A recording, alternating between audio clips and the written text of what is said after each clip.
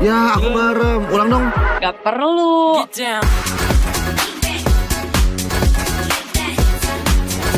Guys, review.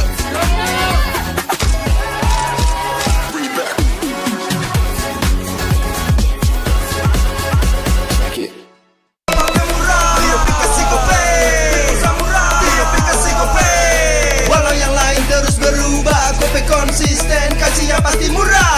Tagihan murah di aplikasi Gope, gratis transfer 100 kali per bulan.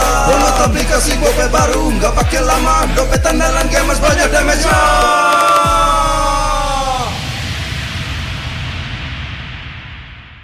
Level up bareng Special Edition Good Day dan MPL. Temukan kode unik, lalu scan QR-nya. Buat kumpulin Diamond Mobile Legends yang banyak dan menangin juga skin kerennya. Cobain semua variannya sekarang. Sebotol Good Day bikin GG Good Day. Yo, Good Day MPL, woo! Good Day MPL, woo! Good Day MPL, yes. Good Day MPL, woo! Good Day MPL, yes. Good Day MPL, yo. Good Day MPL, oh. Aku udah nonton. Fix, Hijin tuh jahat ke Minjun. Hijin kan emang gak mau pacaran sama Papamu, mamamu, biarkan mereka. Di granat! Boom! Ya, gue kena ghosting. Terus ditinggal nikah sama Hijin. Padahal mereka udah cium. Anak yang nakal, saatnya kau dan aku. Pakai simpati buat nonton, musik, games, belajar, sampai belanja. Bisa pilih benefit sesuai keinginanmu. Tenang. Menang kalah, mabar bisa good time. Wah, good time Mobile Legends bang bang. Enak coklatnya, bikin semua bisa good time. Ini nih mainnya.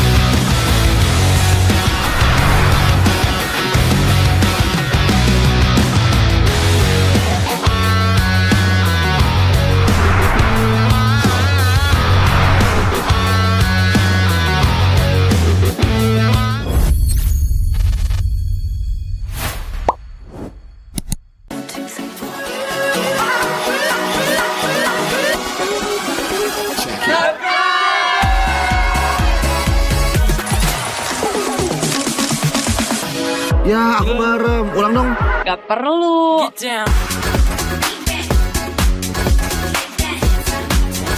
Guys, review.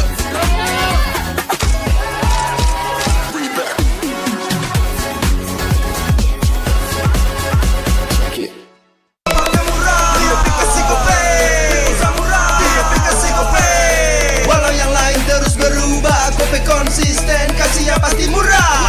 Tagihan murah di aplikasi Gope, gratis transfer 100 kali per bulan. Download aplikasi Gope baru, nggak pakai lama. Dompet andalan gamers banyak damage-nya.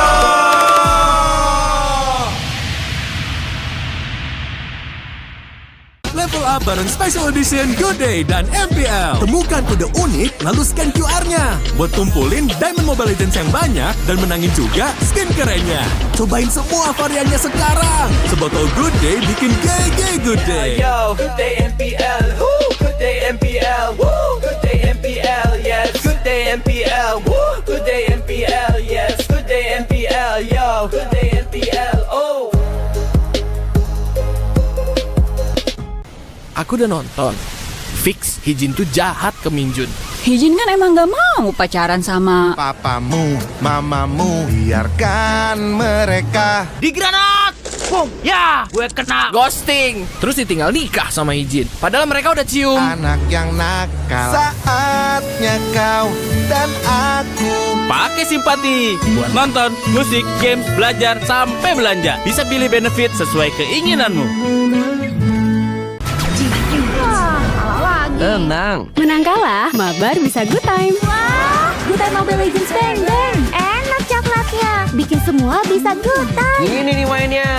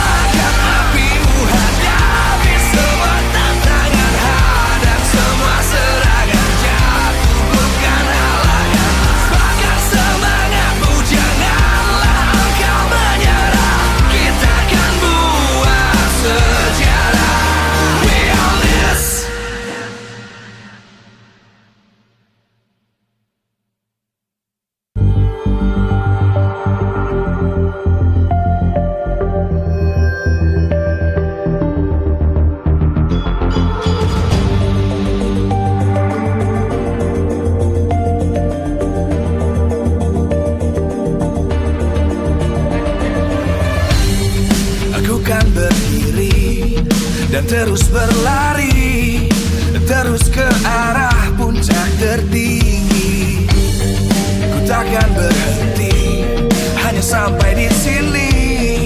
Kemenangan abadi menanti. You know we won't miss if we unite our focus. And if you haven't noticed, we'll nyalakan apimu, hadapi semua tantangan, hadang semua serangan, jatuh bukan halangan, bakar semangatmu, janganlah engkau menyerah, kita akan buat sejarah. We all this, we won't miss, we all this, we won't miss. Saatnya beraksi, jalani ambisi, aku kan menyawakan hari ini. You know we won't miss if we unite our focus. And if you haven't noticed, we'll nyalakan apimu, hadapi semua tantangan, hadang semua serangan, jatuh bukan halangan, bakar semangatmu, janganlah engkau menyerah, kita akan buat sejarah. We all this, we won't miss, we all this, we won't miss, we all this.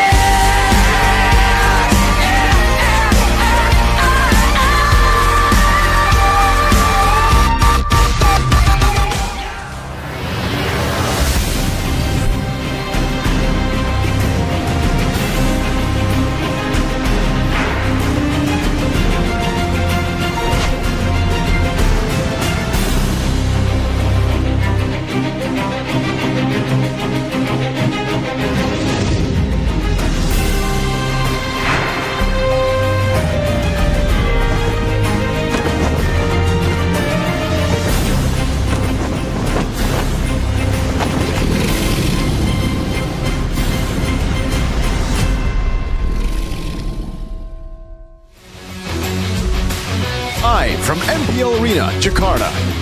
MPL Indonesia Season 16 is powered by montage. Supported by Esports Federation of Indonesia. Presented by official tournament smartphone, Samsung Galaxy. Official e-wallet, GoPay. Official coffee, Good Day. We own this.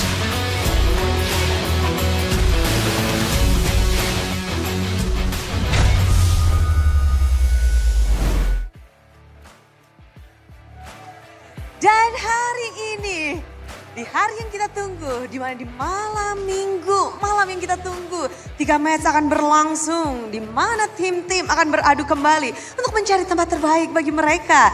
Dan di sini kita juga melihat bahwa potensi dari tim-tim yang sedang berjuang bukan hanya hari ini, namun juga demi nama Indonesia di ajang M7 World Championship Jakarta nantinya. Dan di sini Bude Clara tentunya sangat-sangat mempertanyakan pendapat dari semua super fans yang ada di sini. Dan yang ada di rumah pastinya yang lagi nulis-nulis di kolom komentar, kira-kira siapa dari tim-tim dari 9 ini yang mendapatkan suara terbesar untuk Super Fans Pick. Jadi langsung saja kita lihat bersama-sama, inilah dia Super Fans Pick di hari yang kedua, minggu yang keempat.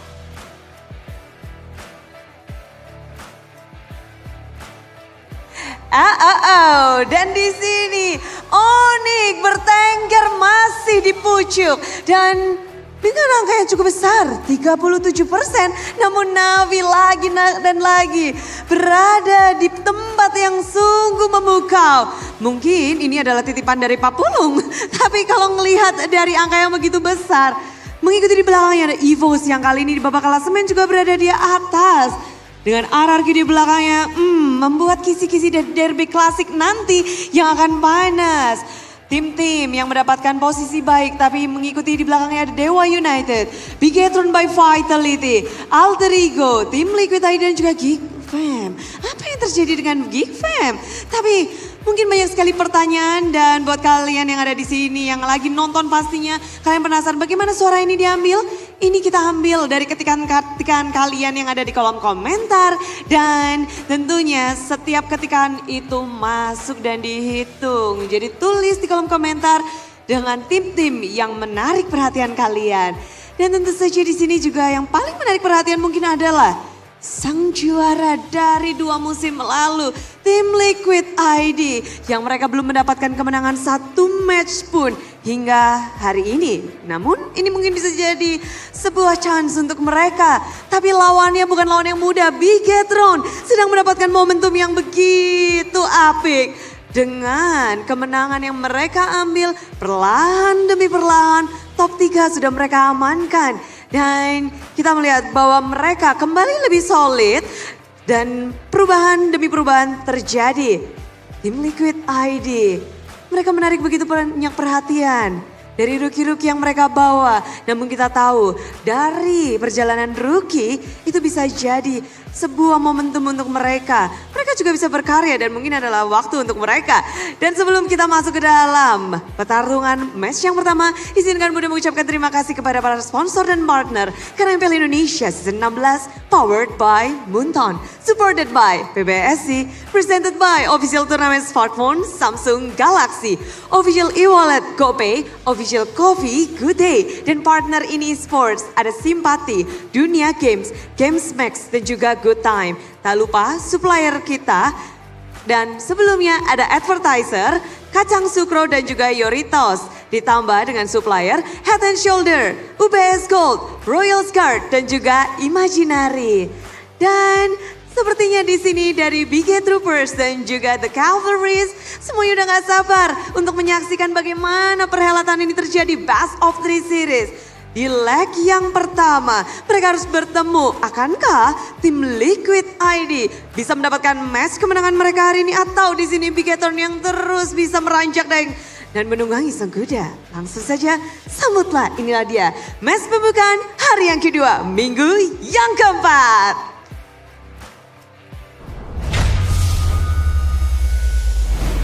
A huge day today and day number 2 of MPL ID Season 16. We are, I believe, in week 3 and we are going back offline here in the MPL arena. It's good to be finally back here. Realize, Mirko. Week 3. Arashi. We're week 4. Week 4. We're week 4. My bad. Week because 4. we're still stuck in the old, we had online. 1 week where we weren't here. That's true. It's week 3 so here. Technically, it's week 3. It's week 2.5 here because we had 2.5. I think Sunday online for the 2 weeks ago. Yeah, So actually. welcome to week 2.5 offline. Week 4 overall. Yeah, a lot of intense matches today. We'll open up the day with TLID up against Bigetron by Vitality, but we do know what you're waiting for is that El Clasico that is waiting in the wings in that corner. Meanwhile, for now, we're gonna take a look at the Superfans pick. Bude was, shouting out the names of the fans that were number 1 and number 2. It was obviously Sonic's expected, but number 2 though, Navi. Where are their fans from? Well, I think most of their fans are new. We didn't really get to see a lot of fans of Navi last season. The fans of Navi were the ones that were able to, take a joke and make jokes about Navi. I was one of them included there. 016 jokes, all that. But now they've really transcended and that has gained them so many more fans. Yep, and those fans are indeed up and ready. But today, Whoa. it's Onic and RRQ. So are you feeling phased for the El Clasico later? Phased? What is that? What do you mean? Am I concerned? Yeah, exactly. Never mind, we don't do that. Yeah, you don't do that? RRQ's gonna win this. Did you contribute to helping boost Did you not spam RRQ just earlier? Can I get a hell yeah? Hell yeah. Can I get do you know the meme? I do know. Yes. Yeah. So yeah, Stone Cold Steel Boston.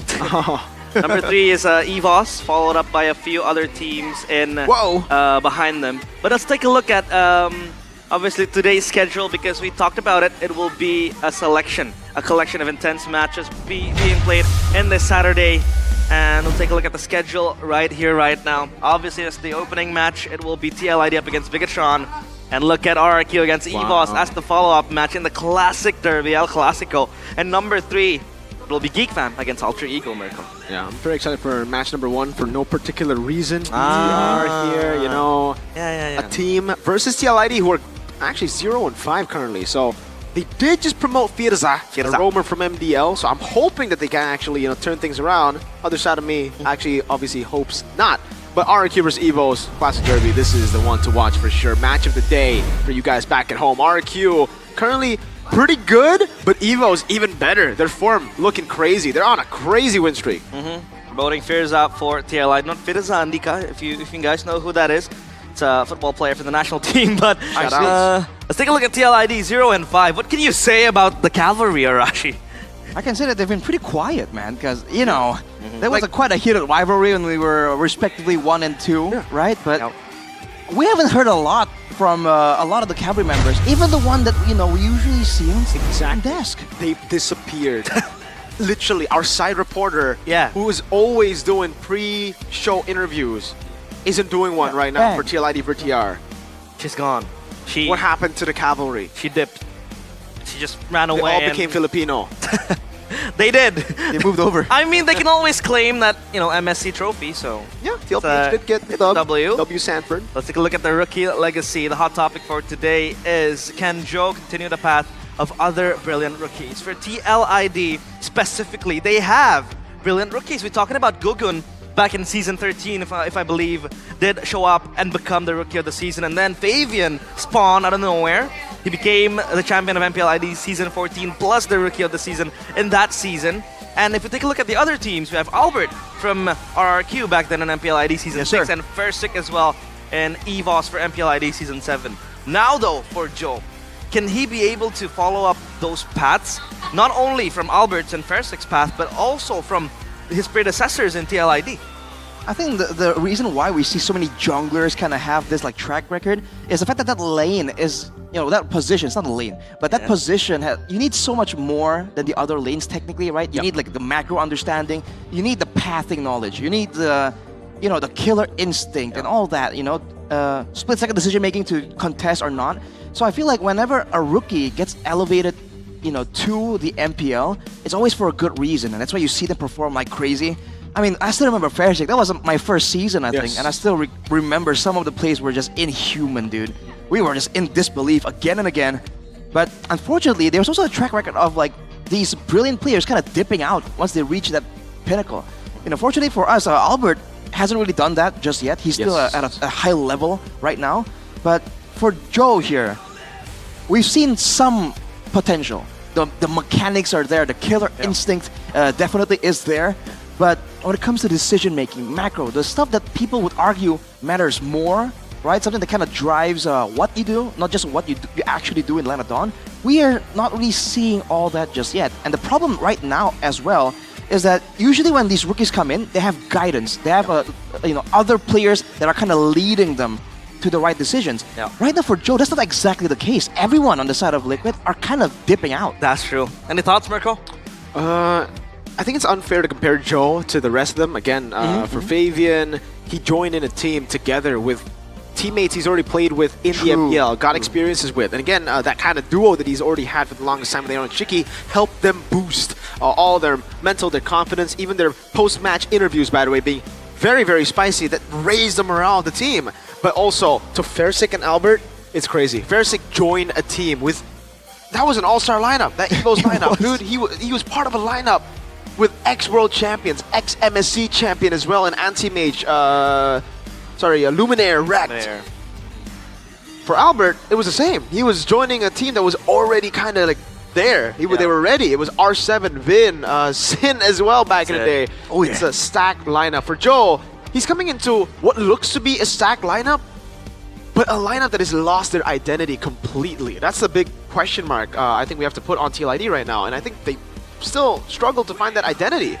Is Firza the right move? That's true. We were critics to the decision of promoting 3 MDL players last season to replace Yao, not 2 seasons ago, to replace Yaoi, to replace Gugun. Yeah. But it worked out. So I'm going to be a critic here and say, again, I'm going to doubt this, just so that hopefully they can prove us wrong again. The curse. I'll add that again because it seems like the lane, the position that's struggling in TLID right now, is not the roam area. It's the jungle, it's the gold that is so volatile. So we'll have to see the lineups for today. Will Firza finally make his MPL ID debut? But take a look at the red robots now. It's still the same 5, Shogun, Nile, Moreno, Finn, and Amon.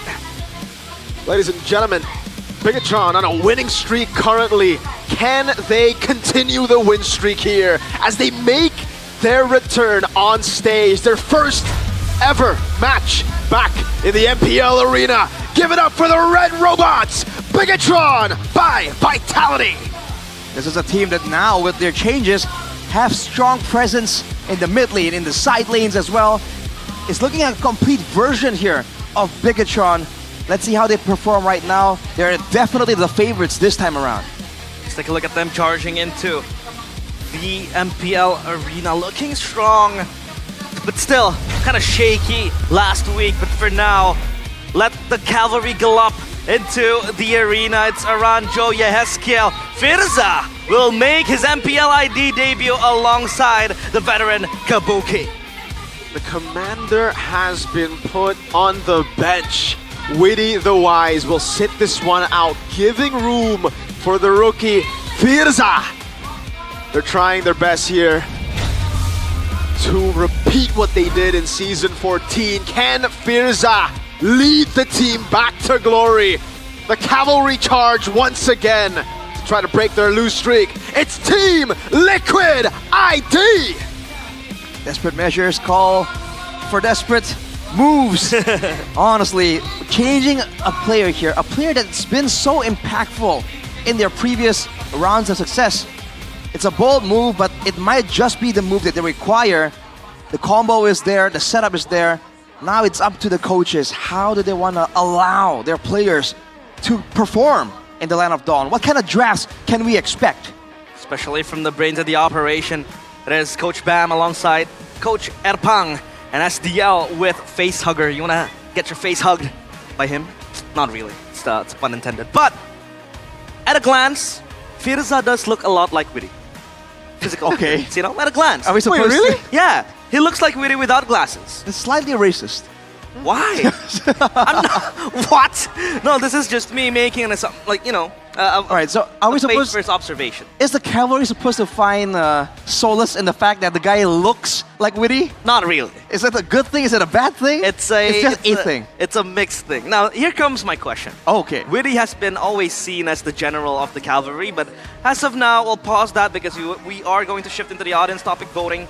What does TLID need to secure a victory against Bigatron? Huh. A synergic lineup. B, more solid game plan. Or C, improved gameplay. I believe these answers are a bit nuanced. So, what do you think, Arashi?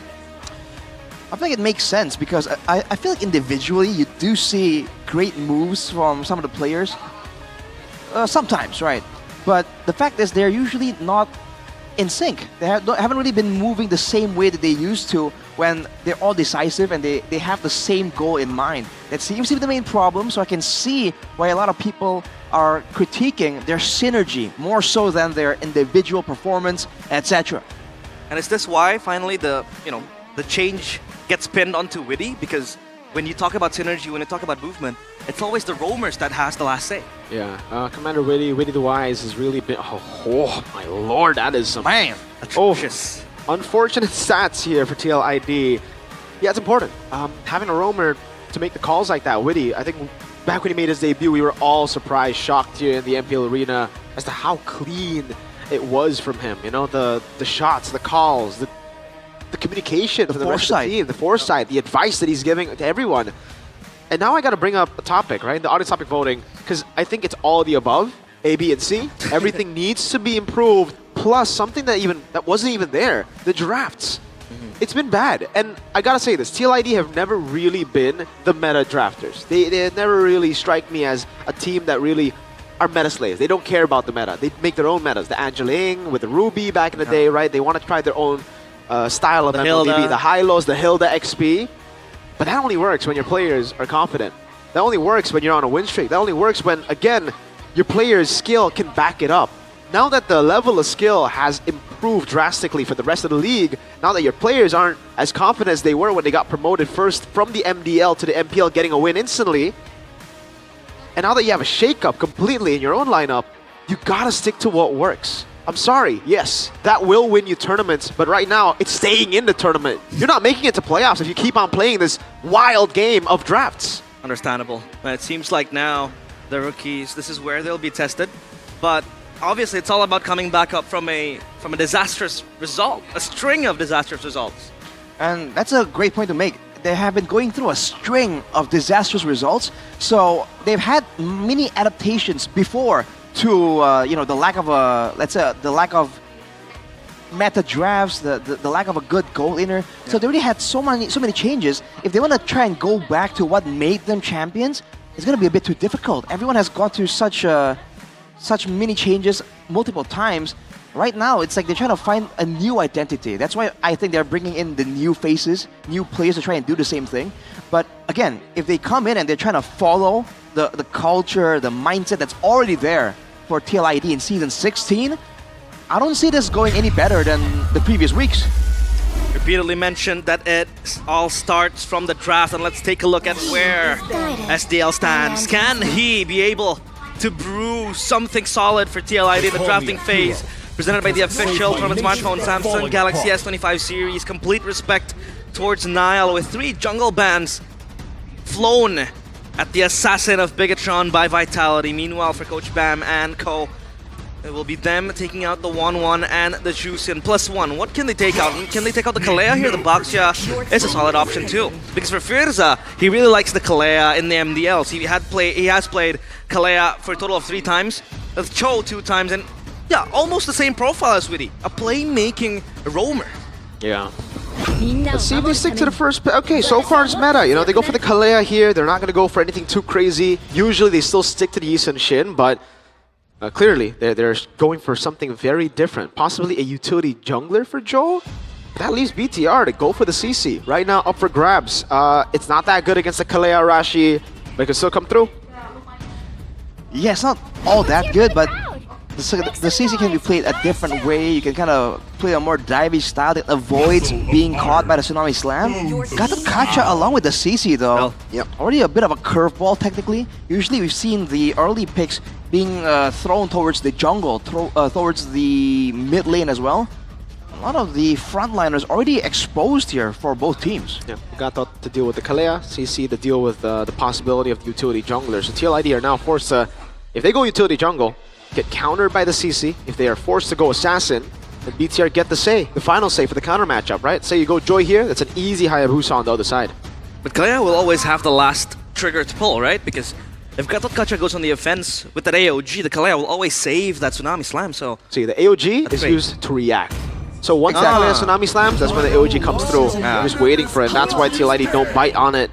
They know utility will be countered, assassin will be countered, they go for the Harith and Lapu instead. So this takes away the joy from BTR. It should be, I think if they still go for assassin, a Hayabusa. Yeah, I like that idea. We've seen Hayabusa succeed immensely yesterday, but again, not a lot of targets available to be assassinated by that Hayabusa right now for Bigatron. And for Team Liquid ID, they almost box themselves into a corner here with the utility jungler pick because the Lapu Lapu can't frontline and neither can the Kalea. So if Bigatron secure a good amount of burst damage, they can really threaten TLID and cut them off from the rest of the map. Yep. They can go for the Ranger here, obviously, to lane up against the Harith, plus the fact that in the second phase, marksman choices might just be banned by TLID, so they go for the Ranger and a Mon special. They want to punish the jungle even more. They don't have red side. First pick red side, so on second phase, they can punish. Maybe ban the Fredrin out right now, ban the Joy, or ban the Fredrin, leave Joy and Hayabusa open, and you go for Hayabusa yourself, right? Yeah. Limiting options for Bigatron to play more freely. The Fredrin is a good shout. The Joy too, maybe the Hayabusa, but a lot of options here, so TLID, they gotta juggle their priorities around the second phase. Yeah, aside from the Baxia and Fredrin, no real other utility junglers really come to mind as far as the meta goes. We talked about TLID possibly breaking the meta, but I don't think this is how they want to do it. Joy gets banned out initially first here, so Bigatron themselves not really concerned about the narrowing jungle hero pool right now in this drafting phase. Hayabusa taken out too. Make this a an even playing field for both teams. They haven't picked up a jungler just yet, but it gives the the benefit of the doubt for TLID because they have the Harith too. So You think now for Bigatron might snipe the Fredgen away? Yes. Especially with the bans looking like this, I think the Fredgen could very easily be taken by BTR. And that's why, if you play this game, TLID, this is actually going to be beneficial for BTR. Unless TLID want to go for like a crazy pick that they've done before. Hanzo, they did this in the ISF qualifiers. Varsa gets taken out. So, wait a second. What are they planning for the mid lane? I think Bigatron might be trying to limit like the range possibility for TLID. If they go for a solid front line and they have a Granger and maybe something else for a front to back situation here, TLID without an assassin can't really do much. And without any range, the Granger can just free hit. And we know how Bigatron can do when Eman is left free to do that damage without being threatened. yeah, that's why the Granger is perfect for him. Can always lane by himself, very safe, very stable too. A late game carry in the hands of Eman. TLID, do they take out the Fredrin? Because Bigatron has red pick first in the second phase, so they might just go for that. But And a mage, no? TLID, yeah, they can count on a mage and they will close down the Valentina. So Bigatron, they can pick up the Fredrin here for themselves. And TLID, it's up to them to respond. So the Valentina ban suggests that they wanna pick a mid lane with a big, massive value ultimate, possibly something with crowd control. But no, Bigatron don't even like go for it. They just get the Kagura, leaving the Fredgen possibility open for TLID. Yeah, interesting. Well, I guess they already have the CC, so you're already going to counter whatever utility jungle is going to come out. So they're like, yeah, go for it. Go for the Fredgen. We'll just go for a fast farmer in the jungle. What will that be, though? Big question. Will it just be an Akai to try to out-retry the Fredgen and to try to win it out? Or, because they already have enough damage, right, from this composition. Maybe a bit too reliant on just the Granger, though, and when we get to late game. But I think it's still solid. Just have a Kagura. I feel like they lack setup for TLID. They have the Tsunami Slam and that's about it. Right? Kimmy, okay. Like the Lapu again can do crowd control, but that's a very ultimate reliant. Against a lineup like Bigatron's right now, I feel like they need more, because otherwise, we know how Bigatron want to go for those big outplays. Fredgen will come through. It's very magic heavy though, this lineup with Kimmy and Harith. The Lapu Lapu is going to have to do a lot of heavy lifting in the damage department. What are they planning right now? They're planning it to snowball, looking from the composition, right? Yeah. Usually, against a Fredgen, when you want to snowball hard, you go Martis. Oh, Guinevere was also a big counter to the Fredgen. So I'm thinking those three with Akai. he's smiling. He is smiling. I had a debate with this guy once. He told me, no, Martis is not the counter of Fredgen. And he played it, got a triple kill, and was like, oh wait, you're right. When was that? A long time ago, but it will be the Guinevere, not the Martis. All right. The Guinevere comes out for a Nile. So Bigatron, they have a say, they have an answer up against the Fredrin. But how does the Guinevere later will function up against the Fredrin, Arashi? Well, the Gwyn is more, in a sense, utility-based. I feel like the bulk of the damage is still going to be the Granger. Then the Kagura and Gwyn can operate as like a pick-off squad, right? And Eman can just play for follow-up, so it kind of works out. For TLID, though, they're relying on getting a good engage. The moment they don't get a good engage with the Lapu Lapu or the Fredrin, they're done, and they need to bail out as fast as possible. And as long as Bigatron don't clump up together, even the Kimmy won't be able to really supplement a lot of that utility that they desperately require. Yep, the draft index does favor TLID, but the Cavalry no longer charging, they're walking slowly and even stopped in the middle of the road. Can they bounce back? Can they gallop back into the land of dawn? We go as we take a look at the first match of today. It is TLID up against Bigatron by Vitality. Well, we wait for a moment because we have a pause. Calma. Everybody just calm down. I know this is Calm high down. matchup, you know, very high stakes for TLID. They still need to make a... They still need a win. Win. They need a win. They just need a win. BTR as well. They lost to a 0-17 Na'Vi. So it will be very, very painful if they actually lose out to a 0-5 Liquid. Best team in the world. That means the 2 times they lost would be against a 0-17, a winless teams, basically. I mean, you said it, Mirko. Bigatron are big game players, right? They win when they're not supposed to, and then they lose when they're supposed to. You know, the duality of Bigatron. Nah, I'd say Bigatron is like Robin Hood, you know? Steals from the rich, gives to the poor. gives it to the poor. No, I'll take that. That's a really good call. So they're generous. They're Bigatron chivalrous. is generous, yeah. But now we can't really say much of what's going on in the Land of Dawn because the pause was straight away in our faces. Now, we talked about Bigatron's winning condition. The pick-off squad you mentioned, Kagura plus, the Guinevere. We can always look for picks. But what about TLID though? What's the question here? How do they want to operate with this draft? I feel like it's just a start a good fight and then allow the two backliners to do damage. That seems to be the full extent of the plans, man. But again, there isn't a lot of big burst damage, especially in the early game. So Firza on the Kalea, especially because he's also his debut right now, I worry for the guy. Because I don't see a lot of ways for this Kalea to actually do well in the early game. I feel like Bigatron is going to get full control. And if TLID can delay long enough, recover again, they might come back in the mid-game. But that's a big if. Here comes the big arrow. As Marshall Gary will herald the start of the game yet again. Back to the Land of Dawn we go. TLID up against Bigatron. The Kimi up against the Kagura. But the young blood here, the clash of the eras.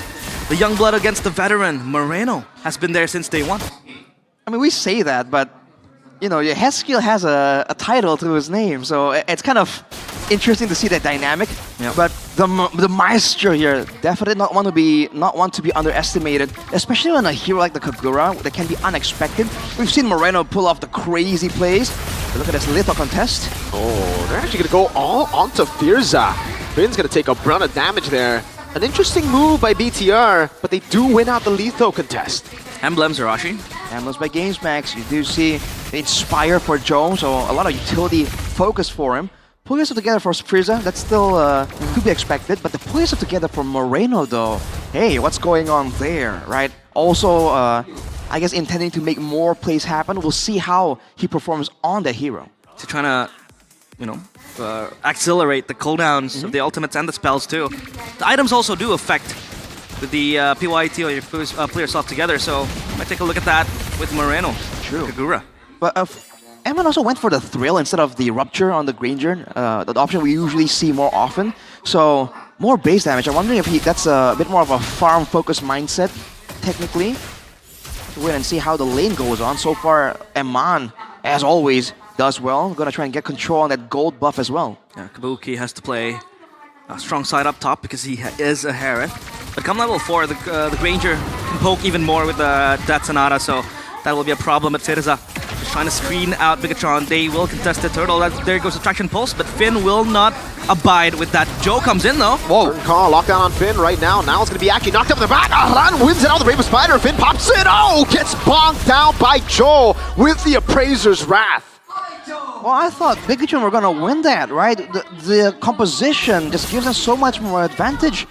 But they go for a full-on committal fight. There was no kiting. There was no harassing, no pokes coming in from Moreno. And Shogun didn't really get to do a lot of damage either. And they just all corralled, giving TLID the decisive fight that they require. Talent predictions by GoPay. A few votes for Bigatron and a few votes for TLID2. Only 2 though. Papulung and Omwawa. But Miracle, not trying to curse his team anymore. It's my goats. Yeah, your goats. Hopefully they don't get cursed. He's convinced all to join our cause as well, so let's see who comes out on top in this English and Indonesian rivalry. But for now, with that win, TLID definitely gained a bit more confidence, and Finn needs to be careful here. Again, all the magic damage. Oh, Shogun! Oh, that's going to be careful. Last time he tried to dive against a rookie, it was Kin. He got solo killed. This time he's able to bait out the Vengeance, and he actually wins out by quite a big margin, so it won't be the same. Nile, walks up onto Aran, trying to go for the poke, actually goes for the Retreat too, and Valor Requiem, doing a whole lot of damage. Aran? Wait, this might be a solo! Nile! Well, okay, he tried to solo kill the rookie, and this time Nile's the one to take the kill. The veteran just gets blown up by the assassin in the jungle. That's Nile with a solo kill, Arashi. Oh, Kabuki. I don't think he even got that. Yeah, getting chunked down.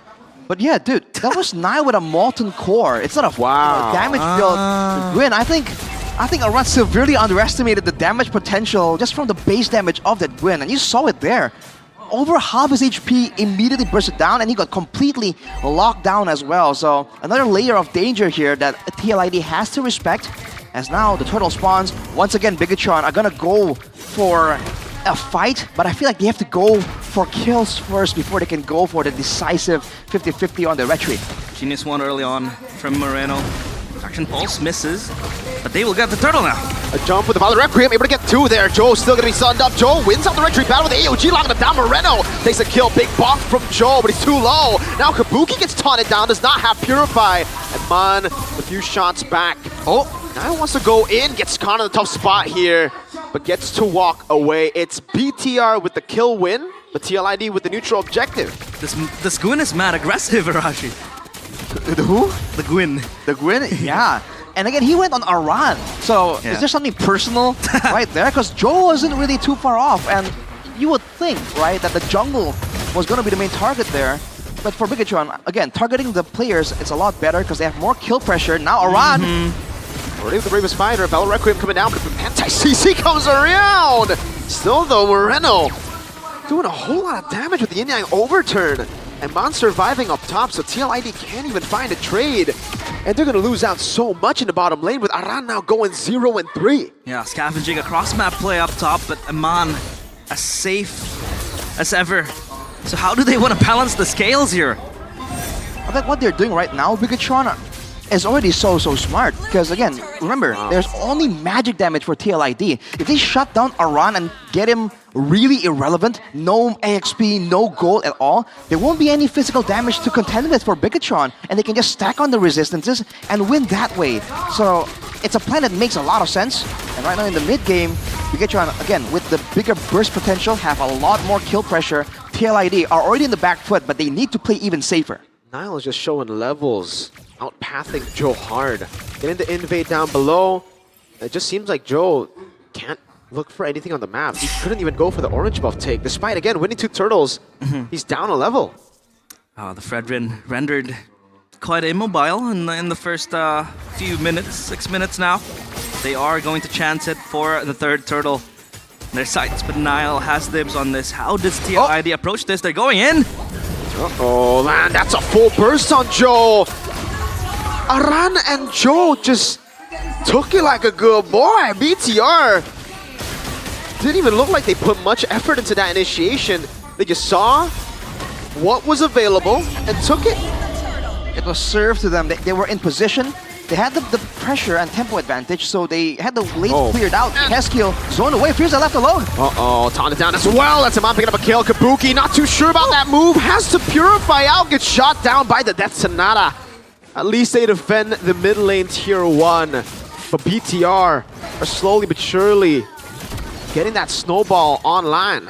Oh my god, the Cavalry just crumbling piece by piece. Nothing will save them at this stage of the game. Looking for salvation, but Bigatron is here to add insult to injury, rub salt to the wound. Ooh, CE! So it's a mix, it's a sustain hybrid build. Interesting. Well, that's going to give Nile a surprising amount of sustain. I think a lot of people, if you don't play the Gwyn often, you wouldn't really realize how much sustain Nile has built into him right now that might be able to throw TLID off their calculations. And already it's already been difficult for them. Yep. Earlier, Bigatron with the kill pressure, they just set up and they know that TLID want to look for opportunities with the lowered fights when they can actually go for a proper 5v5. So when TLID were en route, just get caught by Bigatron, it's just straightforward textbook play for BTR and it's working really well. Take a look at now. Aman Damash is up and They're ready. losing. It has been them just playing as 4. Bigatron. Anything, Arashi? Oh, I mean, look at the bottom lane there. It's pushing for Bigatron. TLID are so scared of the pickoff that they're sticking together as 5 at all times. Whoa! Oh, now he's gonna jump in here. Gonna be caught. Tsunami-san blocking him down as well. But AOG lands on 3. Those are free shots to Iman. DL! That's the utility jungler! Iman gets a maniac! What? It's a savage for the Red Raider! A maniac ascends to that savage, gets all 5 heads of the Cavalry decapitated, dismounted from their horses by the Red Raider.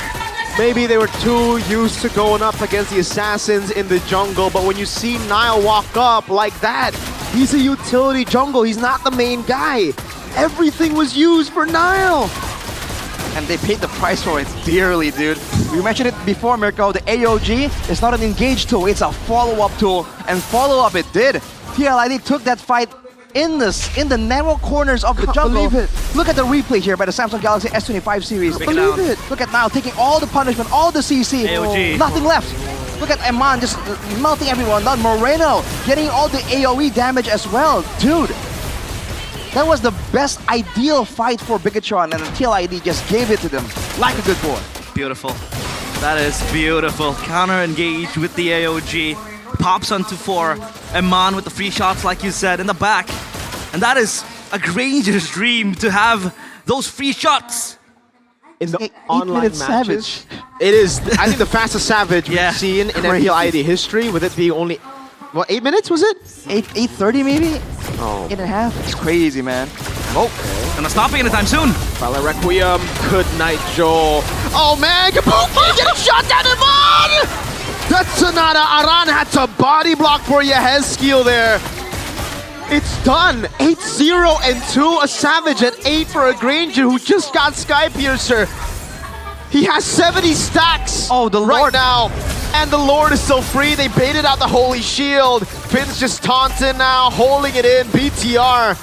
Mid lane base are gonna be falling. Bottom lane base are gonna be falling. Nile again trying to bait things out with the spatial migration.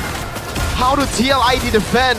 Firza needs to get a big play. Yo, Jay with the current call locks. Joe down the Valor Requiem. Use up with the winner crown. A tsunami slam for Shogun. Eman? Purify out for Eman. Now he goes to the countdown again. Aran gonna fall in. That's another. This BTR continue. A Cannon in the mid lane. Firza looking for the jump. Won't be able to find it now. Trying to read it out. Eman still with the Rhapsodies constantly landing. It's gonna be the dive from Moreno. Eman with the kite back at 11 minutes. Is all it takes for BTR to deal with TLID. From bad to worse. Turn your TVs off, close the tabs. That was abuse. And Bigatron by Vitality, the red robots. Exterminate, dismantle TLID with a quick 1-0 and an 8-minute Savage. I'm surprised we're allowed to broadcast this on YouTube with the TNC, man. That was abuse. Monetized. Bro, man. At every single turn, all the way from the early game, there was that one moment where TLID won a fight, but that's about it. Immediately Bigatron with the adjustments, and afterwards, not a single centimeter was conceded to TLID. My oh my. Look at Bigatron by Vitality, so relentless. Did not stop. Put the pedal to the metal and they went in. Straight on. Eman knowing his power, knowing he hit that power spike. He went in ham with that Granger. An 8-minute Savage is hard to process. But up against the potentially the worst team in MPL ID Season 16, that is counted for. Wow. Just... Dude. Again, I don't know. What can fix this TLID team? It has to be all of the above. You realize, It's like, everything. you can't It really is pinpoint one everything. thing. It's everything. The draft as well. Gotta say, dude, like, we called it all the way, right? Like, it's almost like BTR were setting traps right in front of TLID, and TLID, let me just step onto this real quick. Oh, what is this? It's a landmine. Into the Basically. CC, and then they're like, you know what? Let's still go utility jungle. Let's try, right? Right. Yeah, they won the first 2 retries, but again, on a Fredrin, you're kind of almost guaranteed the retry with skill 1. Good zoning from Aran.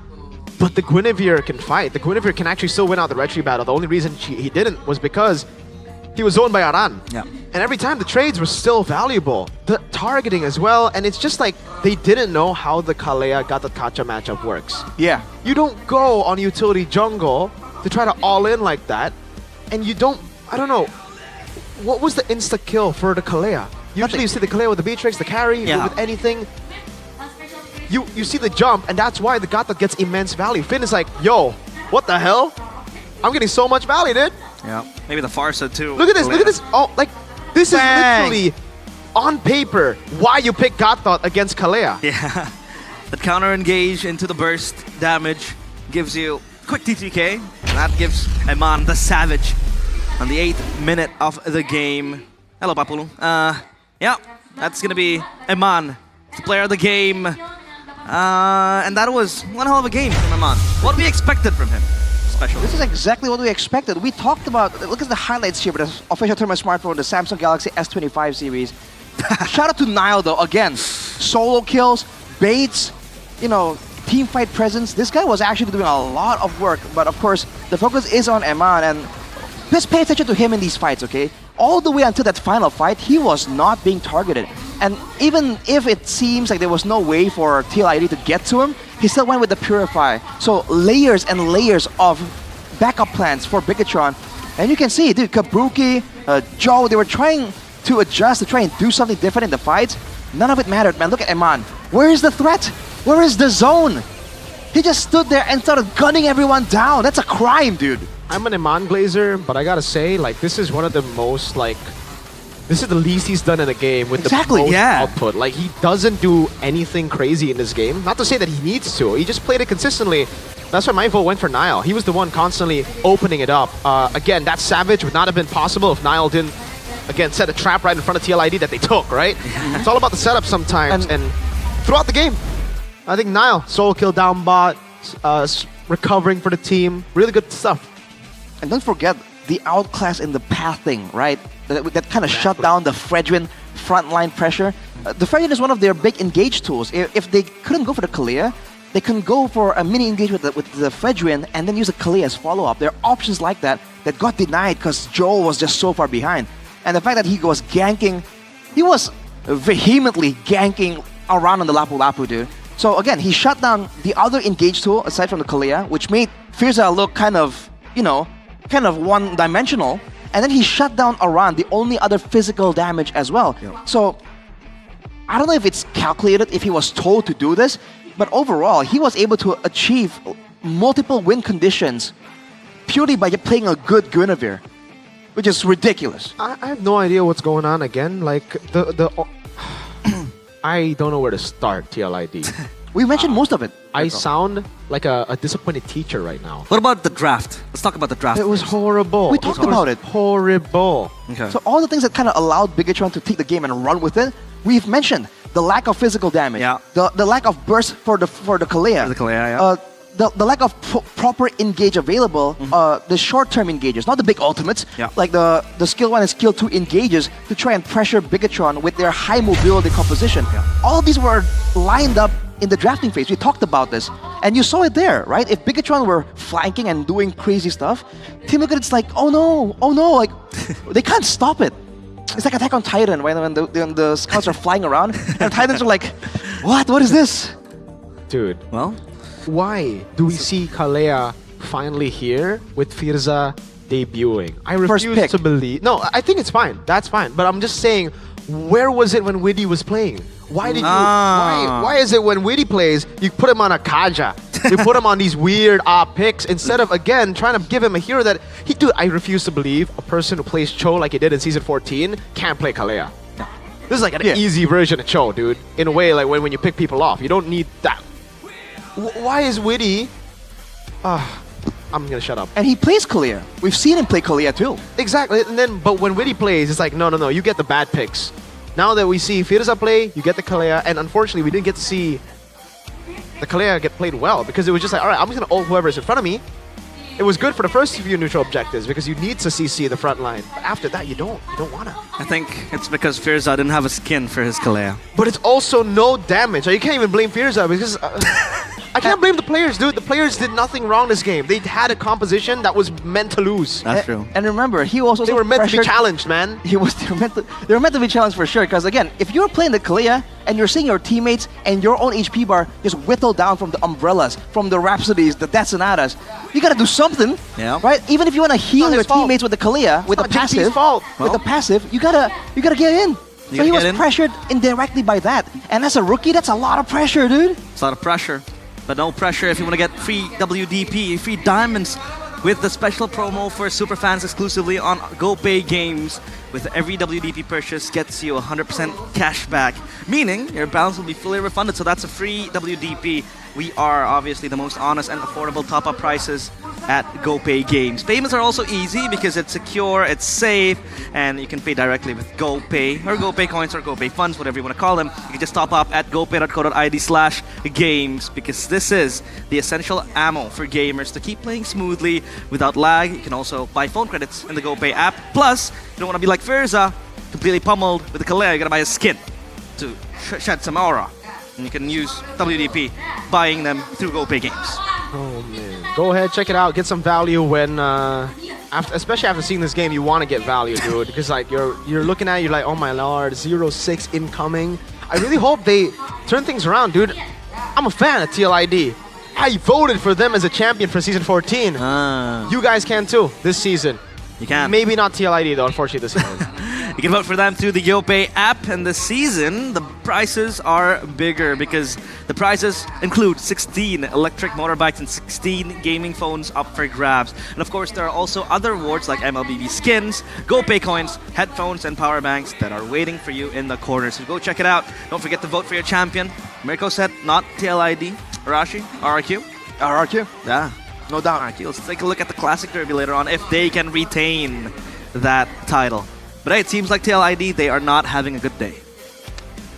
No. Are you having a good day? They're having a horrible season, not just a horrible day right now. You know? Hey, it's a bad day, not a bad life. Hey, my day is good. BTR just won. And And what you're holding. it's a good I day. got what you're holding. Good day, RTD Coffee. With a special edition in collaboration with MPL, we have prizes of free MLBB diamonds and skins. You could just buy a package or a bottle of Good Day with the MLBB packaging right here. You can just scan the QR code right over there and you can grab your free diamonds or skins. You can collect the prizes now and make your gaming moments even more GG with Good Day. Well, you're telling me, but it feels like this season we're getting a lot of freebies, man. Yeah. Free skins all over the place from all these different products. For us, free coffee too with Good Day, you know? Yeah. We don't Good need Day. to pay for this and we get value, dude, because we can scan the QR code, get diamonds, get the Good Day. It's doubly value. I remember we were sent package Yes. from MPL. I still have it. We had Doritos, we had Good Day, we had Good Time, I had a whole link. we had Sucro. Yeah, you were opening up a shop, a pop-up shop, with all those free goods given. Thank you, MPL. Thank you, Good Day, for making our days better. The English caster Warung is up and open right now. If you guys want to get Good Day or Doritos, Sucro, Good Time, come ECW. over, man. ECW. ECW. English Caster English Warung. caster Warung. ECW, not Unk W. That's the coach, Ronnie. W Unk. The W Unk is such a meme statement, man. Like Unk W. Wonk. Wonk. Well, All right. so, Mirko, is that the worst game ever so far in MPL ID? No. Actually, no. Well, we've had worse. We've had worse. But that's down there somewhere. Yeah. Arashi? It makes the list, I think. Honestly, it's honestly one of like the good ones. Because BTR were able to capitalize on all the mistakes. yeah. A lot of times we see same performance from TLID, but then the same performance on the other side. So it's just like, what? And it goes 30 minutes of them just, trying. Kabuki looks depressed, dude. I feel so sorry for him. He comes back.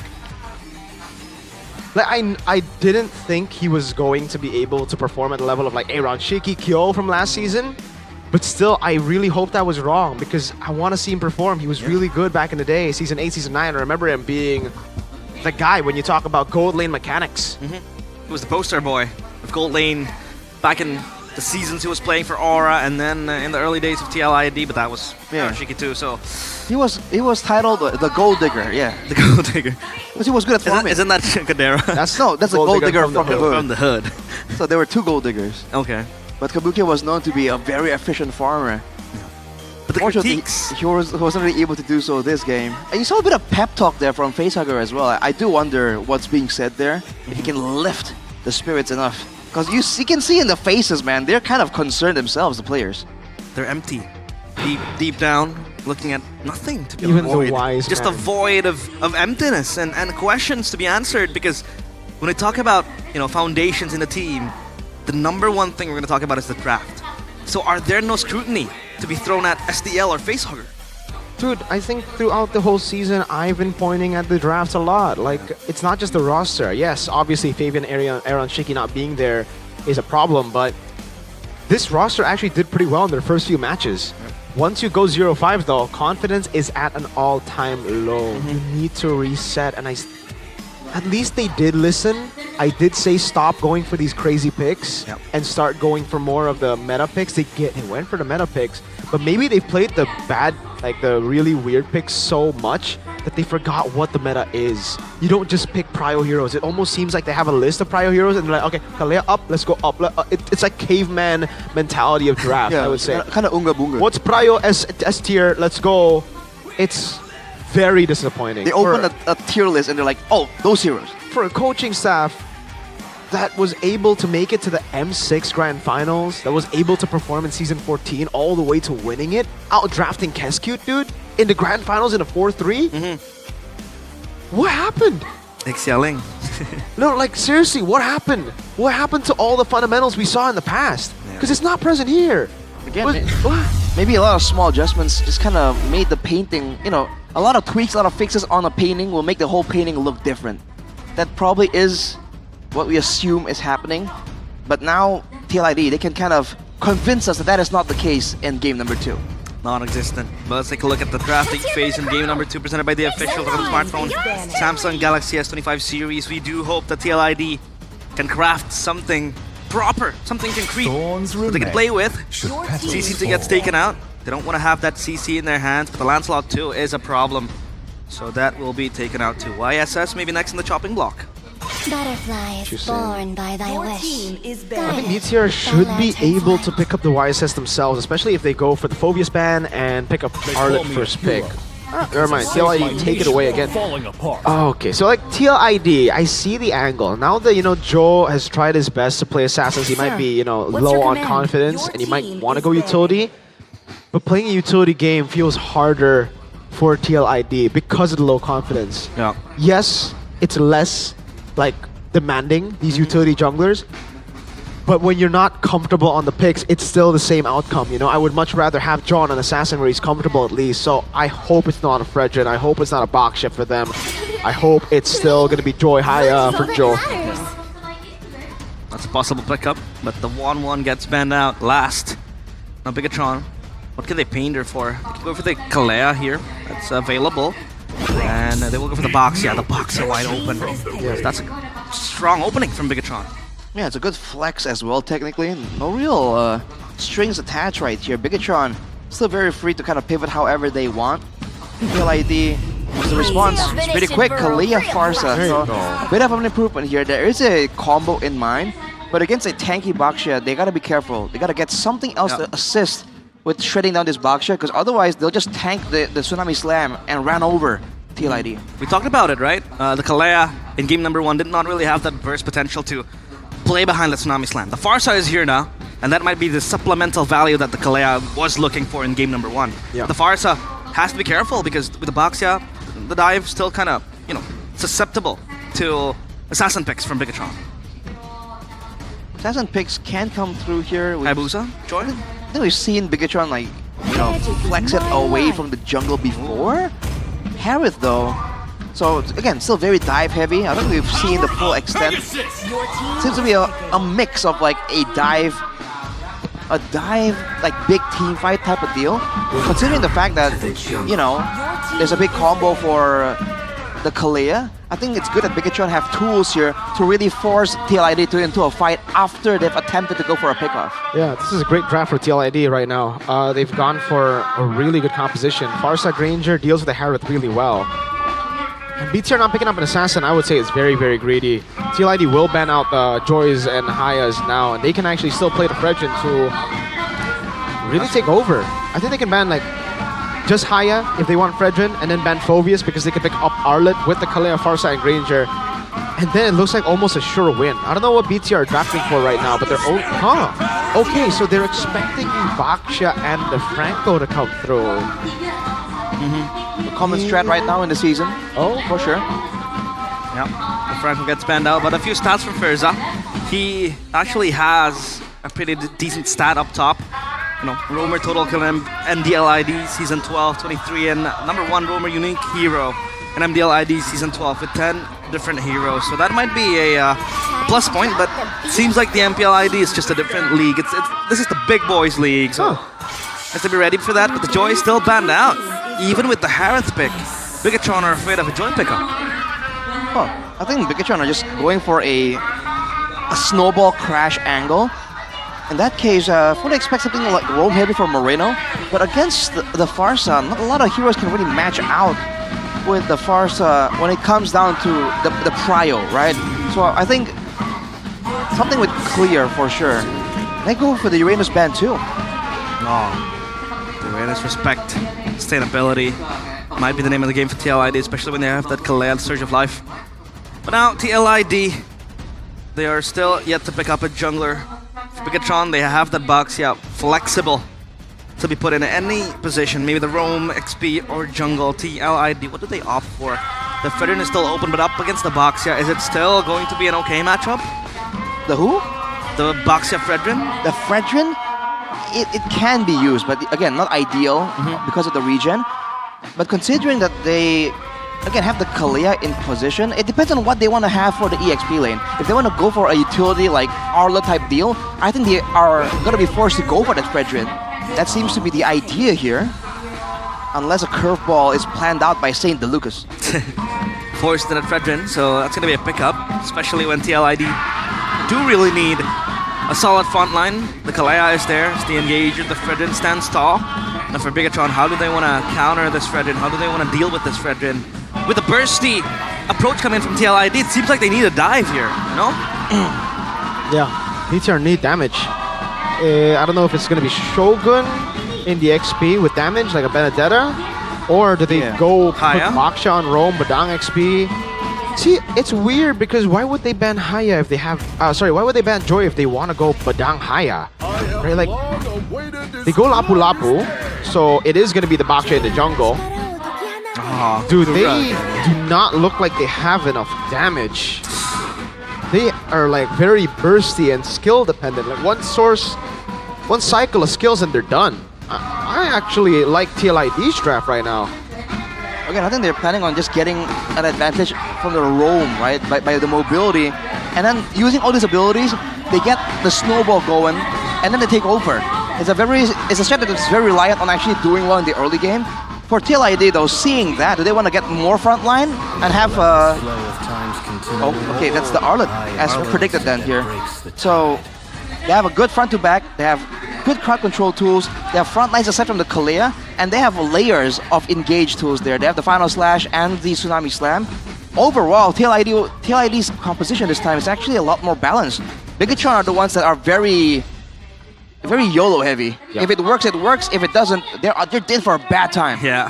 In hindsight, TLID finally crafting a proper draft with all the boxes ticked, the check marks being made, the burst, the engage, everything when you play behind the Kalea. So now the draft index though still kind of favors Bigatron in terms of lineup rating, even if they lack the damage we talked about, we discussed.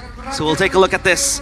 The Land of Dawn will again be the arena for both teams to play in. Will TLID still be winless? Will Bigatron be able to answer our dops and go for the second win with the 2-0? It's gonna be Bigatron by Vitality up against TLID in game number 2. This is the best draft I've seen personally for TLID. They should be able to get this done. Should be a game 3, just looking at the drafts, but if BTR get that one win condition that they're going for, Snowball, oh, the burst will be crazy from these boys. They also have crazy base damage early, so TLID still need to be careful. So watch for the mid lane clear and the rotations immediately. You're seeing Haskill make his way all the way to the EXP lane. Might get caught here though, hang on. Okay, Finn is gonna go for it. Uh-oh, we Haskill flickering out already. Arlet, Aran, he has the flicker. Wow. 2 flickers burn early, TLID. Wow. Is that the movement of the, snowball you're talking about? But Rush. That's the aggression, man. I think they should have known better, honestly. As by GameSmax, you see the firmness for Joe and for Firza. Yep. That's how far they're going. They want to get extra tankiness. Utility isn't the name of the game here. All they need to do is make sure that the moment Bigatron lays out all that damage onto them, they can survive. That's part of their biggest win conditions right here. And for Bigatron, pull yours together for Marino and Inspire for him and Eman. So they want to get more spells out. Like you mentioned, Mirko, it's a very skill-heavy, skill-reliant composition. Go for that snowball. So you can take a look at Finn proactively seeking for information and scouting the area. The objective not yet spawned, so now for this time around, Bigatron just looking for a pick-off. But it seems like this composition early on will be kind of weak compared to TLID's suppressive approach. So how can they really pinpoint that snowball they're looking for, Arashi? Well, it's not even that difficult because I just realized no purifies for the side of TLID. So if Shogun, if Finn makes that big flicker play, Yehezkiel is good as dead. Whoa! Yeah, Yehezkiel, no flicker, walks up and just gets picked out. Niall with the poisons now is going to be Joel. Locked down, that's a shield unity and a big knockout punch from Finn. TLID are truly in shambles. Oh, Finn goes in with fist rack now. Oh, he gets the retreat, but it's on to Finn. Unfortunately, not the purple, I believe. Wow, objective taken, purple plundered. Is this the snowball Bigatron is looking for? Yes. It's the beginning of it. And dude, they're not stopping anytime soon. Look at Niall, right? The Baksha. We talk about how Niall was able to outclass Joe in the pathing game. On the Baksha, it's gonna be even worse, man. Joe is in for a tough time. Orange buff secured too. Firza. Are you? Oh man, they're gonna go for it all the way. Oh, Moreno jumps in with the overturn, and Firza falls. I'm sorry, I couldn't get hyped there. Was it not an expected outcome? I thought there was no way they would actually just, you know, commit to that. And oh no, Kabuki! That's gonna be Finn walking up. The shield unity comes in. Finn is tanking it up. Kabuki survives for a bit longer, but it's just delaying the inevitable. What is going on with the Cavalry? Impending doom.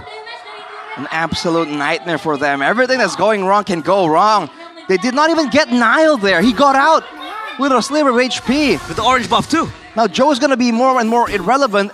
Aran might still be able to do something in the mid game, but against this kind of damage, this kind of crowd control, I don't see the Arlet moving around uncontested. Wow. Oh boy. Well, okay, let's just talk about the first. Like, what is Firza and Yehezkiel not communicating? How the heck did Moreno even get to Yehezkiel? Firza was in the bush with Moreno.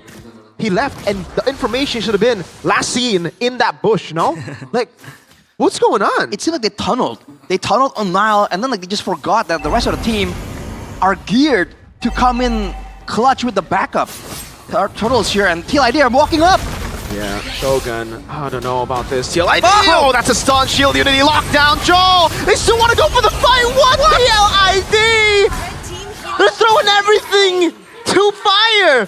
They're letting themselves get burned down. BTR. They're not forcing anything. They're like, yo, okay, we'll take it, brother. Living in despair is TLID. This is depressing to watch. Arashi. Oh my lord. Here comes Niall.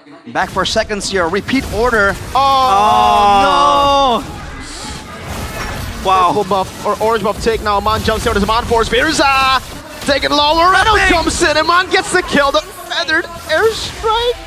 It's a zoning ult. There's nothing that TLID can do. Everything seems so wrong. We talked about the draft. They fixed it in game number 2. But now with the proper draft, they get steamrolled by Bigatron. Look at this, Joe! So far out farming on a Frederick Finn! With the fist crack, and it finds both Yehezkiel and Buki. 12-0. 5 minutes. The Cavalry no longer charging. Now without a horse too. Someone play Fiend. They're not even trading. They're not even looking for anything else. They're responding to Bigatron's move, and Bigatron are just laying out death pits, death zones for TLID to walk into, and they get gunned down. Oh no, brother.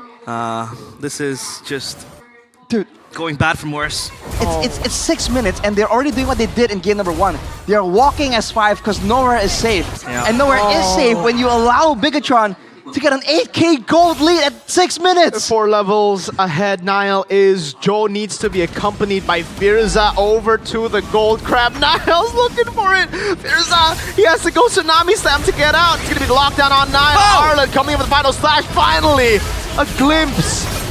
Some hope back for BTR's nemesis in this game, TLID. Yep, too far from home to probably say that a comeback might be undersuit, but that's actually a way to retaliate with the final slash, getting 2, getting 3. The Feather Airstrike is the follow-up, but still 12-1, 6.8k gold lead. You have to remember that Bigatron had no need to be there, so if Bigatron weren't really hyper-aggressing, TLID would not have gotten that opportunity. And after that one play, I don't think they will, honestly, but finally now some kind of trade on a bottom lane. It won't be the turret taken. Moreno actually was hanging back there, maybe trying to wait and see if someone would stick around for a kill. But yes, finally the game's slowing down. The gold lead at least is on curve. 1k a minute. Earlier it was 8k at 6 minutes. That was ridiculous, man. Oh, yeah, and TLID are not out of the fire yet. Look at how they're playing still. They need to be very close to each other, man. They need every man on deck if they want to even have the game reach that late game.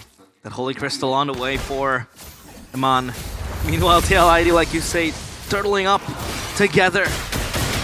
Playing as 5 because they know they can't really access Bigatron, waiting for the pickoffs to happen. Look at the items, by the way. Aran and Firza both have oracles? Yeah, oracles. So they're not really concerned about surviving the burst. They're trying to elevate their healing, technically. That could be the idea, right? 3 oracles, all 3 of them healing together with the Kalia, the Fredrin, and the Arlet. But again, when you're 7k behind, I don't know if that kind of healing is even going to save you. They're up against a Baksha too. Oh, now he's going to go for it. Should be able to win now the retreat battle. Doesn't retreat. Joe picks it up. Radiant armor built up. They have a few things to play with. But then you think about it and you're like, wait, the Lord hasn't even spawned in the game yet. Yeah.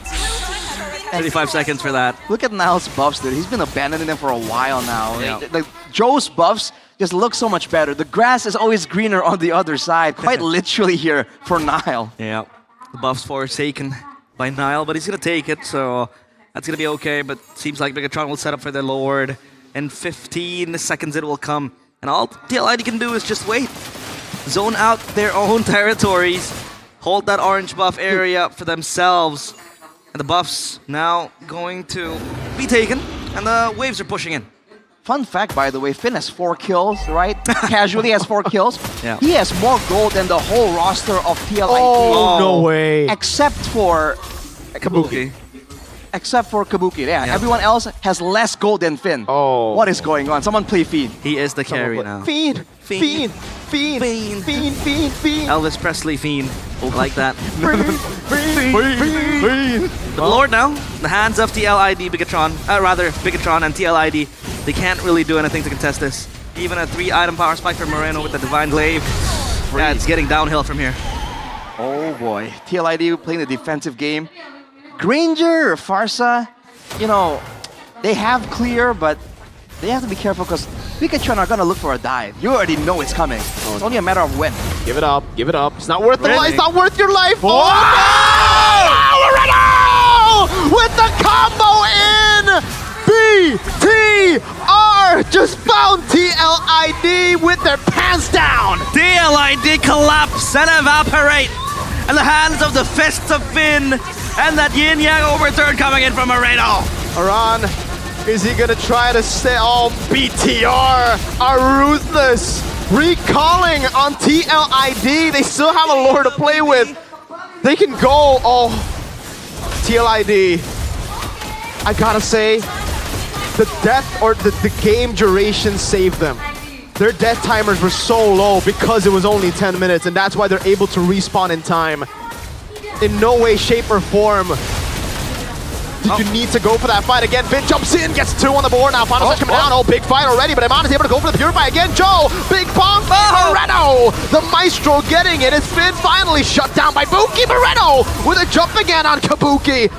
And it's Firza who walks up, but with a 13,000 gold lead. You can go for kills all you want. BTR stomp their way through. Someone play Fiend. Once again, I repeat, from bad to worse for TLID. I thought MPL ID was for everyone. This is PG-13. This is abuse. And we are televising it live from MPL Arena. 2-0, a quick one at bat for Bigatron. I did not know they allowed violence like that on YouTube, man. Dude, Finn beat them up quite literally. Pummeled them. The whole beautiful. team at once got beat up. Oh man, what can you even say? That's ridiculous. Something is wrong with TLID. And Bigatron maximized that. That was a field day for them, a walk in the park. And for Finn to pull off those fist cracks with the combo coming in from Moreno with the yin yang over turn 2. The Kagura looks very valuable. And TLID, I don't know what to say. Look at that beauty, that thing of beauty from Bigatron by Vitality. We said they were ability reliant and it doesn't matter. It's so good. Well, if they get 4 members on the combo, It's so good. the abilities all land. They only need 1 cycle of skills. I like how we saw that coming from a mile away. I was like, please, no, not for an orange buff, guys. You don't need to risk your life for an orange buff. And then they're like, no, Miracle. You saw us get quiet. This is ours. Well, we'll have the interview upstage with Budeklar Mongstar and Miracle as our translator. Mereka bernyanyi, mereka terus bersuara karena 2-0 dengan sangat cepat telah didapatkan oleh Bigatron by Vitality. Apa yang perlu 2-0 menambahkan permainan for kalian yang Bigatron. begitu memukau nih? Kayak perfect banget di hari ini ya. Iya nggak sih Shogun? What happened, guys? You played it so perfect today. Lumayan. Yeah, we did. Ini best performnya Bigatron nggak sih? Is this Bigatron's best performance? Belum sih, tapi kita... Not yet. Oh ya. Apa gimana? Harus diperfekin lagi. We need Ada yang harus diperfekin lagi sih. We still need to perfect our gameplay. It's not perfect yet. Lihat semuanya terlihat begitu rapi dan You guys look clean, begitu look kita disciplined. lihat adanya permainan-permainan yang kayak kalian bebas banget. You guys, it felt like you guys were just freely doing everything. No pressure at all. MPL Indonesia tadi salah satunya seorang veteran dari tim Geek ID. Gimana sih kamu You're up bisa against one of the menghadapi veterans of TLID, lawan-lawan yang Aran. mungkin punya pengalaman lebih banyak daripada kamu? He has way more experience than you, but how was it going up against him? Dari aku ngadepin mereka ya anggap semuanya sama sih. For me, going up against him, I just do my best aja. look at every opponent as the same person. I don't really differentiate between them. Belum the bestnya Bigatron. So this is not the best Bigatron yet. Kalau aku pribadi belum sih. No, me personally, this is not the best from Bigatron yet. Tinggal diperfekin dikit aja. We just need to fix a little bit, and it will be perfect. Ya kayaknya kamu paling kalem di Bigatron. Paling kalem di Bigatron. Are you the chillest member of BTR? Nggak tahu sih, mungkin. Mungkin. I don't know, maybe. Tapi tadi kalau kita ngeliat juga dari Finn. Hari ini Finn. tadi namamu diseru-serukan di Everybody was chanting your name. The troopers, the casters of Wee Wee. Yang sebenarnya tak diduga oleh tim Liquid ID. Apa sih yang mungkin menjadi tugas utama bagi Finn? What was ketika your menghadapi main tim Liquid objective ID? in this game? Apa tadi fokusnya tuh ngapain biar What was your menang? focus this game? Fokus ke tim sendiri aja. I just focused on my Fokus ke tim team. sendiri. Apa, focus on bikin my own team. make a play atau buka map atau pokoknya What was the main langsung focus kayak though? seseorang Did you kah? open up the map? Did you make a play? Ya, Inisiasi atau Did you initiate? inisiasi. Yeah, just initiate. itu jawaban Budi sebenarnya berarti ya. Budi yang tahu nih. Yeah, that's Budi yang my inisiasi. answer actually. Tapi So I know menghadapi them. Liquid ID kita tahu banyak perubahan terjadi di mereka dan kita juga tahu kamu pernah menjadi salah satu player rookie juga. We know you were a di rookie once. musim lalu dan sekarang kita ngelihat banyaknya player-player anyar di tim Liquid ID. Kamu ngelihatnya gimana There's a lot sih of good untuk players on Liquid ID menghadapi TLID. hari ini? What are your opinions about Buat TLID? player baru ya, yang Liquid. For the Jago new sih dia. players. Mungkin The new player is mereka good ada from struggle Liquid. kali. They're just struggling right now. Oke, tapi terlihat sudah menjadi seseorang yang baik gitu lah ya di MPL tuh jago udah. Iya, iya. Tapi Yeah, ada but it's struggle visible, yeah? sedikit. They look Tapi good, kamu it's mungkin just pernah they're menghadapi struggling. Gitu. Ada nggak sih mungkin tips-tips untuk Do you have any player-player advice, anyar di MPL tips for the Indonesia? newer players for TLID and for the newer players in banyakin ngobrol Indonesia? aja. Just talk a lot. You guys have to converse Kalau Vin, amongst suka each ngobrol other. sama siapa di Bigatron? Sama Shogun. Who do you talk to in Bigatron, Finn? Shogun, he Yeah. says. Yang lainnya? Yang lainnya What nggak about the mau rest? ngobrol. The others, I don't talk to with Moreno, others. ngobrol dong kita. Moreno talks. Iya aja. Moreno, let's talk. Tapi, Yes. Gimana sih ini? Bigatron udah makin keren kayaknya. How does it feel, Moreno? Bigatron are looking really cool right now, coming into week 4. Bertengger di top 3 sekarang. You're in top 3 now. Cukup bagus untuk You got a really good position, Moreno. Harusnya cukup bagus, cuma kita kan Yeah, it's pretty good. pengen gas terus. But we want to keep on going. We need to win all our matches. Ingin terus menang dan bertahan di atas. They wanna keep on winning. Sebuah tantangan, tapi Moreno. And this will be a challenge for them. Kagura ini memang mau jadi tren Moreno, di MPL Indonesia. is the Kagura a new trend? Are you trying to set a trend right now? Why did you pick it twice? Ngikutin si ada I don't di know. MPL sebelah di MPL I just yang followed MPL Philippines, you know. Twisted Kaguranya Minds. jago, terus saya The mid laner of Twisted Minds plays a very mean Kagura. Iya. Berarti udah sempat latihan untuk Kagura. Sempat So latihan. we took inspiration from that. Nolak juga buat main Kagura, cuma kayaknya I dapet said skill-nya no sekarang. to play. I didn't want to play the Kagura, but after Nggak seeing kena his skill-nya, performance, I gotta susah play. Kalau aku main Kagura. I keep missing my skills, but Memainkannya, apa now it's good. komentarmu tentang Kagura Shout out to sekarang? Sion from Twisted Minds. Apa? Komentarmu tentang Kagura setelah kamu Tentang pakai. hero-nya? Give us a comment about Kuat sih, Kagura, bisa Moreno. solo kill siapapun. Kagura is really strong. Yang tipis-tipis, She's terus really di strong. She can mid-nya solo juga kill kuat. Soalnya anyone ada who's Purify kan. Maksudnya squishy. ada You also have a skill dua built-in yang Purify. bisa di-stun. Jadi bisa menjadi salah satu hero populer juga nih di So MPL can it be Indonesia ternyata. a popular pick here in MPL ID? Tadi Yes. cepet banget game cuma 10 menit, 10 menit. The games were really quick, Moreno. You got 10-minute game, 10-minute game back to back. How do you feel about that? Ini si Nail pengen beli parfum ke mall. Yeah, Niall wants to get the game over quick. He wants to go to a mall to buy perfume. There's an event going on in the mall for perfumes. W Niall. Dari Eman ini bukan Emaniac lagi. Niall. Ganti nama nggak sih Eman? Would you change your Eman, name? Not you wanna Emaniac anymore? change your name? It wasn't a maniac. You got a savage. It's no longer on brand. Tadi si Hoki doang itu. I don't know. I just got lucky. Niall was the one who baited.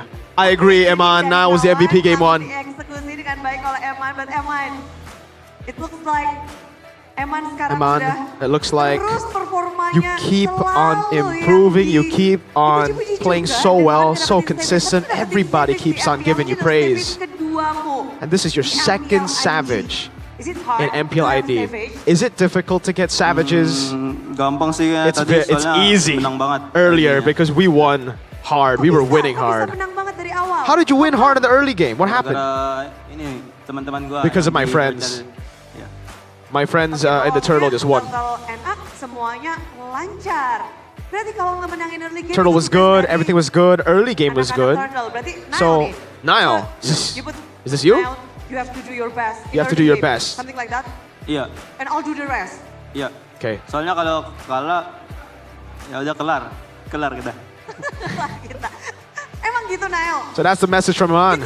Now you handle early game, I'll handle the rest. Yes, Niall. Yes, Bude. That's what we need to do. If we lose early, Iman doesn't want to play. Tapi kalau menjadi pengemban tugas untuk early game, Niall, memenangkan Turtle. You won the Turtle against CLID. Atau trikmu untuk What's the tips and tricks, you know, to win out Turtle? Hero Kumar sih. I just gotta pick Hero Kumar, the Kumar hero, Baksha. Kayaknya kita baru W melihat Kumar. Baksya setelah di minggu-minggu awal susah banget. We saw a Baksha from you earlier in the season. You lost on the Baksha, so what's different about the Baksha? Udah beda lah. Kalau It's dulu different, Bude. belum Kumar, sekarang udah Kumar. Back then, I wasn't Kumar yet on the Baksha, but today I am very Kumar. W Kumar. Iya benar. Yup. Well, ini Kumar helps momen with the yang neutral sangat objectives. baik, dan sekarang berarti Baksya Niall bisa kita tunggu-tunggu. So we can wait for the next Baksha of Niall soon, yeah? Haha. Nggak tahu. I don't know. Tahu aja. Tapi hari ini melawan Joe dan juga CLID dapat 2-0. Apa komentar dari Niall? You got a win against CLI 2-0. What's your comment about this match? Apa? What? Mantap lah, mantap. Sama buat TLID, Nice. semangat. It's great. For TLID, keep your spirits up. Oke, karena mereka memang lagi dalam kondisi yang terpuruk. Okay, because they're in a really bad condition right now. You guys are doing really well on the other side. Namun setelahnya But lawan kalian. after this, you guys are going to be up besok kalian akan bermain against lawan tim RRQ. RRQ Hoshi. Tapi sebelum lawan kalian, Nanti Before nih, match you ini go up akan against ada RRQ, RRQ will be going up against derby Evos in the tertua Classic di Derby. MPL Indonesia akan hadir. Coba Nael, prediksimu gimana? Niall, Atau kamu give us a ngeliat derby prediction. klasik gimana, Nael? What do you Evos think dan about the Classic RRQ Derby, sekarang. RRQ versus Kayaknya Evos? 2-0 Evo sih. Whoa! He thinks 2-0 for Soalnya Evos. Albert teman aku. Because Jadi Albert's my kayak boy. Support teman. I gotta support my Alasannya friend. karena teman ya. Yang gak ada temannya di sini siapa nih? Ini Moreno udah gak temenan sama Hengki katanya. Moreno's not friends with Key anymore. Sekarang gimana Moreno? Apparently. Kira-kira derby klasik siapa yang menang? Moreno, who's gonna win? Kenapa? Oh, RRQ 2-0. Because Edoc's my friend. Kalau Eman? Eman, what about Eman? What do you think about it? RRQ versus RRQ Evos. juga 2-0. RRQ 2-0. Temanku si coachnya. Because his coach is my friend. W Cast Cute. Kalau Vin? 2-0 Finn? Evos. 2-0 Evos. Ada Ooh. abang saya, Hengki. Because my big brother's over there, Hanky. Bukan temen, naik kelas, ini udah abang. Nah ini enggak dong, alasannya nggak mungkin sama dong. Shogun, what about you? You won't have the same answer, right? Oh, he's thinking about it. Berat nih, Jo. It's a very heavy Kalau dari answer. aku F4. Evos, Evos. 2-0 to Evos. Why? Saya nggak punya teman di sana. Because I don't have any friends on Evos, but you know my friend said Evos, so I'll just follow them. Itulah dia, banyak banget yang 2-0 pada ingin melihat Everybody is saying 2-0.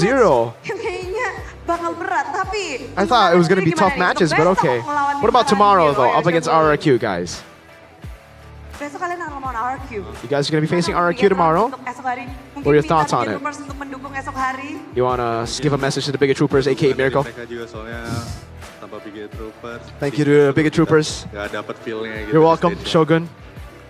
Oke, dan pesan untuk RRQ mungkin? Message to RRQ, Shogun. Lihat Nothing. besok aja. No. Just RRQ lihat besok ya. Oke, Watch itu out berarti pesannya. tomorrow. Dan itulah dia kemenangan ini Watch 2-0 dengan sangat baik dan cepat. Begitu membuka dan sambutlah Bigatroopers, inilah dia. Bigatron by Vitality! Toms.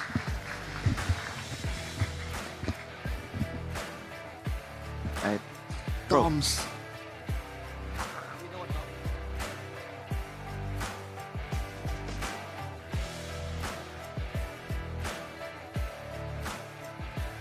Oh, mood dari Bigatron terlihat sangat apik karena mereka tentu berbahagia dengan posisinya kali ini. Dan vibes yang sangat menyenangkan tentunya di panggung MPL. Tentu tak berakhir di sini karena di sini Bude akan bersama dengan GoPay akan memberikan... Ayo semuanya udah pada siap-siap device nih. Langsung saja inilah dia GoPay hadiah GG. Caranya gimana? Inilah dia. Pastikan kalian punya aplikasi GoPay, yang belum punya langsung aja download, yang udah punya langsung buka. Setelah kalian buka, siapkan kamera kalian ke layar putih yang ada di layar, nanti akan muncul barcode atau QR code. Setelah kalian nge-scan, klik buka hadiah. Setelah kalian klik buka hadiah, otomatis saldo GoPay akan bertambah. Jadi, sudah siap? Inilah dia QR untuk GoPay hadiah GG. Gercep kali ini semua.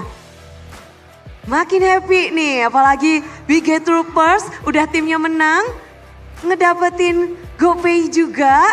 Tapi di sisi lain The Cavalry juga boleh, semua super fans di sini nikmatilah dan congratulations buat yang sudah mendapatkan GoPay secara cuma-cuma karena GoPay adalah dompet andalan MPL.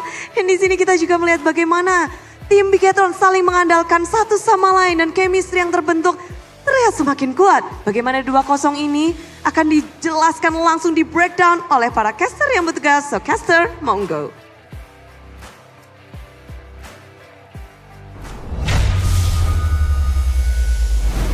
Well, Bigatron with the 2-0, a quick one. I don't know what to say. It's a very quick one. It's very depressing to see. It's so sad, man. We hope that they can recover. And the Bigatron boys, they casted their votes for the Classic Derby later on. They all just with leave Niall their going friends, for man. Evos. It's all the friends. It's all about the friends. Yeah, it's all about the friends. Moreno going for... Esports is about Edo. connections, bro. It's about connections. It's about connections. Skill Yeah. What is skill? Don't need the Connection. skills. Connection. But for Dylan or Dylan? Shogun, yeah, Shogun. Oh, His name is Dylan. I met him quite a few times when I had to cast somewhere else. He was Ah. actually in that gaming house of Kagendra. Oh, Kagendra yeah, has yeah, a yeah, studio, yeah. right? He was a pretty chill guy, and he said, "I don't know who to vote. I don't have any friends." But his friends in BTR said Evos, most of them, so he Yeah. went Evos. is it most of them? No, it's Not actually 2 to 2-2. 2, but Exactly. he He's said the most of them. tiebreaker. He lost my respect right there. Let's take a look at the highlights, though. Arashi, anything to point out? I mean, minute 2, we talked about the snowball. They made it happen. I think we have to immediately point out that none of this was necessary. Like from TLID, you know, like okay, it's a Baksha against our Fredrin. They yoinked our buffs. Oh, the turtle. They yoinked the turtle. This is fine. This was fine. The old TLID would have been fine with it, right? Would have just traded, knowing that they wanted late game. But in this game, they allowed this man to just fiend all over the place. Look at this. Someone play Fiend! Play Fiend. Player of the match. It's Fiend.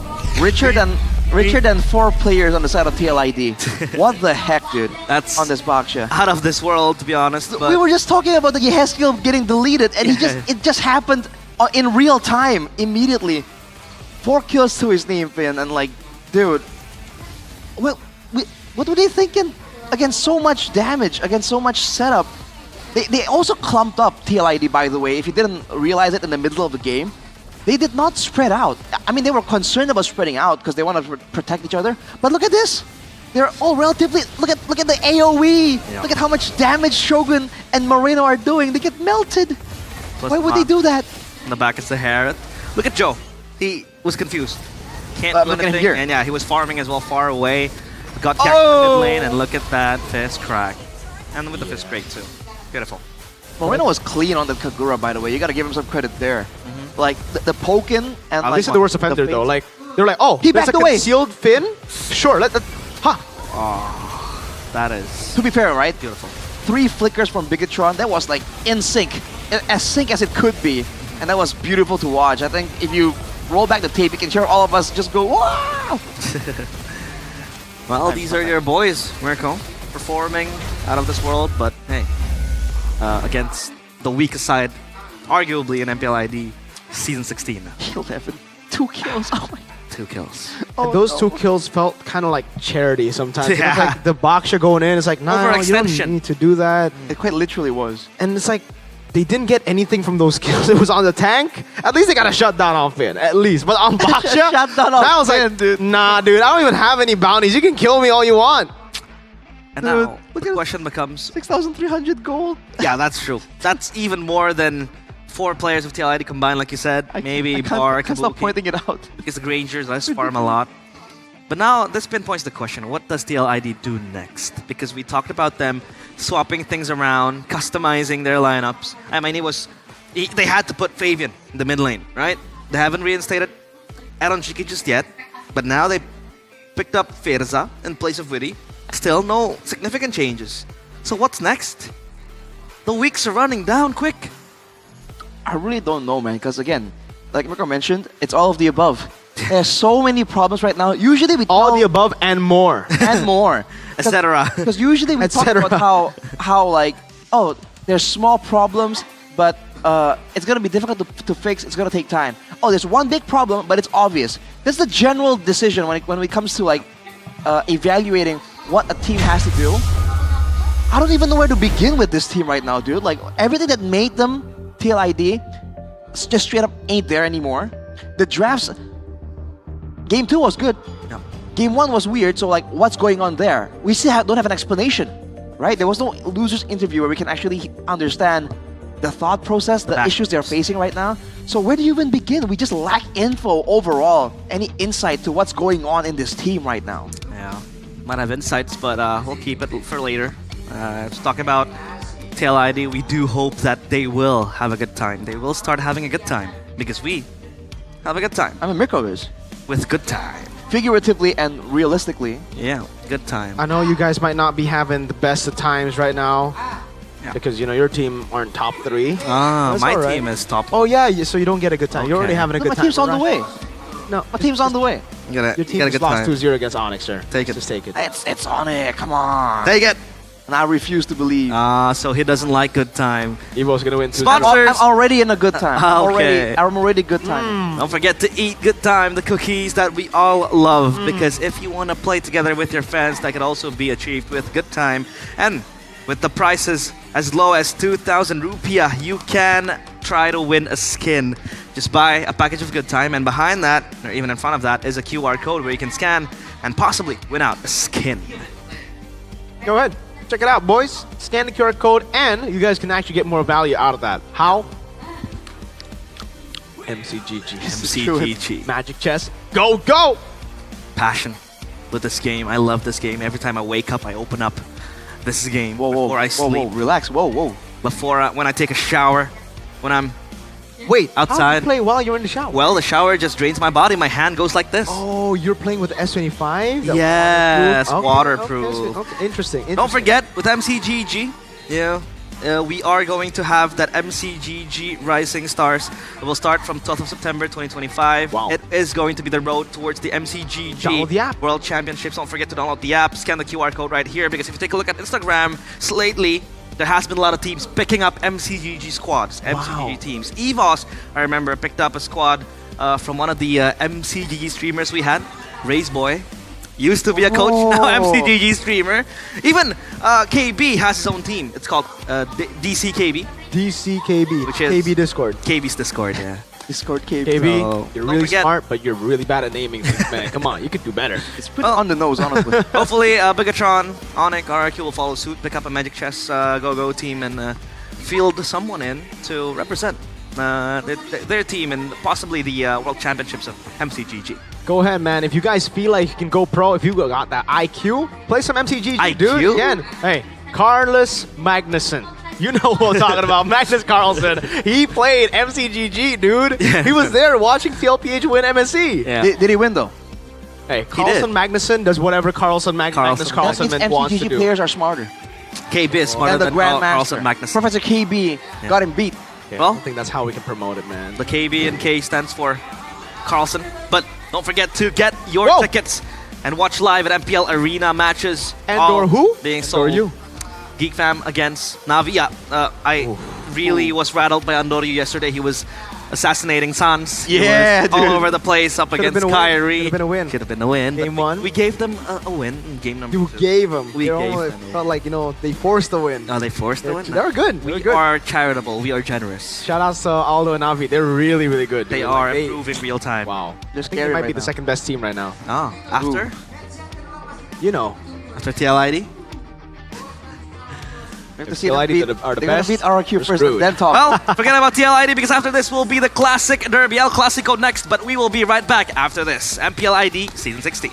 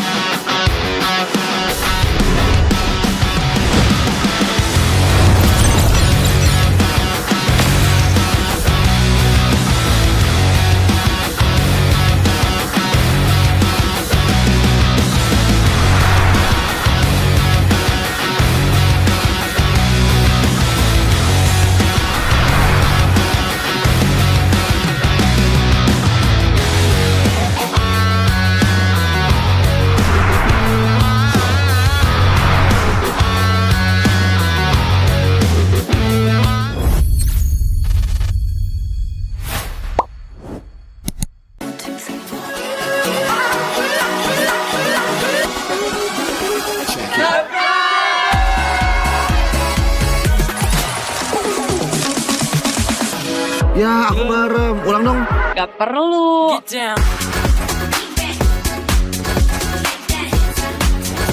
Guys, review.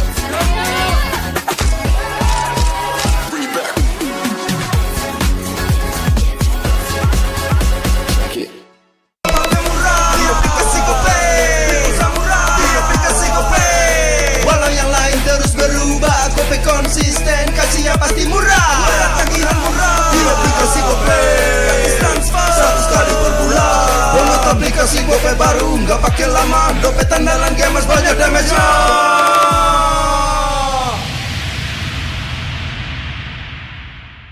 Level up bareng Special Edition Good Day dan MPL. Temukan kode unik, lalu scan QR-nya. Buat kumpulin Diamond Mobile Legends yang banyak dan menangin juga skin kerennya. Cobain semua variannya sekarang. Sebotol Good Day bikin GG Good Day. Yo, good day MPL, woo, good day MPL, woo, good day MPL, yes, good day MPL, woo, good day MPL, yes, good day MPL, yo, good day MPL, oh. Aku udah nonton. Fix Hijin tuh jahat ke Minjun. Hijin kan emang gak mau pacaran sama Papamu, mamamu, biarkan mereka. Di granat! Boom! Ya! Gue kena ghosting. Terus ditinggal nikah sama Hijin. Padahal mereka udah cium. Anak yang nakal, saatnya kau dan aku. Pakai simpati buat nonton, musik, games, belajar, sampai belanja. Bisa pilih benefit sesuai keinginanmu. Tenang. Menang kalah, mabar bisa good time. Wah, good time Mobile Legends Bang Bang. Enak coklatnya, bikin semua bisa good time. Ini nih mainnya.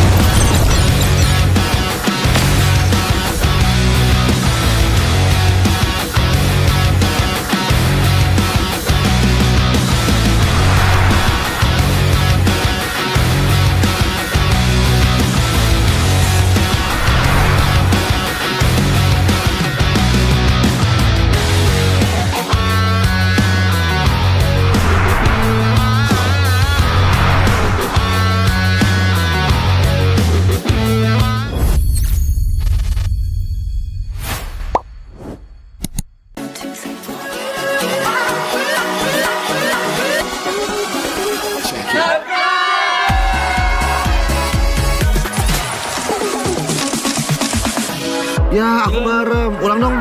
Gak perlu.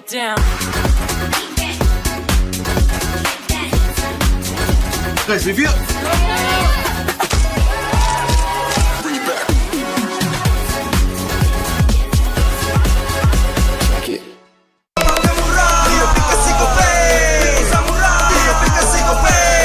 Walau yang lain terus berubah, Gope konsisten, kasihnya pasti murah. Tagihan murah di aplikasi Gope, gratis transfer 100 kali per bulan. Download aplikasi Gope baru, nggak pakai lama. Dompet andalan gamers banyak damage-nya.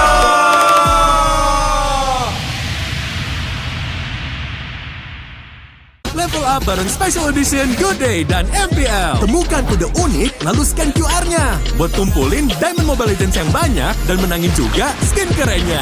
Cobain semua variannya sekarang. Sebotol Good Day bikin GG Good Day. Yo, good day MPL, woo, good day MPL, woo, good day MPL, yes, good day MPL, woo, good day MPL, yes, good day MPL, yo, good day MPL, oh. Aku udah nonton. Fix Hijin tuh jahat ke Minjun. Hijin kan emang gak mau pacaran sama Papamu, mamamu, biarkan mereka. Di granat!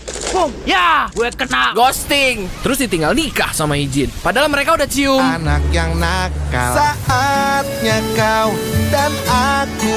Pakai simpati buat nonton, musik, games, belajar, sampai belanja. Bisa pilih benefit sesuai keinginanmu. Tenang. Menang kalah, mabar bisa good time. Wah, good time Mobile Legends Bang Bang. Enak coklatnya. Bikin semua bisa good time. Ini nih mainnya.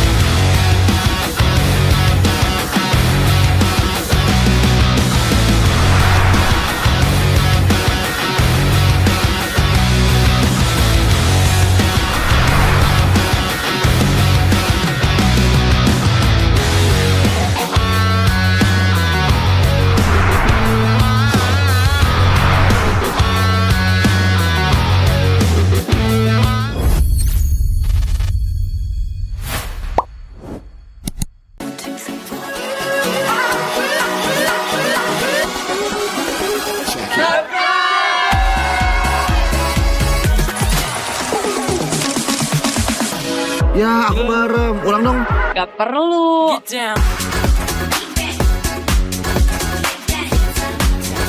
Guys, review.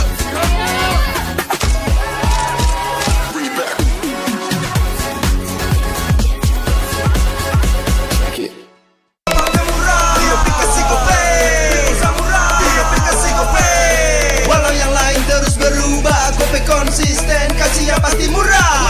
Tagihan murah, di aplikasi Gope, gratis transfer 100 kali per bulan. Download aplikasi Gope baru, nggak pakai lama. Dompet andalan gamers banyak damage-nya.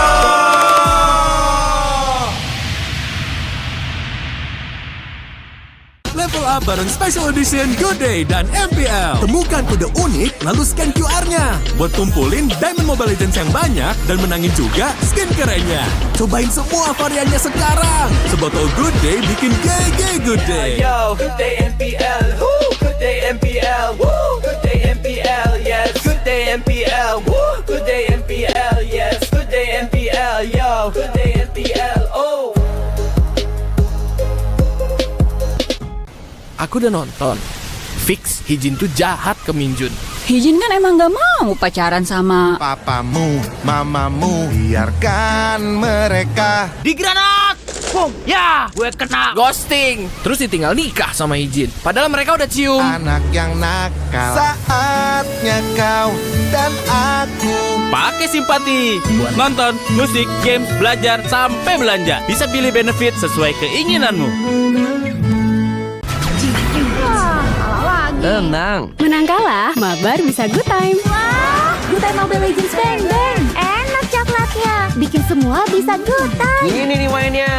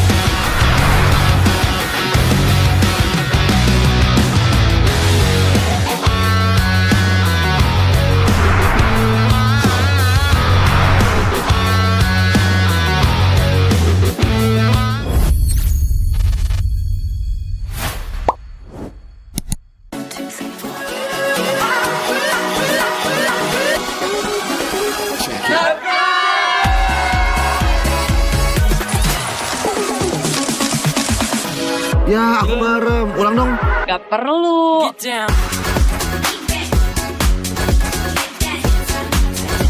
Guys, review.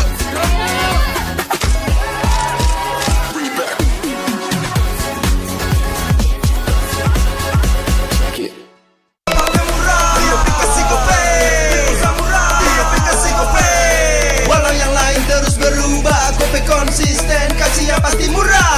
Tagihan murah, di aplikasi Gope, transfer 100 kali per bulan. Download aplikasi Gope baru, nggak pakai lama. Dompet andalan gamers banyak damage-nya.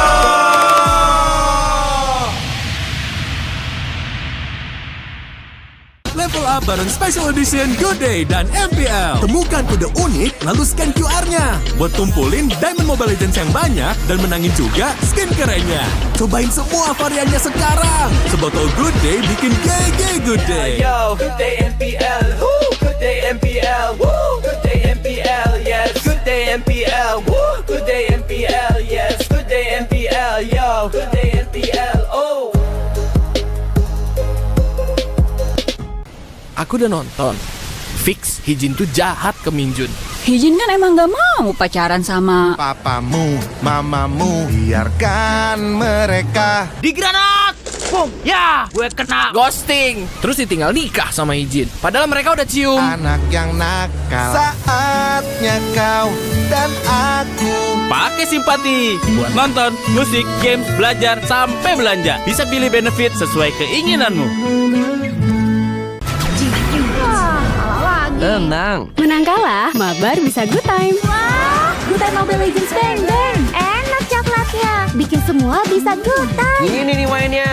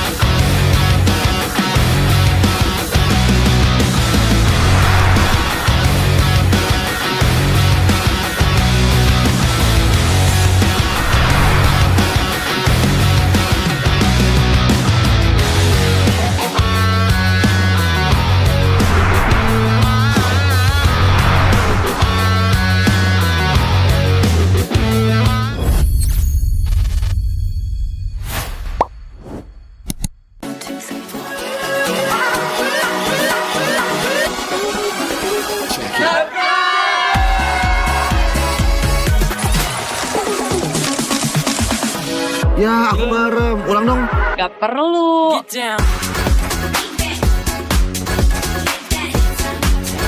Guys, review.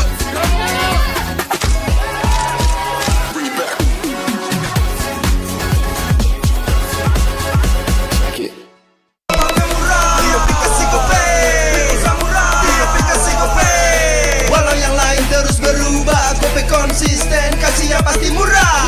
Tagihan murah, di aplikasi Kope, gratis transfer 100 kali per bulan. Download aplikasi Kope baru, nggak pakai lama. Dompet andalan gamers banyak damage-nya.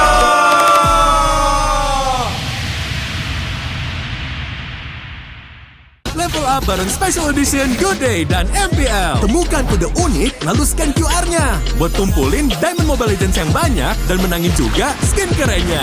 Cobain semua variannya sekarang. Sebotol Good Day bikin GG Good Day. Yo, good day MPL, woo, good day MPL, woo, good day MPL, yes, good day MPL, woo, good day MPL, yes, good day MPL, yo, good day MPL, oh. Aku udah nonton. Fix, Hijin tuh jahat ke Minjun. Hijin kan emang gak mau pacaran sama Papamu, mamamu, biarkan mereka. Di granat! Boom! Ya, gue kena ghosting. Terus ditinggal nikah sama Hijin. Padahal mereka udah cium. Anak yang nakal. Saatnya kau dan aku. Pakai simpati buat nonton, musik, games, belajar, sampai belanja. Bisa pilih benefit sesuai keinginanmu. Tenang. Menang kalah, mabar bisa good time. Wah, good time Mobile Legends bang bang. Enak coklatnya, bikin semua bisa good time. Ini nih mainnya.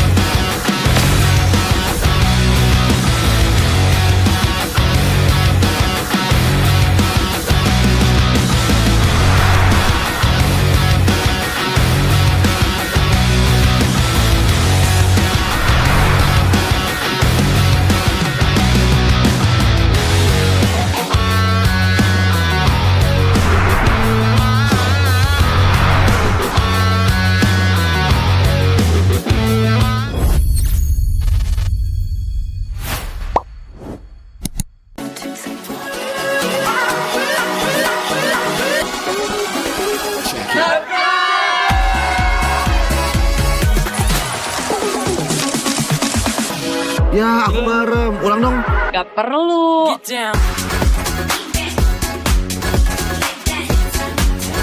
Guys, review.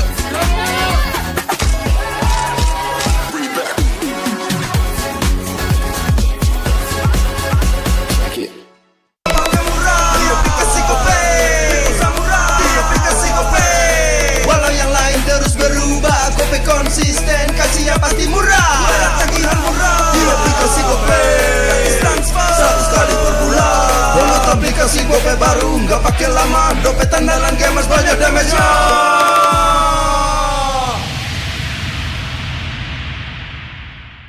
Level Level up bareng Special Edition Good Day dan MPL. Temukan kode unik, lalu scan QR-nya. Buat kumpulin Diamond Mobile Legends yang banyak dan menangin juga skin kerennya. Cobain semua variannya sekarang. Sebotol Good Day bikin GG Good Day. Yo, good day MPL, woo, good day MPL, woo, good day MPL, yes, good day MPL, woo, good day MPL, yes, good day MPL, yo, good day MPL, oh. Aku udah nonton.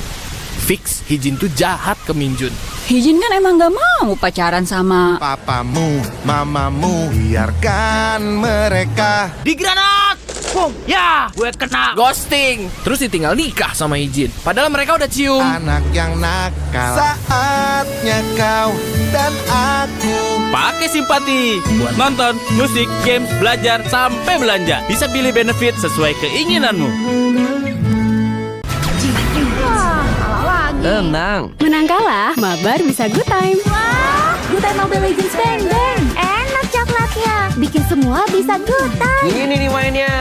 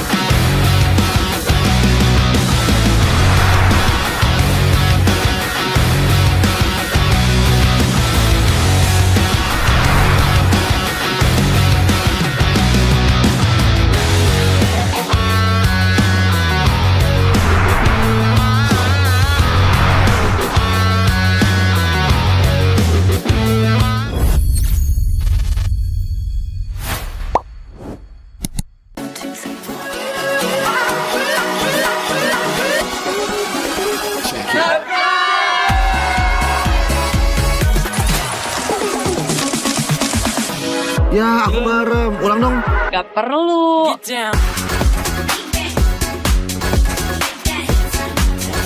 Guys, review.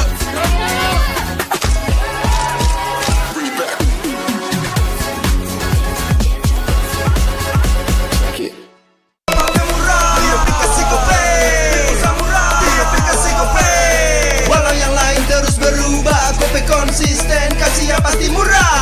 Tagihan murah di aplikasi Kope, gratis transfer 100 kali per bulan. Download aplikasi Kope baru, nggak pakai lama. Dompet andalan gamers banyak damage-nya.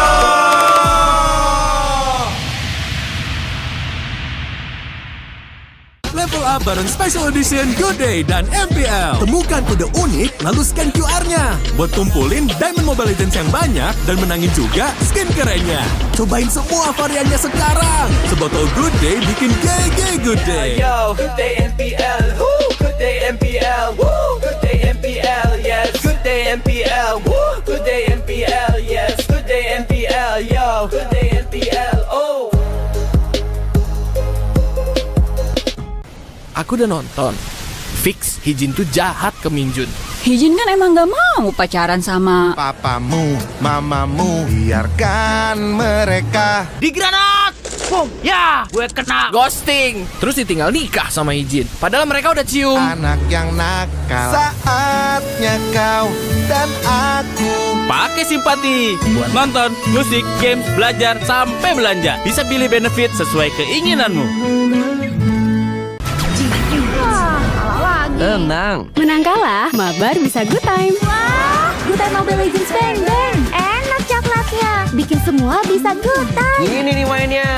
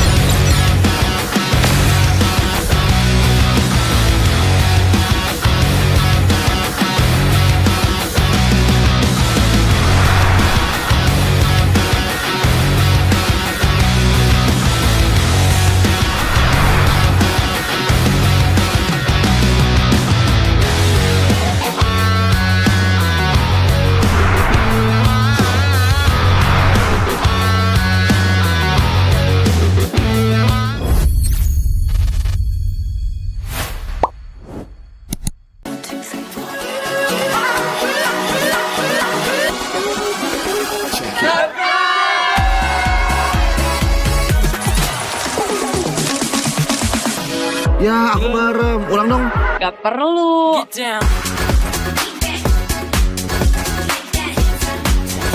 Guys, review.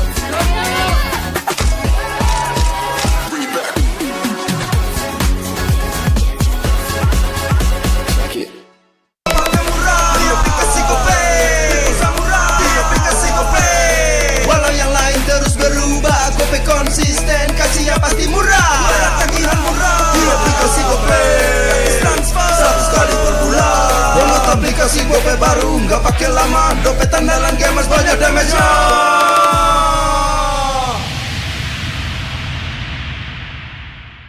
Level up bareng Special Edition Good Day dan MPL. Temukan kode unik, lalu scan QR-nya. Buat kumpulin Diamond Mobile Legends yang banyak dan menangin juga skin kerennya.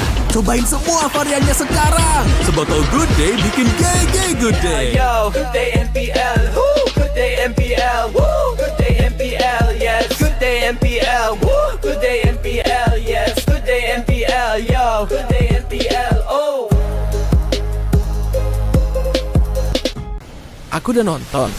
Fix Hijin tuh jahat ke Minjun. Hijin kan emang gak mau pacaran sama Papamu, mamamu, biarkan mereka. Di granat! Boom! Ya, gue kena ghosting. Terus ditinggal nikah sama Hijin. Padahal mereka udah cium. Anak yang nakal, saatnya kau dan aku. Pakai simpati buat nonton, musik, games, belajar, sampai belanja. Bisa pilih benefit sesuai keinginanmu. Tenang. Menang kalah, mabar bisa good time. Wah, good time Mobile Legends Bang Bang. Enak coklatnya, bikin semua bisa good time. Ini nih mainnya.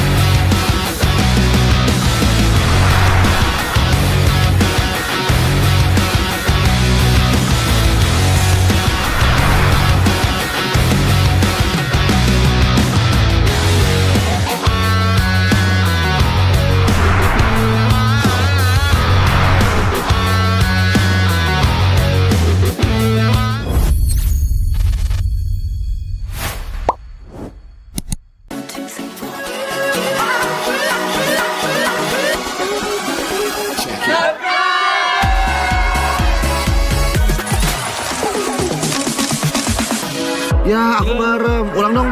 Gak perlu.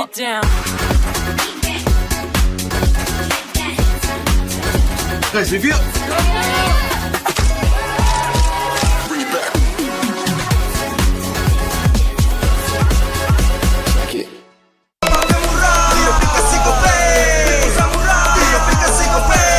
Walau yang lain terus berubah, Kope konsisten, kasihnya pasti murah.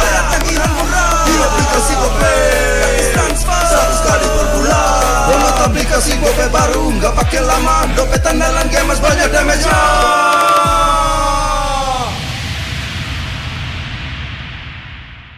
Level up bareng Special Edition Good Day dan MPL. Temukan kode unik, lalu scan QR-nya. Buat kumpulin Diamond Mobile Legends yang banyak dan menangin juga skin kerennya.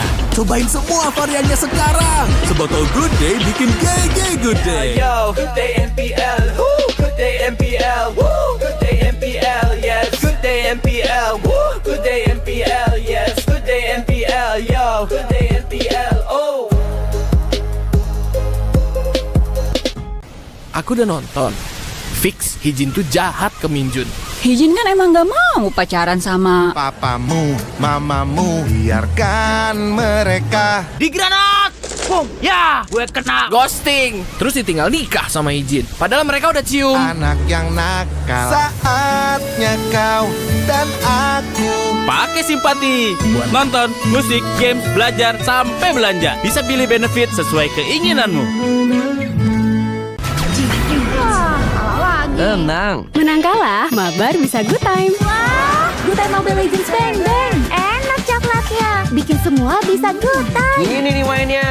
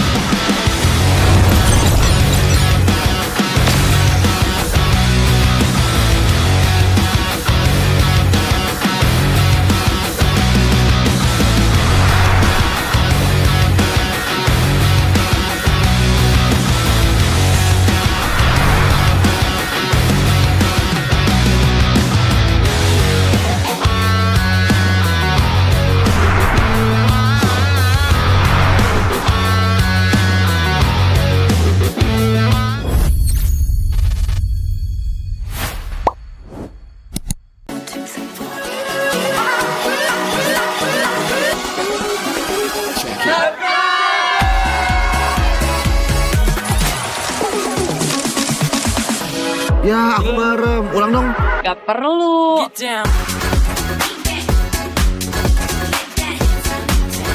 Guys, review.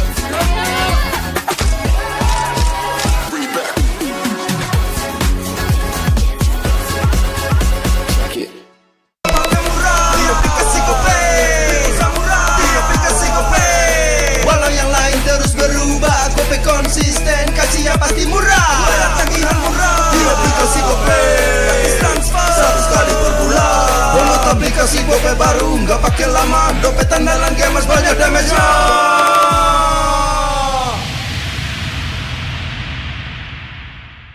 Level up bareng Special Edition Good Day dan MPL. Temukan kode unik, lalu scan QR-nya. Buat kumpulin Diamond Mobile Legends yang banyak dan menangin juga skin kerennya.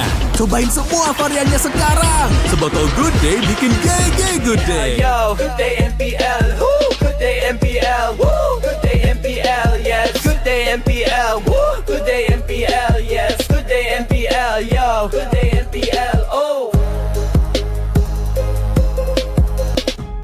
Aku udah nonton. Fix Hijin tuh jahat ke Minjun.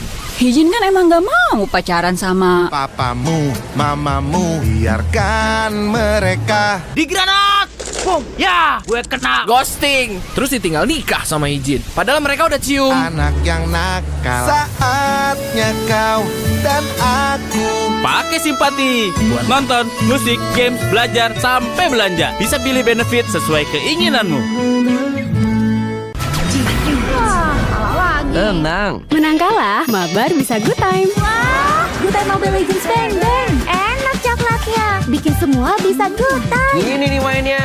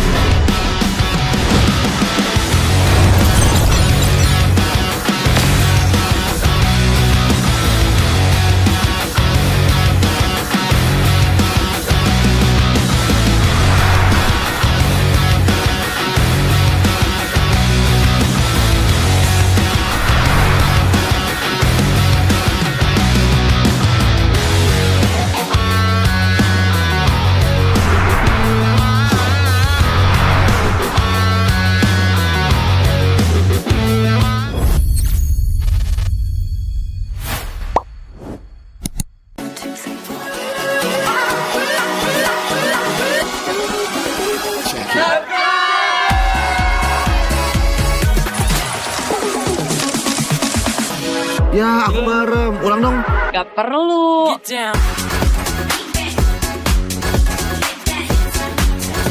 Guys, review.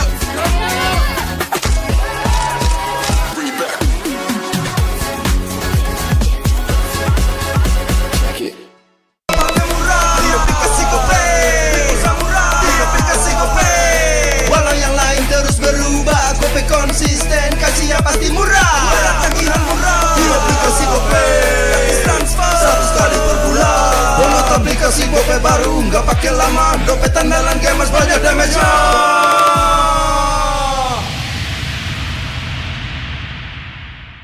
Level up bareng Special Edition Good Day dan MPL. Temukan kode unik, lalu scan QR-nya. Buat kumpulin Diamond Mobile Legends yang banyak dan menangin juga skin kerennya.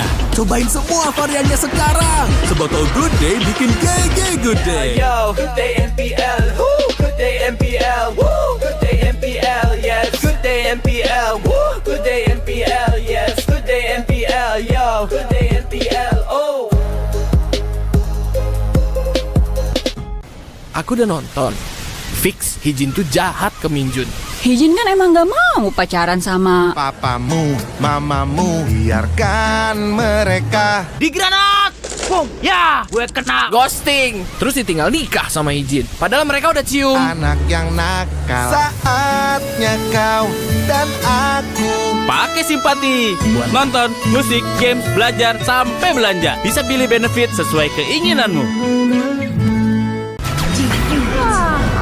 Tenang. Menang kalah, mabar bisa good time. Wah, good time Mobile Legends bang bang. Enak coklatnya, bikin semua bisa good time. Ini nih mainnya.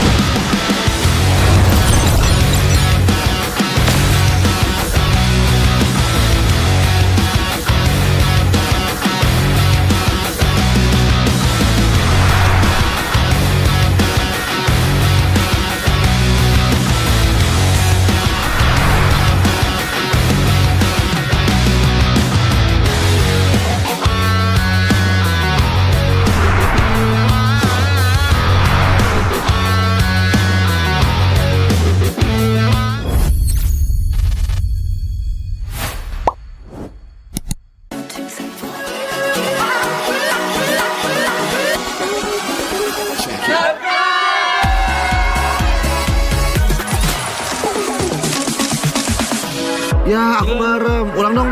Gak perlu.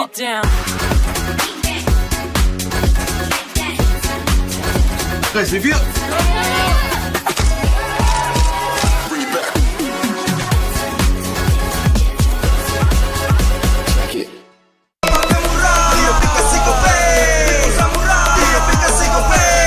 Walau yang lain terus berubah, Gope konsisten, kasihnya pasti murah. Tagihan murah, di aplikasi Gope, transfer 100 kali per bulan. Download aplikasi Gope baru, nggak pakai lama. Dompet andalan gamers banyak damage-nya.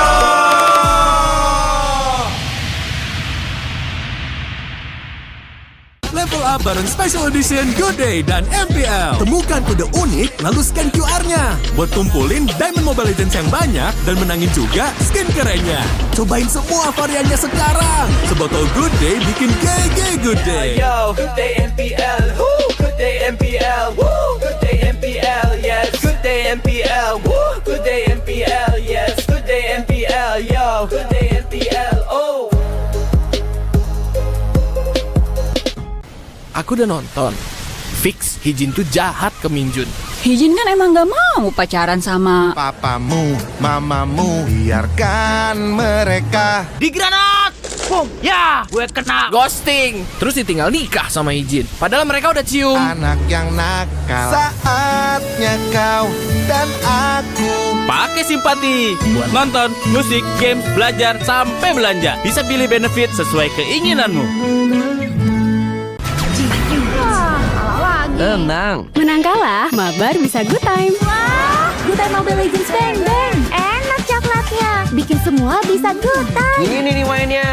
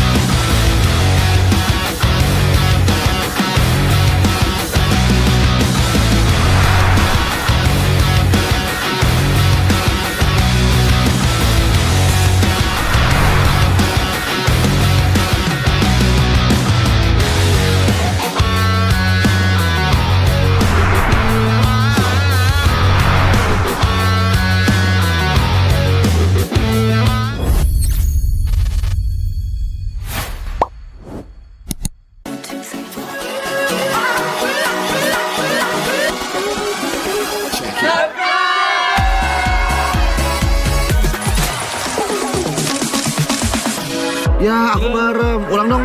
Gak perlu.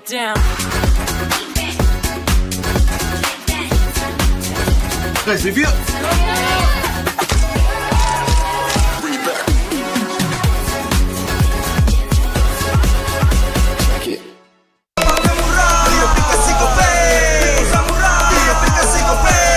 Walau yang lain terus berubah, Kope konsisten, kasihnya pasti murah.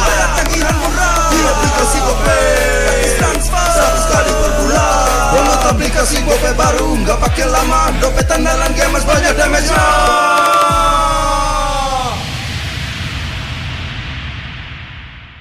Level up bareng Special Edition Good Day dan MPL. Temukan kode unik, lalu scan QR-nya. Buat kumpulin Diamond Mobile Legends yang banyak dan menangin juga skin kerennya. Cobain semua variannya sekarang. Sebotol Good Day bikin GG Good Day. Yo, good day MPL, woo, good day MPL, woo, good day MPL, yes, good day MPL, woo, good day MPL, yes, good day MPL, yo, good day MPL, oh. Aku udah nonton. Fix, Hijin tuh jahat ke Minjun. Hijin kan emang gak mau pacaran sama Papamu, mamamu, biarkan mereka. Di granat! Boom! Ya! Gue kena ghosting. Terus ditinggal nikah sama Hijin. Padahal mereka udah cium. Anak yang nakal, saatnya kau dan aku. Pakai simpati buat nonton, musik, games, belajar, sampai belanja. Bisa pilih benefit sesuai keinginanmu. Tenang. Menang kalah, mabar bisa good time. Wah, good time Mobile Legends Bang Bang. Enak coklatnya, bikin semua bisa good time. Ini nih mainnya.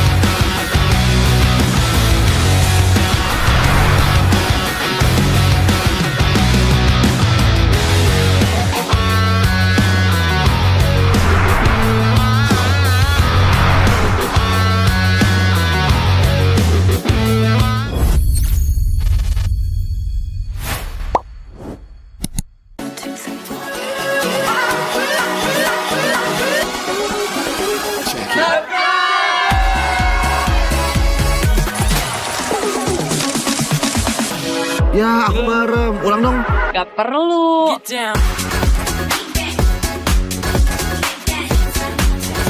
Guys, review.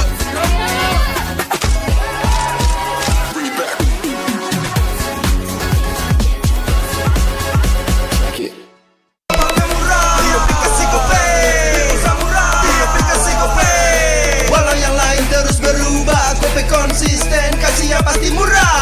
Tagihan murah, di aplikasi Kope, gratis transfer 100 kali per bulan. Download aplikasi Kope baru, nggak pakai lama. Dompet andalan gamers banyak damage-nya.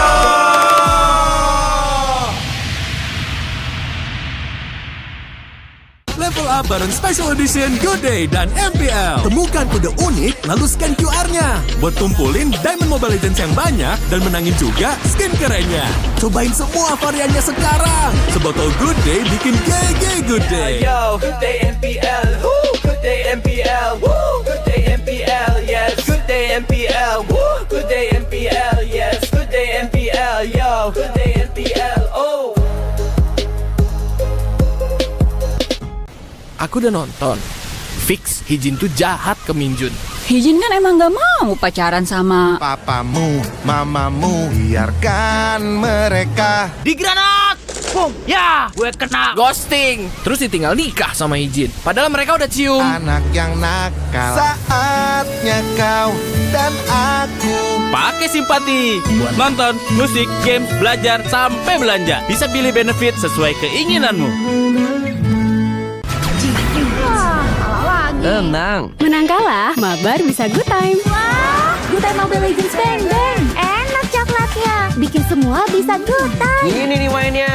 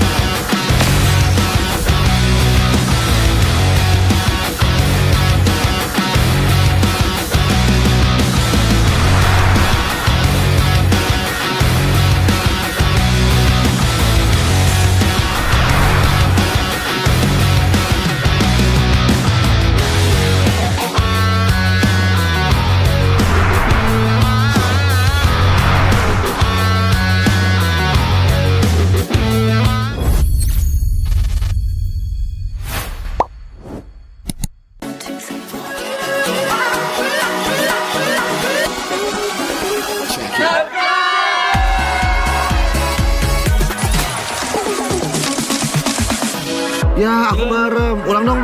Gak perlu.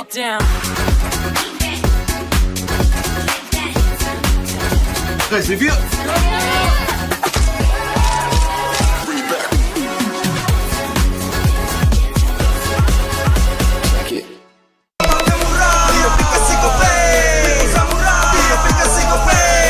Walau yang lain terus berubah, Gope konsisten, kasih yang pasti murah. Tagihan murah di aplikasi Gope, gratis transfer 100 kali per bulan. Download aplikasi Gope baru, nggak pakai lama. Dompet andalan gamers banyak damage-nya.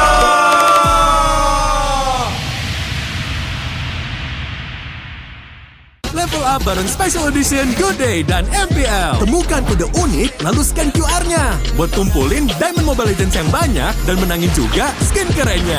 Cobain semua variannya sekarang. Sebotol Good Day bikin GG Good Day. Yo, good day MPL, woo, good day MPL, woo, good day MPL, yes, good day MPL, woo, good day MPL, yes, good day MPL, yo, good day MPL, oh.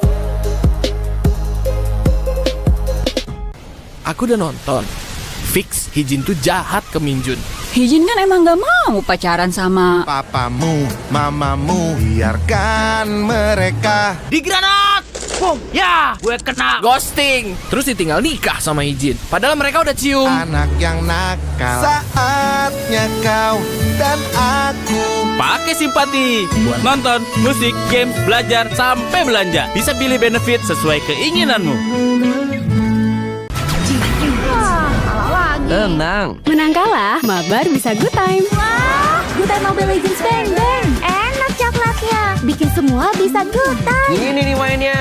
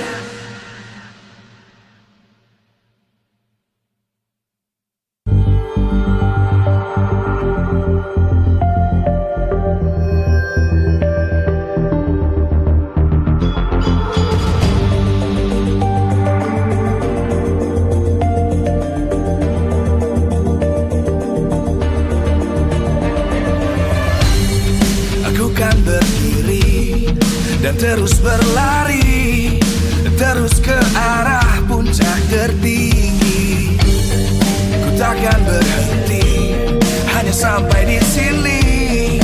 Kemenangan abadi menanti. You know we won't miss if we unite our focus. And if you haven't noticed, we all live. Nyalakan apimu, hadapi semua tantangan, hadang semua serangan, jatuh bukan halangan. Bakar semangatmu, janganlah engkau menyerah. Kita akan buat sejarah. We all this, we won't miss. We all this, we won't miss. Saatnya beraksi, jalani ambisi. Aku kan menyawakan hari ini. You know we won't miss if we unite our focus. And if you haven't noticed, we all live. Nyalakan apimu, hadapi semua tantangan, hadang semua serangan, jatuh bukan halangan. Bakar semangatmu, janganlah engkau menyerah. Kita akan buat sejarah. We all this, we won't miss. We all this, we won't miss. We all this.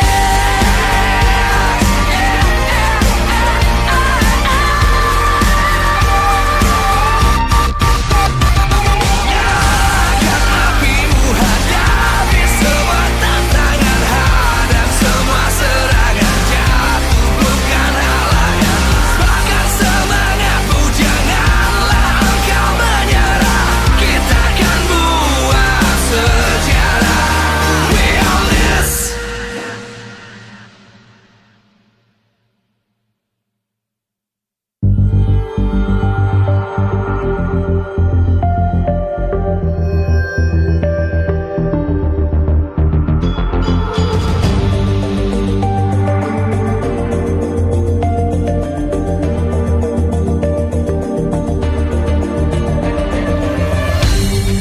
Aku kan berdiri dan terus berlari, terus ke arah puncak tertinggi. Ku takkan berhenti, hanya sampai di sini. Kemenangan abadi menanti. You know we won't miss if we unite our focus. And if you haven't noticed, we all live. Nyalakan apimu, hadapi semua tantangan, hadang semua serangan, jatuh bukan halangan. Bakar semangatmu, janganlah engkau menyerah. Kita akan buat sejarah. We all this, we won't miss. We all this, we won't miss. Saatnya beraksi, jalani ambisi. Aku kan menyawakan hari ini. You know we won't miss if we unite our focus. And if you haven't noticed, we all live. Nyalakan apimu, hadapi semua tantangan, hadang semua serangan, jatuh bukan halangan. Bakar semangatmu, janganlah engkau menyerah. Kita akan buat sejarah.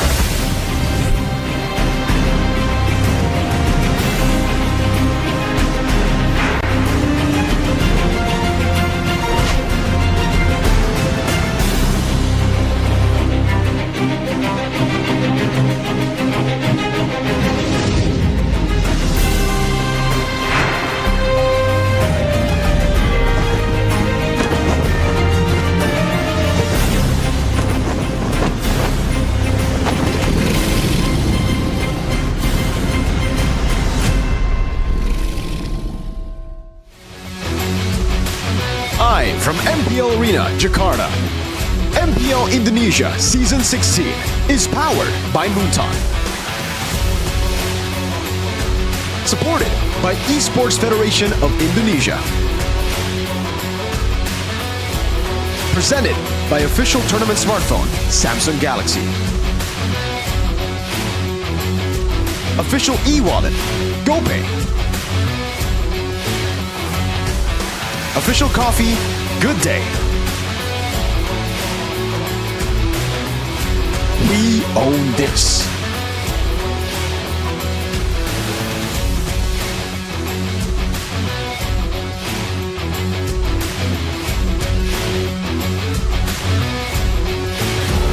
EVOS yang sedang mencari jati diri mereka juga mencoba untuk stabil. Apakah mereka bisa mengulang kembali suksesnya? Kita lihat di match kali ini. Mereka sebenarnya berpotensial, lagi dengan datangnya VN ya. Harusnya sih kalau mereka tetap padu bersatu, ke depannya bisa lebih bagus dan stabil. Ayo tanemin dalam diri kalian kalau misalnya kita lebih di atas mereka gitu. Itu kunci confidence. Oke, dari gua simpelnya gitu aja. By the way, kita first pick lagi. Mungkin EVOS bangkit ini dampaknya dari yang pertama ya, akhirnya mereka benar-benar percaya prosesnya Erlan. Yang kedua ya udah pastilah Coach Vin. Mungkin gue cuma bisa bilang itu karena timnya sekarang lagi connect sama dia. Belum terlalu balik perform sih, cuma emang mungkin dari rasa kepercayaan diri dan rasa pengen menangnya dari player itu yang ngebuat mereka kenapa bisa sampai sebagus ini gitu. Mainnya pasti turnamen. Ini nama baru yang mencuat bahkan langsung ke MPL, Pro. Sebuah pertanyaan yang menarik karena lagi-lagi RRQ berproses ulang. Pertama sih jujur pengen ada perubahan aja sih, hal baru gitu loh. Setelah itu kita banyak kesalahan yang sama lah. Jadi ya kita supaya nggak terperangkap dengan hal yang sama ya kita butuh something new idea aja. Selama masih ada Geek sama NMM, semua player yang masuk situ harusnya bakal berproses dan tetap standarnya bagus sih. Ya nggak menutup kemungkinan tim yang lain juga improve dong, kan yang juara pengen improve biar nggak kejar kan. Bukan berarti kalau mereka run terus mereka nge-stop. Kalau ngomongin RRQ kayaknya kita nggak lepas dari kata proses ya. Season 14 mereka bawa pemain-pemain MDL plus Skylar. Season 15 gue kira mereka bakal stay dengan roster yang sama. Terus season 16 disuruh berproses lagi, bawa Zunesh, terus bawa Res juga. Zunes, hampir Arfi menjadi korban jiwa dan betul sekali. RRQ menunjukkan siapa rajanya. Untuk Junes itu sendiri, mungkin dia ada beberapa hero pegangan lah yang kita rasain lawan mereka kemarin. Kayak dia punya power di mana kayak tahu job desk ketika dia main jungle sih. Dan mungkin yang gua notice dari si Junes ini bedanya sama Sujin, si Junes ini lebih agresif sih. Jadi kayak dia lumayan connect sama si Idok sama Rins. Dengan adanya multi baru mampukah sang macan putih mendapatkan kemenangan lagi. From hashtag 7 OTW M7, gitulah kalau kata kolom komentar. Mungkin tamparan kali ya buat si dua prot-prot ini. Mereka pasti bakal ngasih yang terbaik lah biar mereka nggak yang ada di urutan ke-7 lagi. Karena kan tagline mereka aja from hashtag 7 to M7. Aku juga sebenarnya ekspektasi tinggi lah pasti ke performa mereka gitu. Sebenarnya dari aku pribadi, coaching staffku cuma pengen mereka bisa main enjoy aja gitu. Kalau kayak kita bisa konsisten stick sama gameplay kita, gue yakin kita bisa menang. Menurut gue sih masing-masing tim sekarang nyari problem yang benar-benar mau mereka beresin gitu. Kalau ngomongin Zunesh berhadapan dengan Albert ya, balik lagi sih, Zunesh ini rookie yang benar-benar baru banget main di MPL. Jadi gue berharap dia mengejar skill gap. Karena ya kalau ngomongin soal pengalaman, lu nggak bisa ngejar pengalamannya Albert, man. Jadi mechanical play, terus mungkin ya standar MPL yang sering gue bilang, gonta-ganti item, Winter Immortal dan juga Rose Gold itu harus lebih dikuasai. Sehingga nanti di in-game ya Zunesh lah yang bisa mengendalikan alur dan juga bisa mungkin mengacaukan EVOS, nggak ada yang tahu cuy kalau kayak gitu. Team, one voice, one family. Zunes ya yang udah kelihatan sekarang 2 minggu ini ya jago, pasti potensial. Cuman ya mungkin balik lagi ya, kita baru lihat dia 2 minggu, kita harus lihat dia ke depannya bakal konsisten atau enggaknya juga sih. kita nggak bisa lihat suatu player tuh dari covernya aja sih, kayak mungkin dia pemain rookie segala macam. Gue selalu nanamin mindset kayak ya semua player sama aja gitu, kayak semua orang berpotensi lah jadi bintang gitu. Jadi ya selagi lu masih bisa perform segala macam ya lakuin yang terbaik gitu, biar mungkin nggak direbut lah posisinya. Yang satu anak muda, yang satu veteran. Biar kita lihat juga bagaimana pengalaman sama skill mekanik itu berbicara. Derby klasik yang sekarang menurut gue lebih imbang, lebih balance. Jadi kayak kalaupun emang RRQ yang menang, ya berarti emang mereka membuktikan sekarang mereka udah lebih baik tim play-nya. Kalau emang EVOS yang menang, berarti menandakan kalau mereka udah mau bangkit nih. Mereka pengen nunjukin juga kalau sekarang derby klasiknya udah imbang, beda sama musim-musim lalu. Karena menurut gue yang di musim ini nggak imbang ya pas Royal Derby, bukan derby klasik.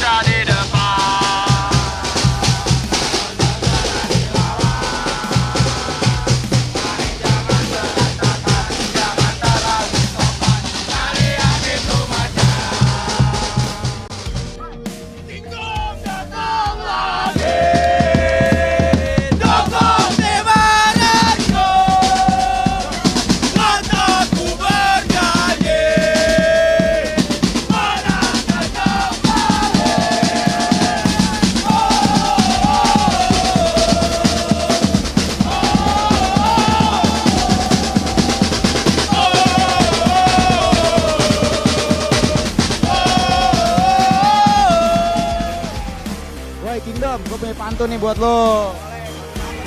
Jalan-jalan ke taman bunga, ada anggrek, ada melati. Raja di segala raja, udah siap belum melawan macan putih? Emang lo doang yang punya pantun? Gue juga punya pantun buat kalian. Sambal balado, sambal terasi, lauknya ayam betutu. Hey Ivo, sudah lama kami menanti derby klasik yang sengit seperti dulu. Ada lagi nih buat lo. Makan donat punya Empor ini, minumnya pesen teh tarik. Mau kasih tahu aja buat hari ini, Evo sudah bangkit, siap rajai derby klasik. Gua ajarin pantun yang bagus buat lo. Ke Bandung beli baju, ke Tasik nitip tahu. Hai Evos, kamu jangan belagu. Derby dan sampai kapanpun derby klasik tetap milik RRQ.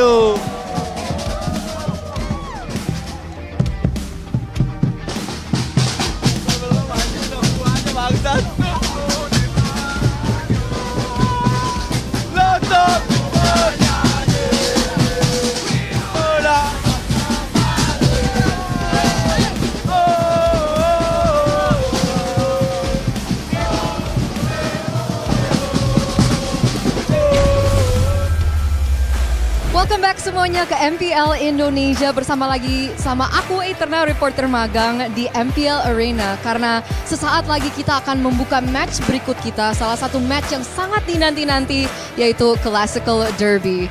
Dan ini adalah salah satu match yang sangat ikonik.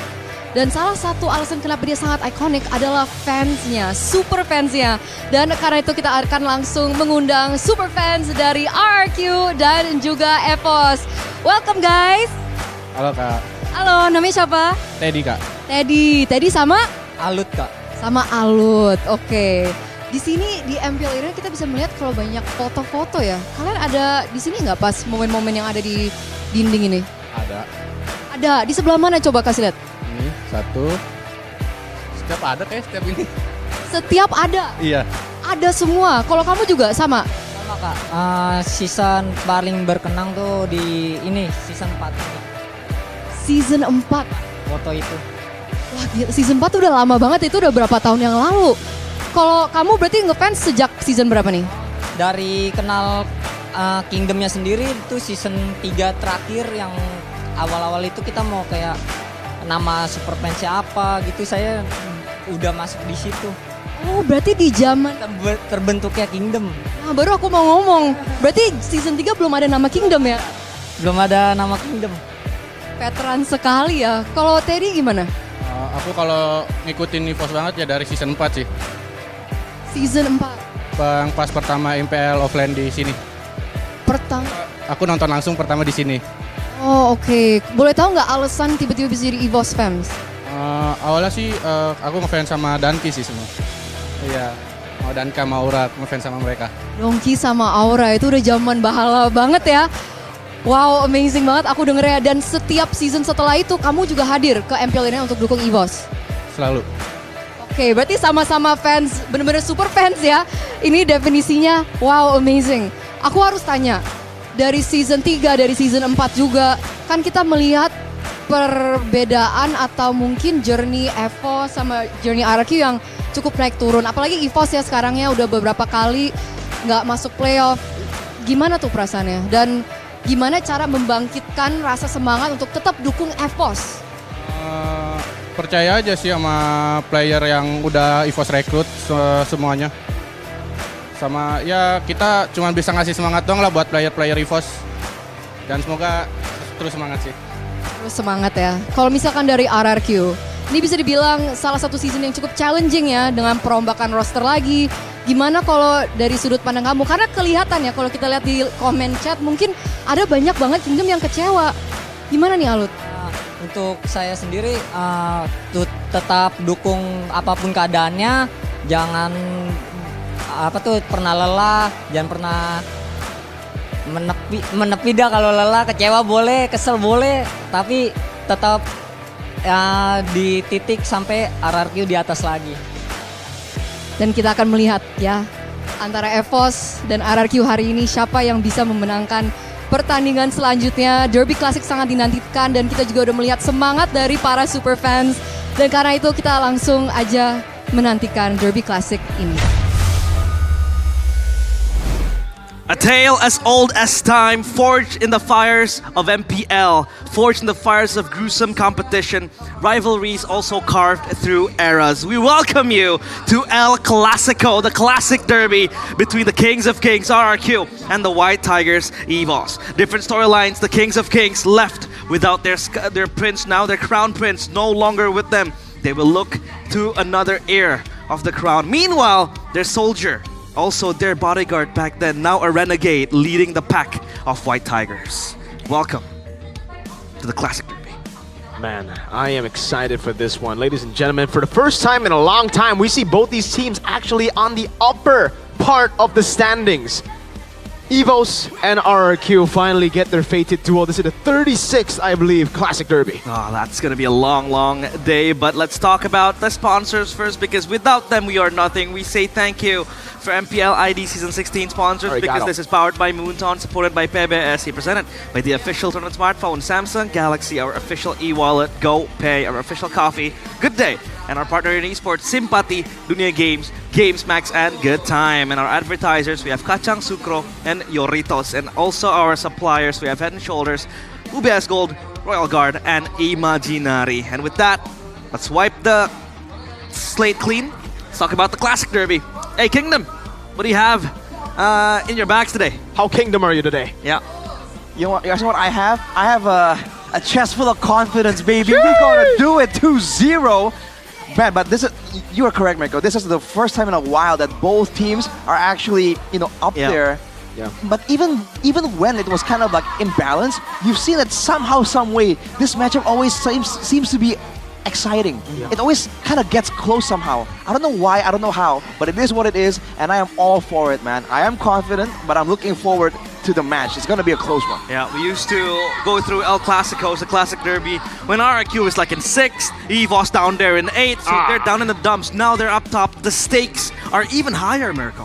Yeah, I mean, in the past, back when the legends were still roaming around in the MPL arena, Donkey, he once said, together with Mr. Dean, back when he was, again, part of EVOS, the VP, he said, I can lose against anyone and not feel bad as long as it's not RRQ. And it was the same thing that Paape said on stage with Mr. Dean. He said the same thing. He said, yeah, I don't care who I lose to as long as it's not you. So it goes way back. Again, this is the grand finals of the M1 World Championships, right? This was the rivalry at the hottest once. Calming down way down, but still very, very hot. Considering, again, these two teams are rising back to the top. These two teams want to relive their past glory. Yeah, they really want to dive deep into that again. Now let's talk about the team profiles. We saw a surge of life coming in from EVOS with the rendition of Rendy into the roster. They were able to put a player that was not known, and then a lot of questions were flinged onto Finn. How did he scout Rendy as a player, as we have GOAT beside us right there? We got still my waiting GOAT for the walk-in. Hey, we gotta spill the lineup. We can't spill it just yet. Right. Let's talk about Rendy. This guy is an XP monster. How you know, what's your view on Rendy? Especially if he's gonna go up against a Dyren. That's gonna be Rendy against Dyren, so that's Dyren, you know, all that jumbled up words. Who's the real? What if we don't get to see it? What if both say, that's gonna be a bummer. Hey, Nah, I'm dude. saying, RQ have Rez, Yeah. EVOS have Chorizo. So what if they're like, yo, we want the Rendy Dyren, but maybe we'll wait for it. But Maybe we'll have Rendy to is- show Chorizo and Rez first. But Rendy is in form, isn't he? He's Yes. in his form. He was MVP for one of them, at least one of the guys games at behind least. us. I just Rookie of the remember week. Donkey is literally getting interviewed right now. Ooh, yeah, Oh, I Donkey is just behind mentioned us. him earlier. Hello, Donkey. Yeah. So, dude, if they don't give us that matchup, it's such a cop-out, man. Let me No take a one look. wants to see it, you know? It's almost like, this is the tough part about being, heading such a big fan base. Sometimes you want to do what's right for you. You want to save strats. You want to hide your weapons. But sometimes you owe it to the people, man. They want to see it. The people have spoken. But as a Kingdom Marashi, Sutsujin or Zunesh? That's a big question too, right? You have Rez, you have Tyrant, but Sutsujin, Zunesh has been a big talking point. Yeah. For EVO's fans out there, Suelo or Roundel. Oh, yeah, that's true as well. A lot of assortments to choose from, a lot of collections, just like food. Sometimes it makes us confused, but let's talk about the comment here made by Aura, none other than himself. This is the guy you want to talk about when it comes to the Classic Derby. EVOS is back. Tell the Philippines, guys. EVOS is back for M7. MPL ID slot for M7 is only one left. Is it for Onyx or RRQ? So Philippines. EVOS is a given. Who's gonna accompany EVOS? I am so sorry, Finals MVP, legend. You are a legend. I idolize you as well. But that's a bit of cope, sir, right? We don't know yet. It's a bit too fast. No, bro. yeah. I believe it is a bit of satire, obviously, but I think it's Onyx who have one slot. It really comes down to RQ or EVOS or best in the world, you know, later on. Who Well, knows? you have your goat right there. You can ask him a couple of questions. I have a couple of my Stop goats here. spilling the lineups, guys. We got 3 of my goats over there, by the way. 3 goats. D, Brands, Do you think and you can Vin. pull him And into Erlan. the camera Erlan's right frame? there too. Well, can we just pull him inside here? I think so. I think so. No, we can't. I don't think we can. Oh, Hey! he wants to say hello. Yeah! Go! King! No! We just built the lineup! At least, to be fair, there's no roamer substitute, so you know he was gonna be Exactly. Yeah, We just exactly. like, get him in here. Is there... He's been peeking for a while. Yeah, dude. he's peeking. He So I'm wanna like, know- get in here. Get He in wants here. to know what's happening. He's just making a cameo. I think he'll be a good analyst, but let's talk about the poster now. And this guy we haven't talked about just yet, Albert. He was back then the protector of This the was his kingdom. goal back in the day. Yeah, it was your goal. XRQ, by the way. Albert. Yeah. Season X Onyx too. Oh my. Season 11, he was, yeah. But, you know, Onyx is just too good. We had to bench good players. Oh my lord. Like, it's hard to make space in the team. But now, what can you say about Albert's journey? He took the chance to move to EVOS. Okay. What can you say about this so far? I feel there's been a lot of up and downs when it comes to his role, his spotlight, right? But when it comes down to his performance, I don't think we've ever seen Albert and thought, man, this guy has dipped. Yeah. This guy is out. He's washed. I don't think I've heard that opinion being stated as much. You know, of course there'll be some haters, right? But especially when you move from big org to big org, the way this man has.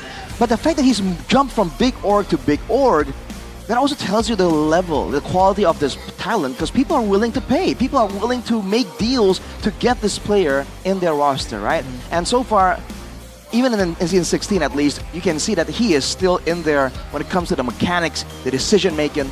And I feel like there's a lot of potential here for sure. I think that a lot of the questions for the whole roster isn't on Albert, it's on the rest of the roster, including, you know, how he kind of vibes with his prod duo. That's always a big conversation point. Additional thoughts, Mirko?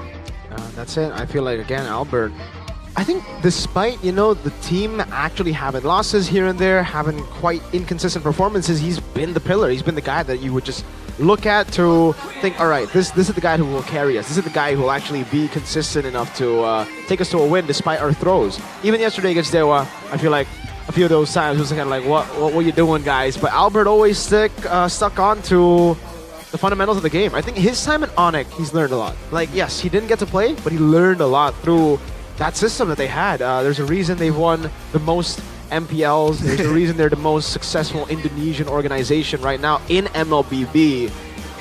And it's because they had a good environment. They had the best coach that Indonesia's ever seen. They're a direct copy of the best football team in the world. No, they're not. What are you talking about? But hey, enough of that. Onyx are not Liverpool. Now though, for RRQ. Onyx are not Liverpool. They are not. That's why they don't have as much trophies as... That's Liverpool? Nah, I'm kidding. Let's talk about RRQ now. Yes. From the perspective of a kingdom, Zunesh or Sutsujin? Oh. It is rumored That's rough. that Sutsujin might be reinstated back to the lineup because he hasn't been live streaming. There has been speculations he is trialing again, scrimming again with RRQ. Well, if we want to talk about the experience factor, that seems to be always in the conversation because we're talking about so many rookies. I feel like Sutsujin definitely shows up there. He's been around for a while. He's been to different regions even, right? So he has a ton of experience behind him. Unfortunately, he was also the main criticizing point that people always point to when they talk about the flexibility and the options that RRQ have at their disposal. So if you want to talk about just data, as in like, okay, options and drafting phases, I think it's logical to assume Zunesh. But if you talk about experience, it's Sutsujin. So at this one, it's pick your poison. For now, I've been seeing great things from Sutsujin. I feel like there's a reason why he was popping up. So in my opinion, just off the bat, without thinking too deeply about it, I think I would go with Zunesh for now. Can I just go for R7? Because he's behind us right here. Hey, Mr. If R7 you want to pull right a legend. legend, I'll pull a legend too. Anti-mage. Anti-mage. Is Donkey in a car? He is. Yeah, he is. He's in a vehicle. It is said that he is on his way to the MPL arena. Wait, really? No, I'm kidding. I don't know. Oh man, I thought Are you making were fake for real, news, bro? dude? The crowd would have gone crazy for that. Are you false claiming? Is false claim a punishable offense? It's socially punishable. Socially punishable. Alright, so now, obviously like we mentioned before, there's a lot of selections to be made. Zunesh, Sutsujin, Sorizo Rendi, Sway Low, or Roundel. Miracle, who's gonna be your pick? Tyron and Sutsujin for RRQ. Rendi and Suelo for Evos. That is gonna be very interesting, but we'll see and take a peek at the lineups. Who will be fielded by both teams, RRQ and also EVOS, because we want to see that battle in the top lane. Rendi against Tyron, the winner gets to keep the name for themselves. Maybe in the mid lane, that's going to be Rince up against Suelo or Roundel. We don't really know. Down bottom, it could also be still Brands. Oh, you're right. Erlan has been making run for his money. I think it'll be Erlan though. Yeah, it has to be And Erlan. But let's just go upstage with Bude to call out the players, the lineups of both teams. Welcome to the Classic Derby. El Clasico is next.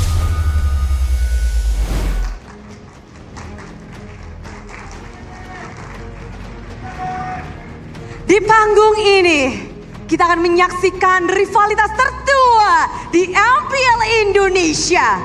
Derby Classic ke-36. Sejarah baru akan diukir oleh generasi selanjutnya. Dari era ke era, banyak pemain yang hadir membela, baik itu di kubu EVOS atau RRQ. Genderang perang akan terus berlanjut dengan petarung andalan yang berbeda. Namun, tetap dengan satu misi. Satu misi yang sama, yaitu kemenangan demi harga diri.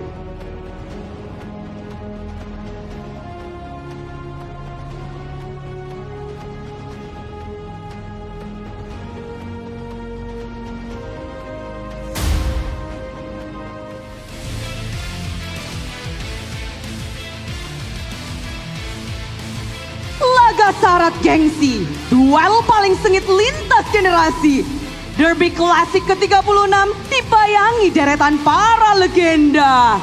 Sang tembok kokoh, petarung tak kenal lelah, R7 dan Aura akan menyaksikan kiprah penerus mereka, Res dan Sorizo.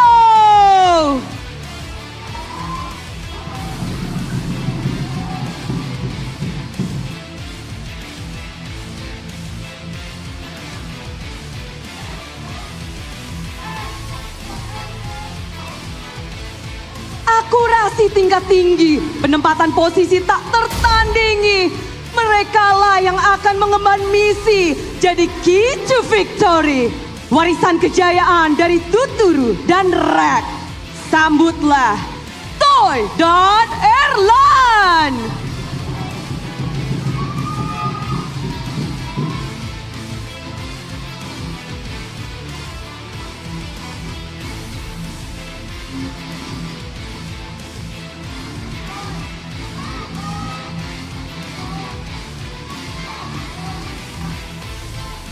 Ahli retri, gaya main yang tak bisa diprediksi. Player bersejarah yang sama-sama pernah bela EVOS dan RRQ. Inilah suksesor dari era Sin dan Wan. Sambutlah Sutsujin dan Albert.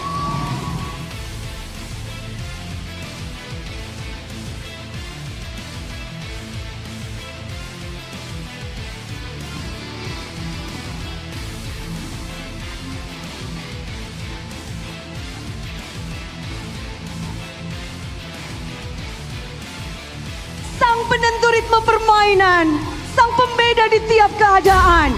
Era sebelumnya mengenal betul legenda Lemon dan Luminaire. Ini waktunya untuk aksi dari Rins dan Swelo.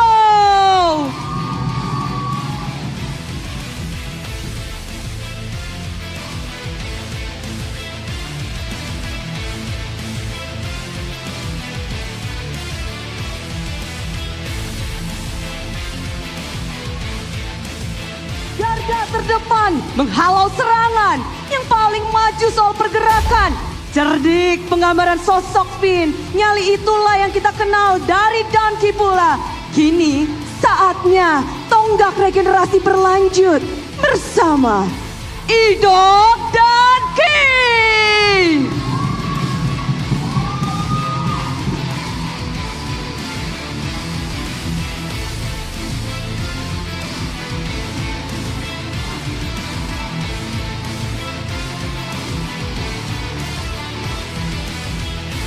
Inilah para pemain roster yang akan bertarung untuk Derby Klasik ke-36.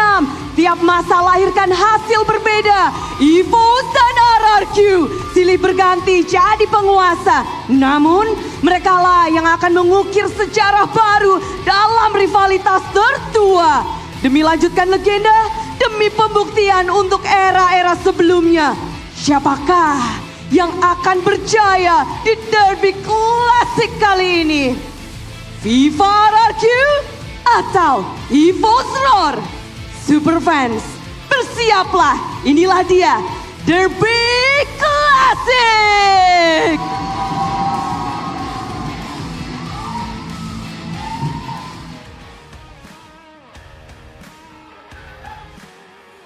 Thank you, Bude, for that very exuberant lineup. And we see Randy and Dyra not making an appearance, but it's going to be Rez alongside the XP laner of EVOS. That's going to be Sorizo too. But to take a look at the brains of operation, still the same.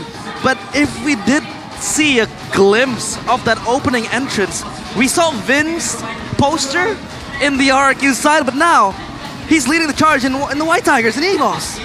It's a different time. Vin no longer with the kingdom, turning over to the opposing side. A cardinal sin, but it's something that he has decided on, and now he's gonna try and take out RRQ. The RRQ that in the past couple of seasons have always had their number. Hey, it's a give and take though. Remember who's in the jungle? Sutsujin ex-EVOS, by the way. So you got an ex-EVOS player, EVOS got an ex-RRQ player. Oh! Wow. Wow. Okay, RRQ versus EVOS. Who will win in the 36th Classic Derby? A, RRQ will defeat EVOS. B, EVOS is stronger than RRQ. And C, game plan will be the decider. And people are faithful for EVOS, 52%. What do you think makes this as the general consensus? This is on the English stream, firstly. I think in the Indonesian stream it's a bit different, but I don't know. We'll have to see later. I think it's because of EVOS' recent performances. You know, EVOS have done really well compared to RRQ. Have been kind of shaky, dropping games here and there, and getting dominated by Onyx as well. Evos have not been dominated by Onyx. I don't believe they've met Onyx just yet, so they've looked really, really good. They're on a win streak, and with Rendy, it looked like it was just a new age Parasic in the XP.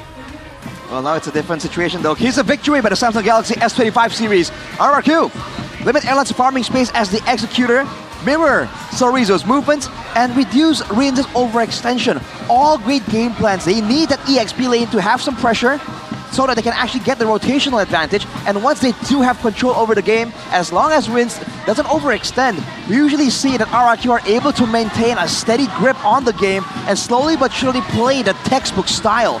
On the other side though, for Evos, force RRQ into an assassin draft battle. That's where the question of Sutsujin or Zunesh came through. It's gonna be Sutsujin and stick to the winning gameplay blueprint.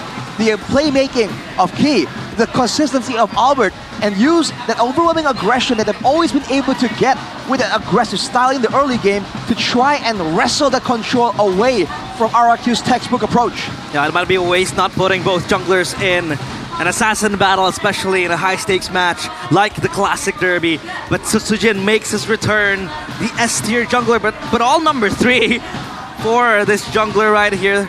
Total kills in MPL ID Season 15 is 186, so he still has that cold-blooded killer instinct in him.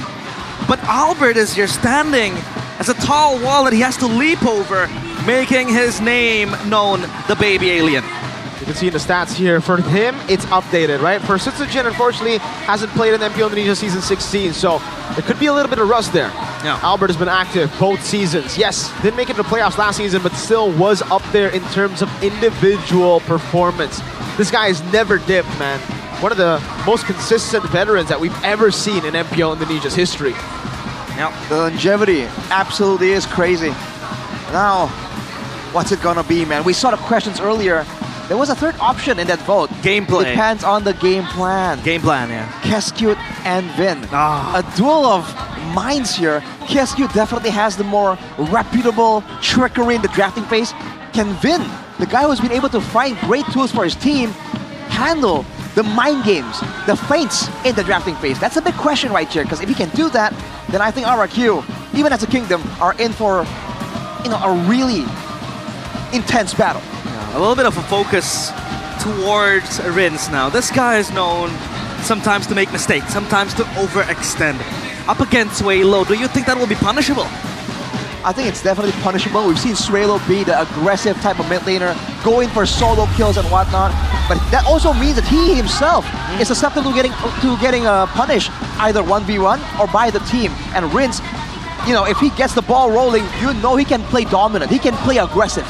Judge, jury, executioner, no rest for the teams playing in the Classic Derby. Welcome to the first game, the drafting phase presented by the official tournament smartphone, Samsung Galaxy S25 series. Both teams going at it in the bans. They take out the Harith, take out the Arlet and the Farsa. Meanwhile, the Uranus 1-1 and Baxia taken out too. Evos, they pivot for a CC first pick, giving Prio for Cerrito up top in the XP lane. Yeah, they really want to get a winning matchup, and to be honest, it's Sorizo, This is his signature pick, the CC. It should work out, considering RRQ have been playing a lot of utility, and they play into it with a Gatot Kacha. But they do pick up the Yi Sun-shin. Even before it was meta, in the playoffs, it was Sutsujin who played the Yi Sun-shin right after the revamp. Now Evos, they're going to get a chance to go and snatch the Lancelot. Yeah. They have to go with Lancelot. The Sun-shin and Gatot Kacha is a good option to maybe dissuade a possible Kalea pick too, right? Well, Kalea pick definitely still is possible. For RRQ though, the Gatot Kacha comes in again. This is a hero that has had a tumultuous history with RRQ. Sometimes it works great, sometimes not so much. And the question is, who is going to be piloting that Gatot Kacha? Because now it's different. This is the Riz we're talking about. He is much more used to that utility style. But for now, Evos, they go with the Lancelot, they go with the Sushin. They want that aggressive style, and they're getting the picks for it. They have control now. They have control, domination. You name it. The Jusin will supplement this Lancelot to invade jungles, to fight, to look for skirmishes, pickoffs. That is very quite possible with the Jusin.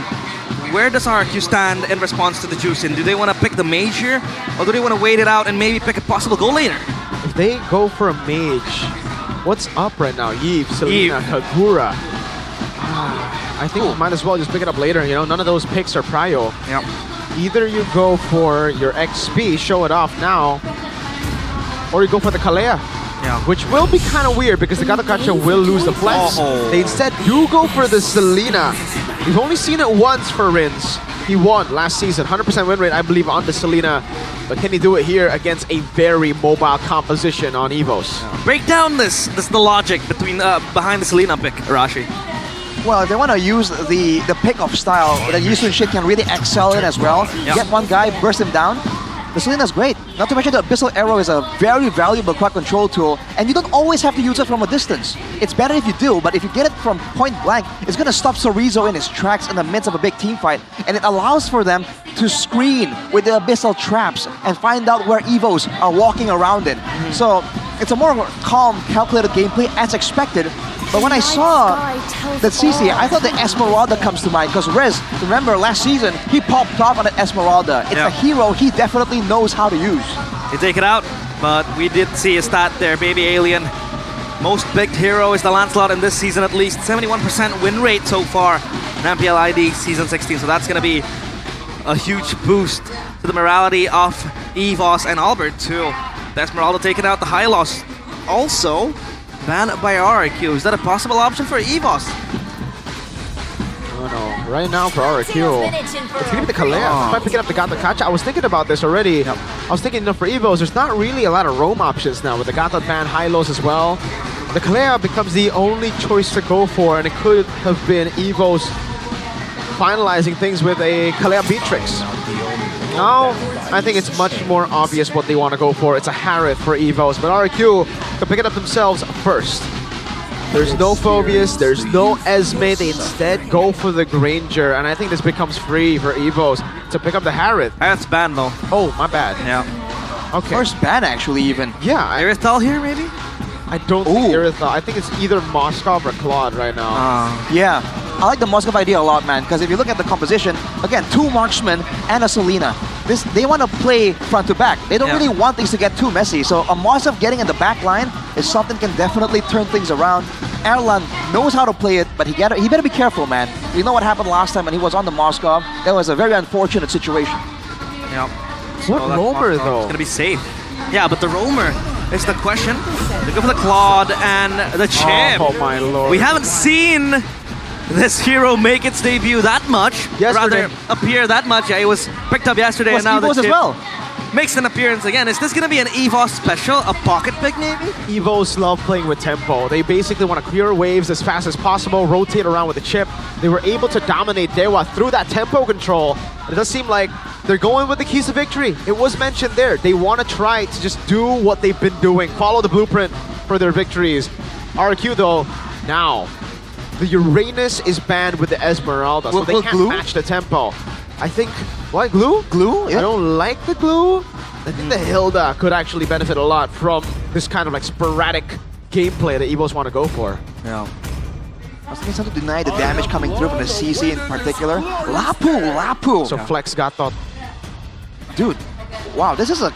You wouldn't expect Lapu for Res technically. This is a pick that I think it's a bit more in line with what Dyron would bring out. So, not what we're expecting, not what I was expecting, but the picks are locked in. They are locked in. And there is no turning back for both teams and both players in the arena. We will take a peek at the draft index for both teams, in which Evos finally again introducing a special pickup from them with the chip. But as of now, the players are ready, so are the fans, the Evos fans and the Kingdoms. And the draft index for both teams are Arashi. Well, looking at it, lineup rating favors RRQ, but the counter index favors Evos. So let's see if that plays out, man. Again, Evos have a chance to use a chip to really throw a wrench and make the game unpredictable. That's what RRQ usually struggle with. And here we go. History will again echo their names.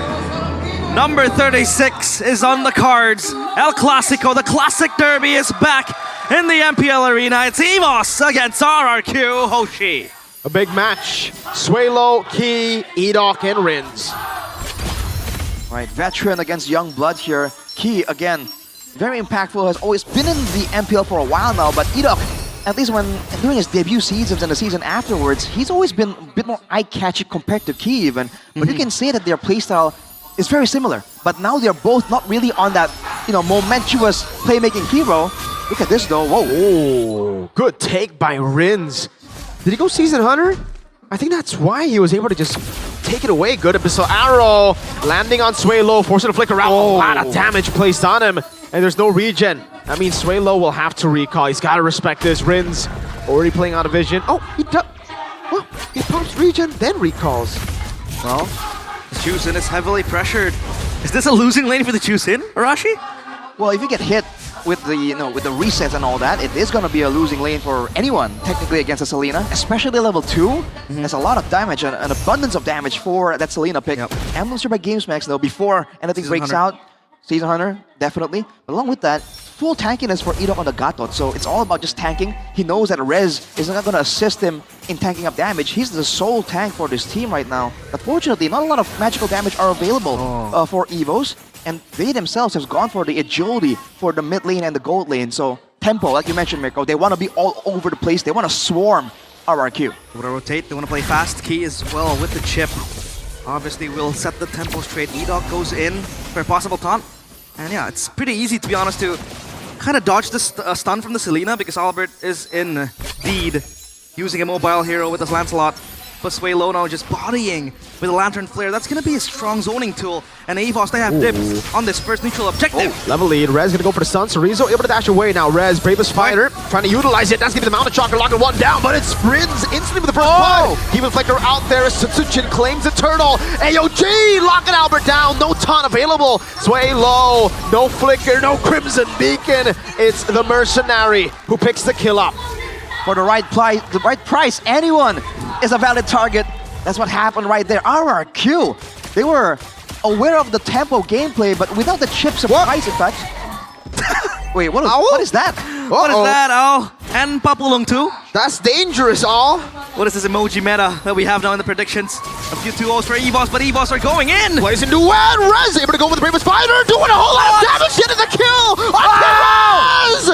Turning things around, staying alive, Sutsujin! Walks back up, Swaylo finally gets the kill with the flicker, but it's Mountain Shocker time for Sutsujin. Reveals 3 of them. Edok with the dive, Rins throwing a pistol arrow, landing on Erlan. Mountain Shocker coming down as well. No Purify, but there's no initiation.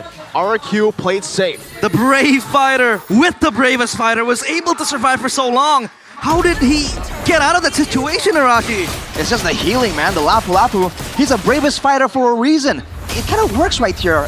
Again, the chip gameplay works because you can lock someone down and burst him down. But when you have the bravest fighter, you're out of card control range, and now Rins. Just getting the harassment. So they are able to actually avoid getting stunned up and stun locked. Rez can heal up with the Lapu Lapu, and now you're seeing the pressure here exerted by Rins. It's kind of forcing EVOS to be on the back foot. And when you're when you don't have the tempo, when you are not the one that's endangering your opponent, the chip really ain't that good of a pick. Yeah, it's all about counter engage now for EVOS. It seems like 'cause they can't really be the one to pull the trigger when you have a very strong laner in the hands of Rez with that Lapu Lapu. Dude, insane healing so far. The turret's already down on the top side, dude. That's really, really early. And now the turtle is up, and RRQ with the pressure again, grouping up ahead of time, waiting for an Abyssal Arrow engage. Gonna go in. Edok with the taunt. Oh man, bravest fighter. Everything and the kitchen sink thrown at Key. You can teleport, but you are super squishy. The modern chip. Stream of damage from RRQ is concerning for EVOS. Oh, Rins again finding the Abyssal Arrow, forcing the Crimson Beacon out. Forcing Rins to flicker too. Ends up being quite worth there for EVOS. He looking for the crash course, able to go for the flicker in, but Rins just dashes away, baits in a dive with a shortcut that EVOS will take back. Meanwhile, in the bottom lane, orange buff threatened. Could be Albert spawning this one out though. Adelan has to be MI. He's able to go up top again, farm up a bunch, and possibly push the wave too. But this orange buff take will be so close, but Sutsujin will be the one to secure that. Too much danger. There's so much threat that Albert, again, he's a safe play. He knows the risks, right? It's not worth it to try and get it and then get hit by an Abyssal Arrow and get put further behind. Look at the mid lane though. Whoa, AOG! It's a countdown. Albert should be able to escape. Handsome execution. Oh! Toy! Just needs one last shot. Won't be able to find a key. Providing much necessary backup in the mid lane. Dude, you talk about tempo. RRQ are absolutely out-tempoing Evos. The chip shortcut has been a non-factor. RRQ are the ones engaging again and again with the Abyssal Arrow, with the AOG as well. There's no answer from Evos just yet, and RRQ, you know, they can play this game clean. Seems like RRQ understands the winning condition of EVOS to set the tempo, go quick, and not give prio to RRQ, and that's what they do. They completely counter that, the Abyssal Arrow. He's playing three-pointers now. Basketball, the line of dawn. But he wants to go for Edok, but Edok is a solid and tanky player. Uh-oh, taunt. Oh, the arrow. Albert, though, right there to provide key with the space, safety necessary. Still, RRQ, they're playing it so slow. This is the system that makes it so difficult to stop RRQ when they have a lead. Seems like Albert will be safe with the Thorn Rose plus Phantom Execution. Quite a bit easier to dodge the Abyssal Arrows, but still, it is indeed going to be very close. It's going to be a gamble of life too, and EVOS, they can't really have access to the Turtle Pit. They can't really contest the neutral objective. So now, what can they do, Arashi, in this meantime, in this window frame where RRQ is just dominating the game? You gotta wait for some power spikes and use the chip play, but look at this, Key! Brave Spider, go for the stun on Key! Second part of it, swing! That's Key, chopped down, fourth death this game. Sutsujin taking the orange buff without retry. Oh, Erlan! Oh no, wait a minute, the bush. That's Sonata, no BMI, plays into it from Erlan. He tries his best, he gets a DHS, but RRQ get his head. Oh man. Again, the movement speed, the Selena and the Yisun Shin, they're actually really fast at rotating, so RRQ, they have a tempo style of their own here. A lot of global ultimates like the, the longer range ultimates like the AOG as well. And with this kind of lead, again, as long as they can burst down whoever gets jumped on, they can get so much more pressure, so much more advantage. And for Evos, their frontliner is also to engage to Key. What? Oh no, whoa. Taken here, Sway low, diving deep, what? Oh, whoa. Free Sky Piercer, Sack Edog, tagging up the front, Sutsujin with a walk up again. They're all so low. Can Toy find the Death Sonata? Rins doesn't go for the Abyssal Arrow, actually shoots it out, but it is an all-out win for RRQ. 7.7k gold lead. In 8 minutes, they are dominating the White Tigers. Oh man, look at that damage. A single Rhapsody is almost able to actually one-shot Key. That is the front line that EVOS is working with right now. They do not have a frontliner.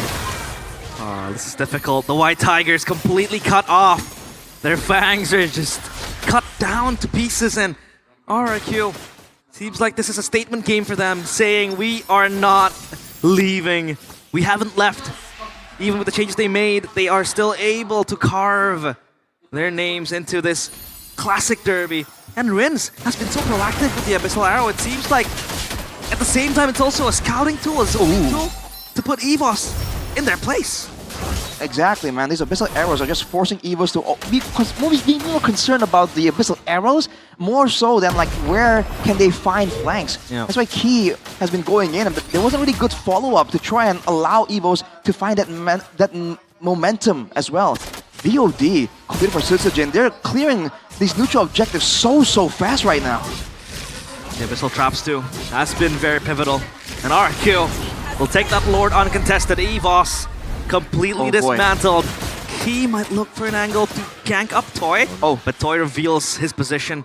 So as of now, it's RRQ controlling AOG! And Key's isolated. He's gonna try to look for a pick. Oh man! Flickers into the Sky Piercer, doesn't even get the shortcut down. Toy is safe. And RRQ will go for the siege. Lord has only just spawned in the game. And it already looks bleak. Look at those shots again onto Airline. He's gonna have to go BMI back. Albert missing the puncture, I believe. And man. EVOS are forced to play in their own base. They can't walk up. Dude, Toy is 3,000 gold ahead compared to Erlan. You're wondering where the damage is coming from? It's those bullets, man. It's hitting like a truck. The Lord too. Barging into the base. Oh, wow! Fountain Shocker, Toy! Punish it out! Toy! Getting the Death Sonata on Cerezo, who was running away, had a vengeance. That was a burst. Coming in from Sutsujin plus Toy as well. You said it. The two marksman composition, they want to play front to back. AOG, Sway Low gonna try to dodge for it. Abyssal Arrow. It's not landing earlier, but Key can't do anything. Pops the shortcut. It's a shortcut to their demise. Toy gets knocked up. Doesn't have the flicker. Now Sway Low looking for the chase as Airlan. BMI's forward. RRQ cannot end. But they have a 14,000 gold lead. 2 base turrets to their name. Rez with the bravest fighter. Abyssal Arrow landing on Airlan. Rez with a dive. Sway Low, very low. Sutsujin gets the shot to get a killing spree. The crowd is silent. Not even the Kingdom are celebrating this. This was one-sided. No roars coming in from the EVOS fams. The White Tigers completely silenced. And like you said, this was indeed one-sided. Full domination and full subjugation from the Kingdom as RRQ Hoshi take game 1 in dominating fashion. That was one-sided. If you Google one-sided, that match comes up right now. That is crazy, dude. Not a single moment was even allowed for EVOs. I don't think that we heard any. We're on the EVO side, and we did not hear a single cheer. The last time we heard it was crafting phase, and it completely faded. I mean, how can you blame them? This was completely RRQ. It's systematic, written all over the place, and there wasn't even a single moment where EVOS was, you know, enticing the crowd to roar because they were completely shut down by RRQ. There was literally nothing. It's so systematic. It's almost creepy from RRQ. They have the longer range. They have more crowd control and burst. They deny the front line, and then they shut down everything slowly but surely. And then when they get to the base, they play the siege game, knowing that they have all the tools available.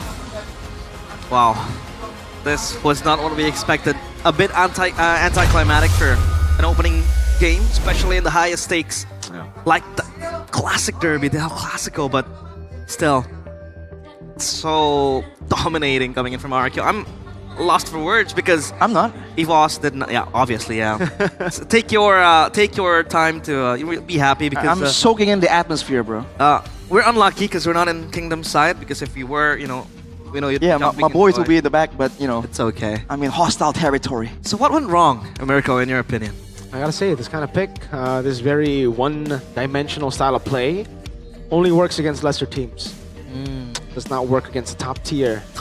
RRQ are still top tier. I think they forgot about that right here. This is a composition that worked against Dewa United, mainly in my opinion because Dewa United drafted a horrible lineup, more so than EVOS really outdrafted them. It was, yeah, I think I was disappointed the fact that they still went for this.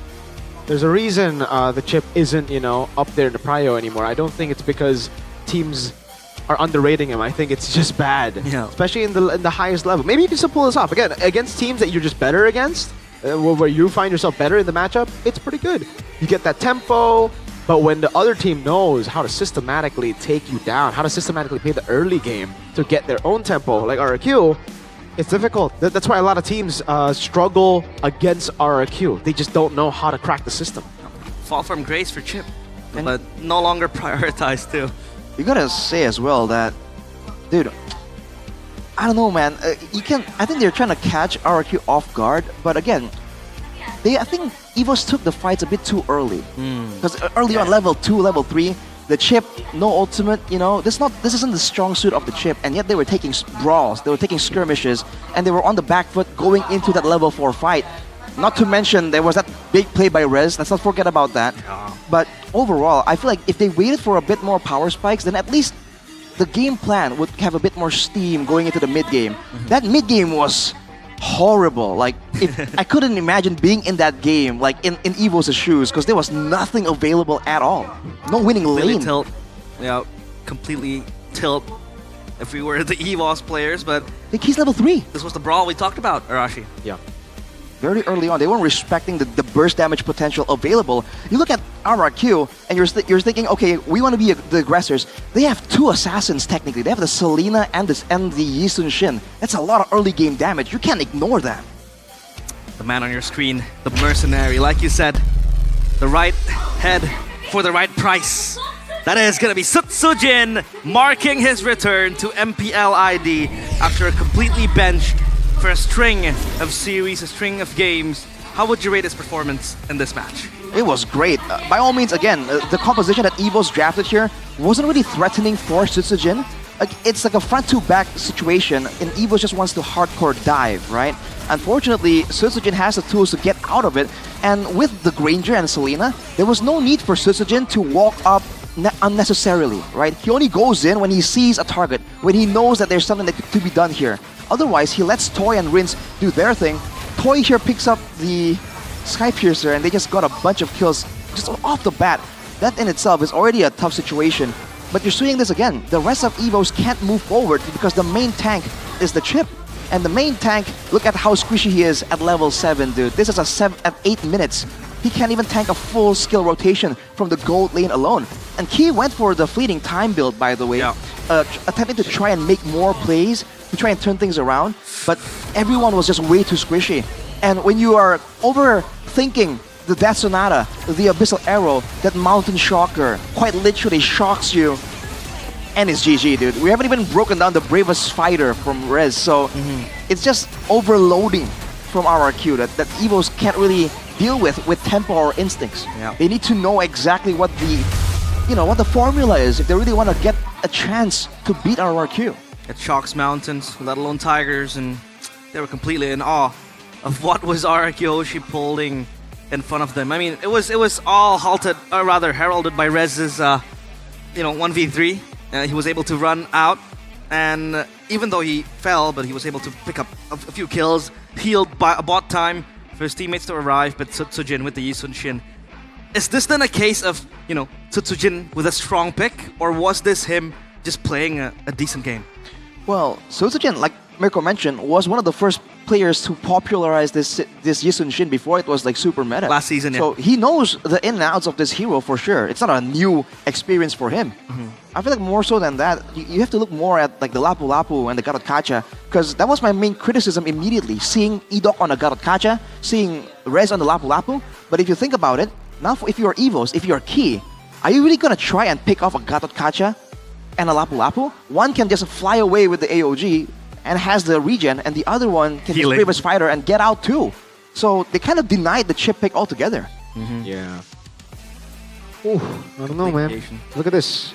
Wow. 3 turtles, 1 lord, 7 orange buffs.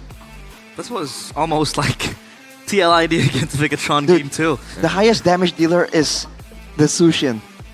That's not usually the case. Right. That's crazy. Lancelot dealt the least. Like, Albert was not given a chance to play at all. He was just forced back constantly. He was not able to farm in his own jungle, dude. Oh, man. I mean, less damage than the chip on the Lancelot, dude. Yeah. That's how taxing it was to be Albert in that game. Even Edok was able to deal more damage than Albert, so that's going to be concerning to a certain degree. So now what can EVOs do? We have concluded that maybe the draft was, mismatched. It's like a problem-solution mismatch. You don't want to play this draft, up against a team like RRQ, up against the top-tier teams. So what can they do to improve in Game 2, to not make it as one-sided as it was in Game number 1? Oh, wow. Because that depends. Again, I think mainly they need to figure out a game plan that they can execute well. And once they do that, make sure that they don't kind of get the rug pulled out from under them in the drafting phase. Because I feel like here, it's a game plan that works, but then they got really caught off guard by like the solutions that RRQ are able to get on the fly. That's why drafting is such a strong tool if you have the right, the right minds and the right players behind it too. Can you draft, Mirko? Oh, yeah. You can? I think so. I'd like to. Should just coach Bigatron now. No. They have a good drafter. Okay, EVOS then. You're gonna be a shadow drafter, Mirko? Shadow drafter. Ocho Gahaba. Shout out to Gahaba. I remember that. That was, I think, season 12. 12. Yeah. There was a man with a Ocho G cap. Ocho G. In the back. In the back. Ocho Gahaba. Yeah, Ocho G. The light. I believe his name is. When there's light, there's shadow. No pueto. No, it's like we work in the shadows to serve the light. Light is in Aurora now. That's true. Yeah. And he's doing so good. So Chahyo. on there. Bang Chahyo. We'll see you in M7, Bang Chahyo. BTR versus Aurora. Oh boy. Are they gonna even qualify? I mean, your team. Of course. What do you mean? Really? See the competition? That was against TLID. Oh man. Well, we'll just have to see, because now focus back on the Classic Derby. I gotta say, this is not living up to our expectations. I mean, we expect it to be, a thriller, a nail-biting game, but it was just one-sided, and I don't think we are, I don't think we're acquainted to one-sided classic derbies. Because usually it's just even when one of the teams are doing really well, the other isn't. We usually see closer games. Yes. But right now, it is looking like a big stomp, and RRQ have no intentions to make this a show. They're just here for business, dude. They're here. They want to clock in, clock out as fast as possible. How much of an impact do you think the roster changes had on this matchup? For sure, a lot. Because I feel like for both teams, they probably expected something different. But on one side, I can't speak for Vin's experience, but I'm guessing he's newer to the role, and Keskut has seen his share of surprises. So I feel like when both teams start shuffling, that favors RRQ in a little way. Yeah, they've been together for longer. They found success a bit more, with the same lineup. So is Rez just better than Dyron? Is that what's going on?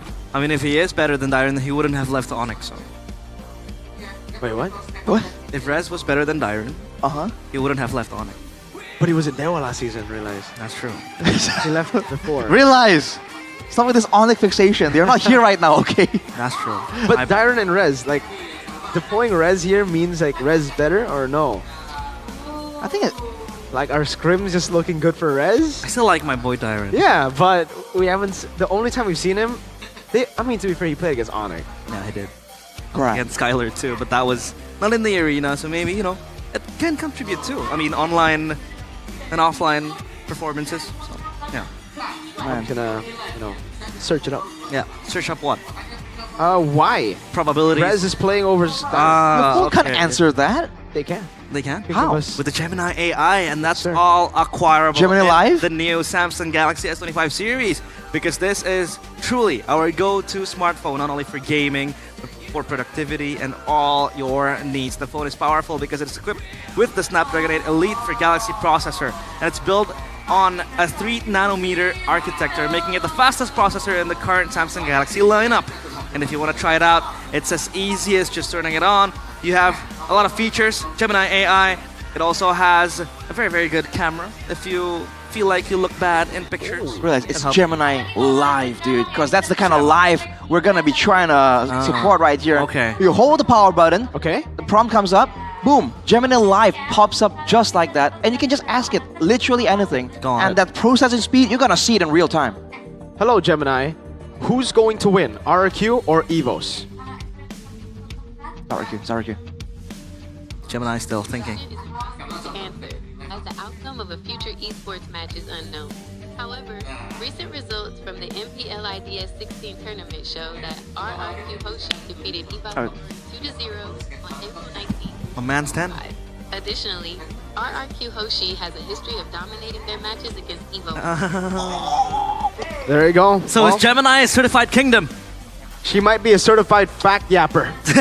It's just straight facts, realize. By the way, I like that accent that you can choose. Yeah. That was like a downtown girl accent. Yeah, the accent matters, man. Some people say it's the same thing. No, dude. Like if, some accents sound a bit more trustworthy, some a bit more supportive. The accents do matter, man. What's your favorite accent in the English language? Scottish! What's yours? Ooh. Scouse? Scouse, mate. You're right lah. You're right lah. It's nothing compared to Scotland.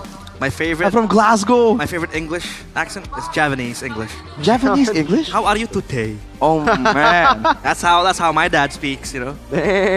What have you eaten? It's so similar to African in the way. CITB this though. is the way. CITB. AITB. Arashi in the building. Arashi doesn't like. Arashi might be a kingdom man, but he might be into Evo's girls. Right. Might be.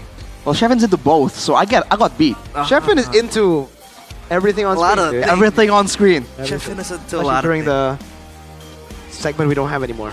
What? Yeah. Oh, okay. You already know, man. When the camera pans over, the Shevin's right behind the cameraman. Like, hey. Yep. Right there. That directs the shots. Exactly. He chooses who gets shot. That's why our cameraman's so good. Shevin's directing, dude. Because the C in Sheffin stands for cameraman. Dude, the more you know. And now, the more for EVOS to know too. How will they operate? How will they navigate through game 2. Dude, I heard the prediction. I stood up and I'm like, oh, enemy territory. Hang on a second. Yeah. Arashi, you need to remember that we are on the side of EVOS. So, yeah, this is enemy right. territory, but, you know, you're on a reconnaissance mission somehow. I gotta keep my cool here, keep my cool. Yeah. But yes, this guy on your screen, we talked about Dyron being the #1 choice. Please play him in the Royal Derby, rather in the Classic Derby, but he has been able to deliver with the Lapu Lapu. I wonder if they want to save Dyron for like a match that requires a big X factor, you know, where Dyron can make something crazy happen, and they use Rez for some situations where it's all about just being calculated, right? Being calm. Well, I hear applause. The players are back. Applause, yep. The players are back, and this is what you like. The fans are forever behind the players. They rally behind them, giving them applauses. And for RRQ, now it's just them maintaining that same playstyle maybe. Just playing much more responsive because they were able to respond to what EVOS was trying to do. They were able to read the room perfectly. At every point, man, like whenever Suelo was trying to roam, he got spotted. Whenever Key was trying to find a flank, by the way, we did not see a single one that worked out all that well. And again, the draft was just so good because of the mobility tools. The chip right now, you don't get a free stun with the shortcut, remember? You need a crash course. Wait! Oh, it's Randy making his way in! This would be a heroic sub-in, dude. Like, when all hope is lost, they call in Randy. Is he enough though? Because if the draft stayed the same, I'm not too sure. Even with Randy, it would be a win. Would it be? Oh man, imagine this is like the Ferrisix situation all over again back in the day. You know, coming in, substituting him in, and then winning everything. But can you imagine if right now EVOS make a comeback, it's 1-1, and then they bring in Dyron, dude. Okay, you know what? Just for that, I wanted to go 2-1. I know I predicted 2-0. Yeah. But we need a 2-1. It's so animated. Okay, no way. Okay. Now I'm pretty hyped. That game 1 took out a lot of the hype for me for this matchup, but now we're in business. A heroic sub-in, just like Gareth Bale against Liverpool with the 2 goals he was subbed in. You know, every team needs a super sub. Just like Rio and Gamoha. Subbing in at 90 minutes, scoring a goal at 90 plus 10. Football references, but yeah. Let's just hope that Randy is able to go on par. Oh my lord, that first pick selection? RRQ will go for blue side now. What happened 25%, there? What's happening with RRQ in the blue side? RRQ are still red. Yeah, they got the red side though. Oh yeah, so, yeah, exactly. You know, things are still fine and dandy. Second pick selection. Yeah, I wonder what that's about, right? Because if you're seeing the performance here, is it just a matchup thing? Is it like, you know, a hype thing, a pressure thing? Yeah. Because if they are able to perform at this level, that begs the question, what happened there? Why was the win rate on the blue side so low? Now, we will see what impact will Randy be able to bring to the table. But Cerezo, I don't know. I mean, we haven't really been able to see him, you know, in that match too. He wasn't able to really get that screen time, so we can't really judge what's happening with Cerezo. Is this going to be a technical thing? Or will Randy really influence how the team will play? Maybe they will play around him as the carry? Well, the EXP lane these days is a bit of a mood setter almost. Like when the EXP lane is active, you feel like things are active. When Rez can walk into the shortcut, get out, get a kill even, you know, the rest of the team is like, we can do that, you know? So we'll see, maybe the aggressive nature that they're looking for can be elevated, augmented by Randy a bit more. Let's see. A heroic entrance by another young tiger. That's Randy now in the drafting phase as well. Presented by the official tournament smartphone Samsung Galaxy S25 series. Can EVOS turn things around? This time with the bans coming in. Harith, Arlet taken out of the fray. The respect for the Baxia and the 1-1-2 attributed for RRQ. But EVOS know they have to take this YSS out of contention in this game at least to force the game 3. Okay. The Uranus gets banned out though. That was the first pick that EVOS went for constantly yesterday. Not going to be given this time around. So what do EVOS go for? No Arlet, no Uranus. Is it just going to be the Jusin, Kalea, Lance? Lance is up for grabs. They still go CC. Okay. This is something we haven't seen from Randy, by the way. This is the first ever Randy CC pick. Yep. So we usually see him on a Lapu Lapu. He was able to really make use of the playmaker type of heroes. But with the CC, it seems like they want to play for him too, because CC is a very good damage dealer.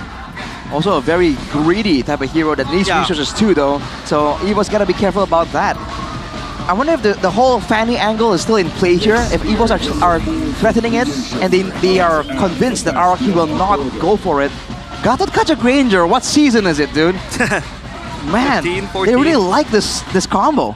Yeah, it's a great response to the CC, because usually when you pick up CC, you want to combo with the Gatot Kacha, but now you can't. And you also can't go Kalea, so it takes away a lot of the pressure from those big picks too. But what is a solid response to the Gatot Kacha pick? Oh man, magical damage, right? Shred. That usually helps out, especially, you know, because the passive of the Gatot Kacha doesn't really benefit against magical damage. That's usually the angle people go for. The other way is just out-sustain him. That's why the high-loss Gatot was a thing for such a long time. Those are just two big sandbags duking it out. Yeah. Let's see, Evos, they'll pick up the Kalea still with the Juicing too. Huh, wait. So not many changes done by Evos. The Juicing still in the hands of Sway Low. But this time the Kalea as well. Dude, so the mid lane isn't a burst hero, but with a Kalea. We've seen this strategy before, the Kalea, but not a lot of burst damage. So far, it hasn't really worked out so well, especially with the Gatot Kacha in the picture. Mirko just highlighted the fact that the Gatot is a good counter to the Kalea. Now, when the time to kill is going to be so high for this Kalea Tsunami Slam, I don't know, man, it's looking kind of weird. Yeah, they could have gone for the Farsa, that extra burst, plus the Granger now is in the hands of RRQ, so they don't really have that access to get quick burst damage, but Rins will still brandish that Selena in his own hands. RRQ, what they take out here? They take out bursty heroes to limit synergies being made by the Kalea? I feel like Evos is going to squeeze down on the jungle options, alright? Again, that's the usual route that a lot of teams go for. For RRQ though, now they can really narrow down all these heroes. They can provide the damage required for this Kalea pick. The Fanny comes through first. I'm thinking a gold lane like a Beatrix or a carry, something like that might show up. That's a nice t-shirt though. Let's see.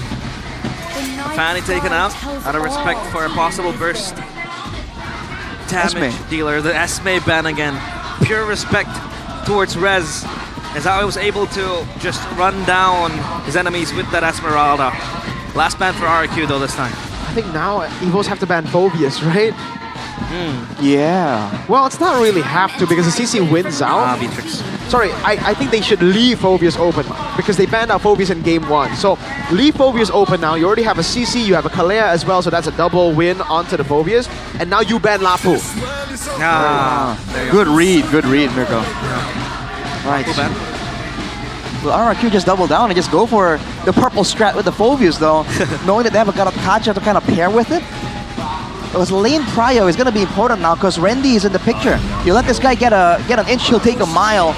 But Rez is willing to face those odds. Phobius pick up here. The lance is still open though if they want to go for that. I do believe it is, yeah. Now it's not though, because the Phobius comes in, right? Yes, you have lock, but you need an insta burst with the Kalea if you want to deal with Phobius, and that's why RRQ, again, banning the Beatrix, they technically took a component out of it, right? Like previous game, Beatrix Kalea was something we called out, it's just the Kalea got banned. Now Beatrix Kalea is another possibility, but the Beatrix gets banned. So, you can't, there's no insta-kill. A lot of limitations. The Juice is already picked up too, so you can't even go for like a Lunox or an insta-kill in mid. This puts Evos in a very, very bad spot. They go Lance, Phobius deals with him easily with the Gatot Kacha. You go for Moskov, it's not a combo with Kalea. They have to just go for it though. Oof. Oh. Tough. So it's yet again another dive comp for the side of Evos.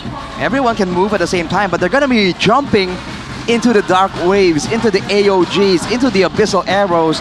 If RRQ can get even more lockdown, that's an angle they can use. More AoE or lockdown will be so desirable here. A lot of options for RRQ now to round out the draft. I mean, They're gonna go Fred? Be very hard. Yeah.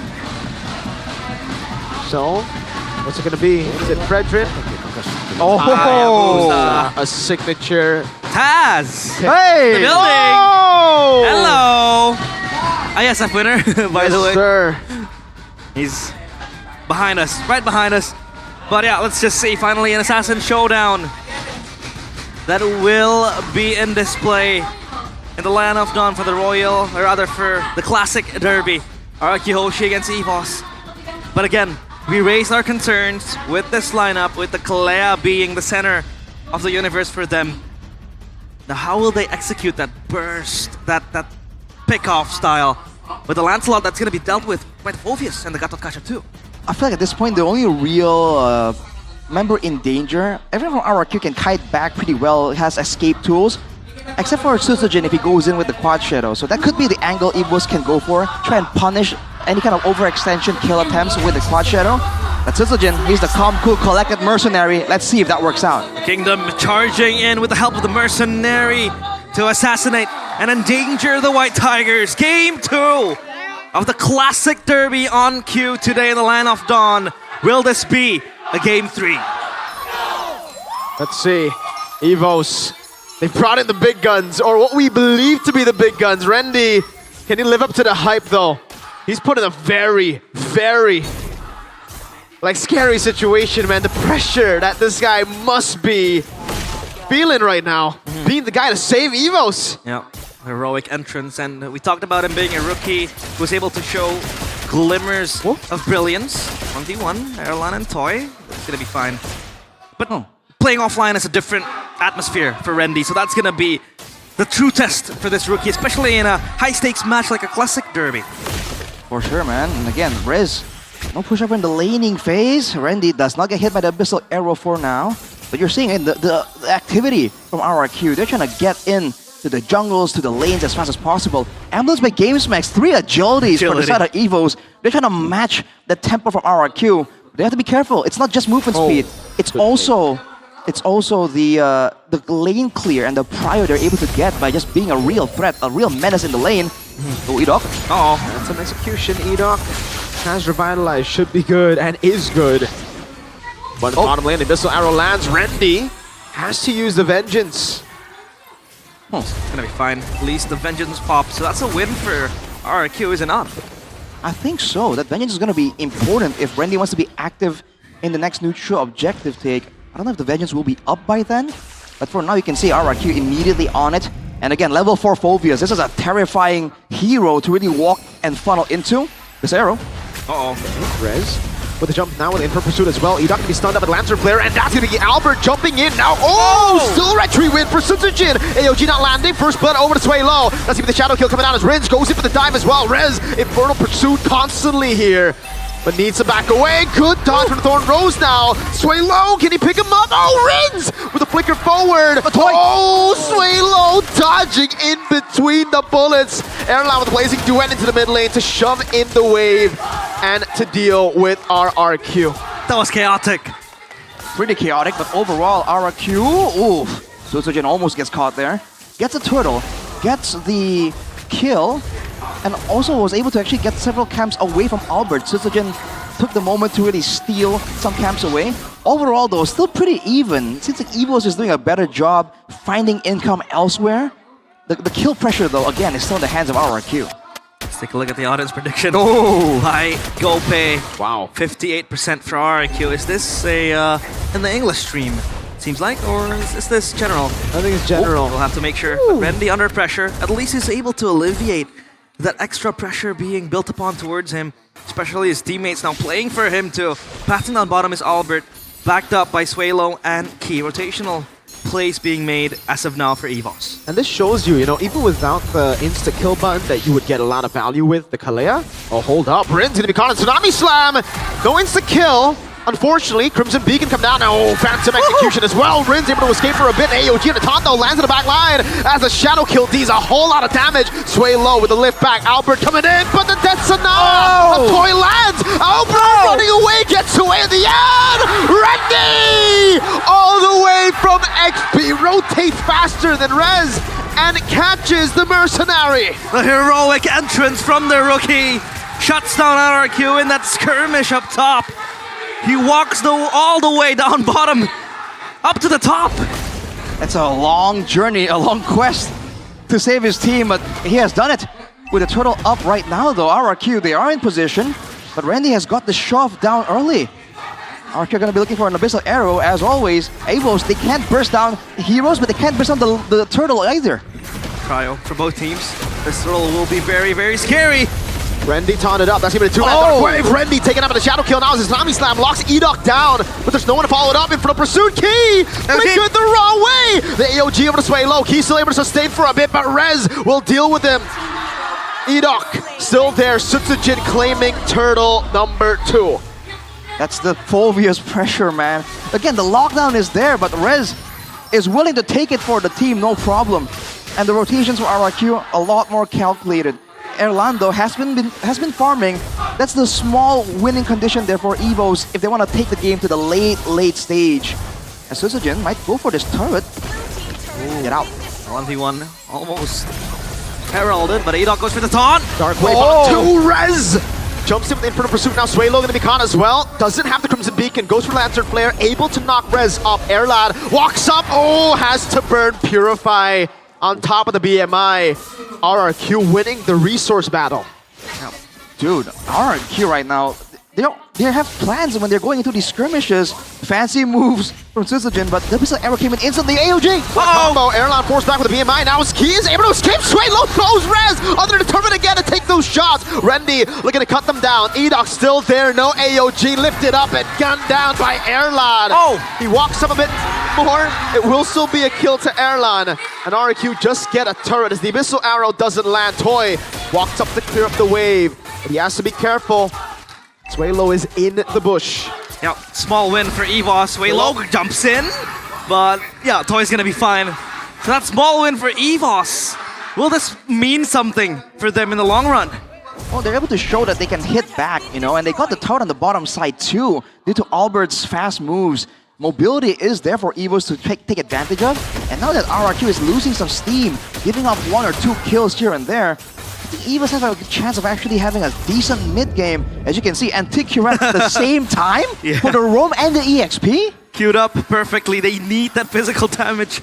Defense up against the CC, up against the Lancelot, it's going to be problematic. No, realize that means Edo has the same amount of gold that Rez has. That's true. As a roam, they are both on 3,000. Edok, whoa! AOG with the Abyssal Arrow, that's gonna be the lock on Erla. No Purify, it's just up now. Unfortunate timing, but crisp, clean calculation for RRQ. Dude, there's so many ways for them to guarantee that hit. You can see Evo still trying to fight it out. Good taunt over. Alba with a puncture. Now Phantom execution. He's not going to be taken down now as he looks for it, but Sutsujin, it's been too clean. Rez jumps in. Now the shadow kill to Rendy. Will fall. Perfect turtle for the Kingdom. The Kingdom fights back, and they put the White Tigers in their place. 6-6 so far, but they win that siege, that trade into the neutral objective. And it was a good one. Evo's tried to really find something else, try to hit back, but the frontline pressure is just so immense. And again, for Evos, they don't have a lot of magical damage to threaten the members of RRQ. Yeah. Right before that fight, the Roam and the EXP lane both got Anticuras. So you can imagine the amount of damage that Randy and Albert, and Erland to a degree, are doing, you know, how much less damage they're doing to the frontliners of RRQ. You would argue that sometime in this very minute, maybe the Gato Kacha would go for a magic damage reduction, or a magic defense item, but now it's all on the Anticuras. So you can see that the Juicin, as of now, is the magic damage from the Juicin not that threatening? Not at this point, and Suelo only has a glowing wand, going for the crystal as well for a bit more sustainability. AOP! This arrow landed, the vengeance comes in for Rendy. He's able to survive. Edok goes over to taunt, able to find 2 on the board. Now a dark wave from Rez! Lands on 3! 3 kills for Toy. It's a big triple. Looking for a Maniac as Suelo's able to flicker out. From Rez! Lance cuts off Suelo! And RRQ are back on track. And under 2 minutes, Evos lose everything that they gain. Shadow kill, maybe? Erlan, interesting Purify. Got him a bit of movement speed. But RRQ traded with a flicker for Rins. Harashi, break it down for us. I mean, what can I say?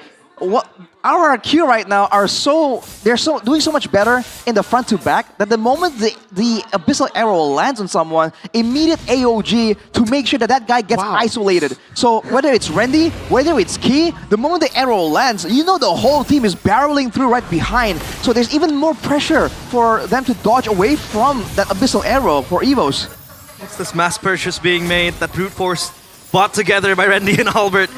We saw the antique cuirass also being bought by Rez and Edok. Now though, Lord being very, very significant, very important. They have to win this one out. But Randy's zoned out, so who's going to be the front line now? Hold up, good arrow. Crimson Beacon coming down. The Abyssal Arrow now landing. Dark Wave on 2. Tsunami Slam coming down now with the current call as well. Let's see what the Phantom Execution over AOG as he popped into AOG. But Randy is buying a whole lot of time with the current call. Gets away as well. Toy stops him though and will peek up and down. Stoppable. Rez knocked up. Still able to go for the front pursuit, but gets taken out by Key now as the shadow kill. Won't be used just yet.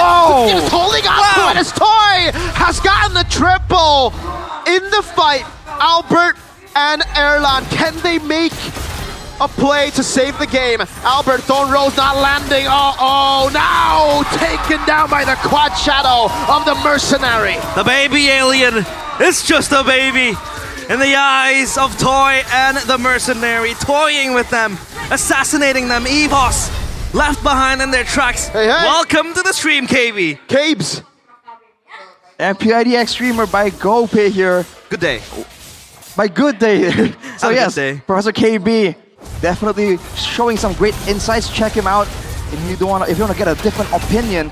But dude, RRQ, again, usually they falter when it comes down to those clutch Lord moments. That's not the case today. 60 stacks for Toy as well. Those big fights where he's able to collect so many kills are happening right as he got that Sky Piercer. It's just playing out perfectly for RRQ's win condition. And now, for Evos, all they can do is just wait at the base. It's hard for them to go for a set AOG! Randy caught in the taunt, forced back, Rez jumps in, Dark Wave on 2! And Toy's legendary! Looking for the Detonata again, Erlan able to escape, Keith body blocking. Holy shield in the mid lane, taken down, concealed from Edok. As Rez tries to get him space. Lord taken down already, the quad shadow not landing, but Key's so low, Abyssal Arrow! Catches Key in the air. And RRQ will wait. Holy shield up top, down as well. They will try to siege 2 base turrets. We'll have a marching wave coming in up top. So again! Shadow kill! Albert Phantom Execution gets him out, but it has bought in enough attention away from the base turret at the top. Is Rez able to go for the infinite pursuit again, but will be slain by Erlan. Evos looking to push through. That's Key with a walk-up. Tsunami Slam as well. Randy comes in, and it's with the Abyssal Arrow. Locking Randy down, but he's still able to walk away. Edok gets out. Sutsuji with the quad shadow. Now Toy doing a whole lot of damage, stopping Evos in their tracks. How the heck did Edok survive there?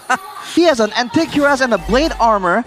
To be fair, he went for the tenacity and the firmness, but dude, I thought he was for sure caught off position there, and he got out. RRQ got 2 base turrets. They got more stacks onto Toy. They did sacrifice Rez, but now they're set up for the next textbook take on this Lord. Yeah. As of now, Edok, so brave to go for the scout. The purple buff, very important for Albert to take. Edok also under pressure. Toy is here. Whoa! Erlan demolished with a nature. Edok stopped him down. Erlan! Toy gets a double. And RRQ are looking to end the show early. 12 minutes of Evos trying to survive. RRQ pound through everybody. The hero is down, and now it's just a baby. The kingdom stands tall today. A 2-0 clean sweep. Rejoicing yet again are the kingdom. Without their crown prince, without their soldier, they stand tall. And Evos, they did not need a hero. They needed a miracle. As a 2-0 queued up by RRQ.